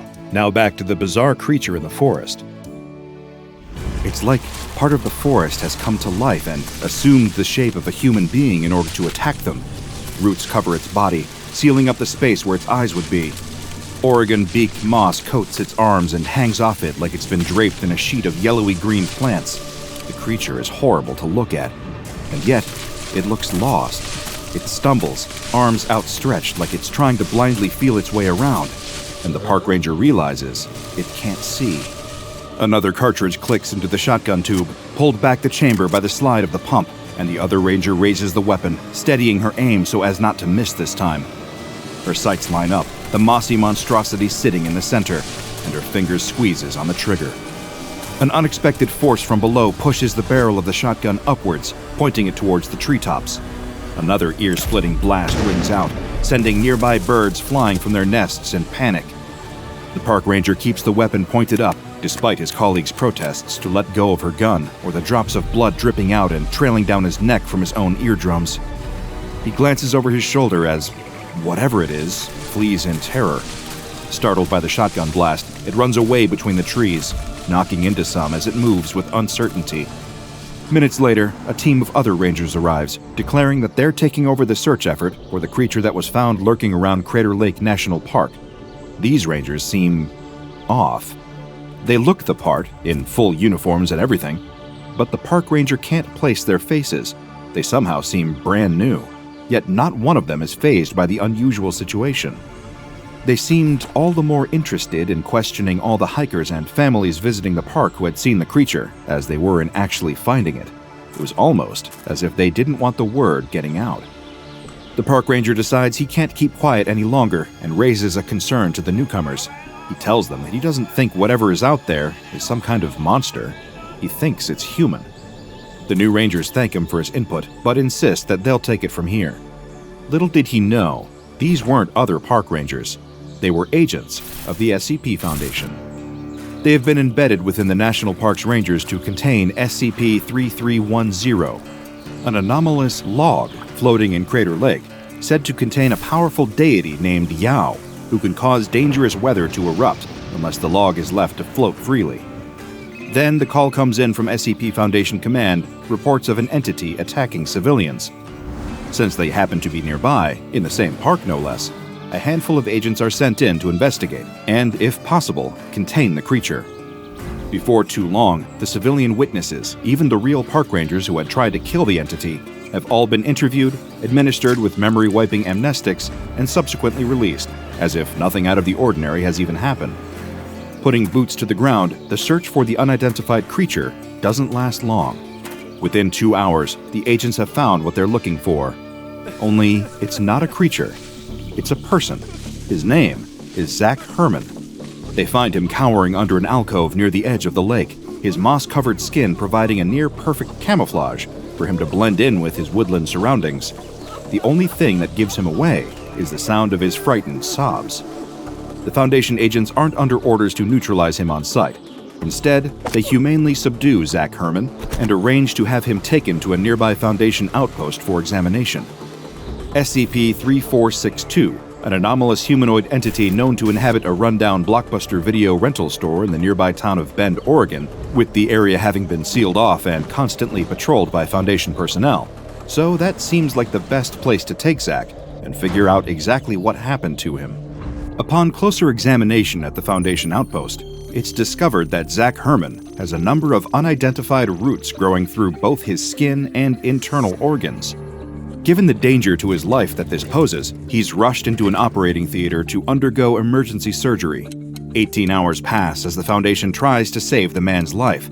At this time, the surgeons decide that it isn't wise or possible to remove all the roots at once, so instead, they focus on clearing the ones that had grown within and over his eyes, nostrils, ear canals, and throat. Another 7 hours of intensive surgery pass, and Zach Herman is still alive. He's not cured, but the roots covering much of his face have at least been cleared. After stabilizing, it's then that he's transferred to Site 56, where the Foundation intends to conduct further operations to remove the growths from his body, as well as ask Zach questions about what happened to him. They're still baffled as to what caused his anomalous mutation into a moss monster. Just where had these roots come from? And what exactly was SCP-7185? Researcher Charlie Canley is tasked with conducting interviews with the subject, Zach Herman, between his various procedures, and she wastes no time in unearthing his story. Oak Ridge, Oregon, 60 miles north of Crater Lake National Park, where Zach will eventually be found. That's where he describes the horrific mutation taking place. Given that the roots would grow over his eyes, his vision impaired, he has no idea where he's going until he eventually winds up in Crater Lake. Scared, alone, and changed beyond recognition. And as he describes it, he wasn't the only one. Shortly before his own mutation, Zach mentions witnessing the same happening to Kellen Herman, his husband. The couple, along with a group of several others, are in a small Oregon town reached by traveling to Hills Creek Lake, then following Hills Creek Road south until finding a road sign simply labeled Beard. The place has spent 70 years in ruins, abandoned, and left to be overtaken by the elements. Most of the roads leading into the area are blocked off thanks to a landslide, leaving the town completely void of all human life. Until Zack and his friends arrive in Beard. There are 6 of them in total, including Zack, his husband Kellen, then Azrael, Mark, Angel, and Caleb. Answering an ad on Craigslist, the group has come to Beard after being hired by a man named Sean to scavenge through the abandoned town, collecting anything that could potentially be of value. Scrap metal and intact valuables, as long as they can be resold, are worth holding on to. While the group searches, Sean delivers food and supplies to them once per month. One thing that they hope for each time, but never seem to get, is something to drink in their downtime. So on a whim, while exploring an abandoned factory they come across, Zack looks for an alternative source of beer for the group to enjoy. What he finds is an unusual blue machine. Pulling levers on it, he finds that it dispenses samples of a surprisingly green liquid. Of course, none of the group immediately drinks it. Not until Angel finds an old journal with entries dating back to the 1930s. It describes the owners of the factory giving the liquid to their workers and only ceasing the practice after the workers stopped getting drunk. Taking that to mean the liquid was safe to drink, the group decided to each take a swig of the green. Initially, none of them feel any change. It's actually rather anticlimactic, at least at first. Soon after, however, they start to feel energized, more alert, and awake for much longer without feeling the usually expected fatigue that would bring. It even helps them search through parts of the town quicker, something they're all grateful for. After a week, not one of them even feels the need to sleep. They were even healing from injuries faster, small cuts were sealing in minutes, bruises clearing entirely almost as quickly as they formed. After about a month, the negative side effects start. They start manifesting as small symptoms, the group experiencing various bodily aches that gradually become far, far worse. It affects each of them differently too. Zack starts to experience a tightness in his chest, while Caleb develops a bad fever that leaves him barely able to function. Mark and Angel's hair starts falling out in thick clumps too. Soon after, the same is happening to Caleb. His symptoms are the first to worsen. After his hair falls out, his skin starts to do the same. It keeps peeling away, turning red. Then, Sean arrives in Beard. According to the information given by Zack in his interviews with the Foundation, their employer would routinely drive to the town every 3 months in order to pick up anything valuable the group has recovered. All of them suffering from the ill effects of whatever the liquid they'd all drank was. Those of the group that still had the strength to stand rushed to meet Sean and beg him to get them help.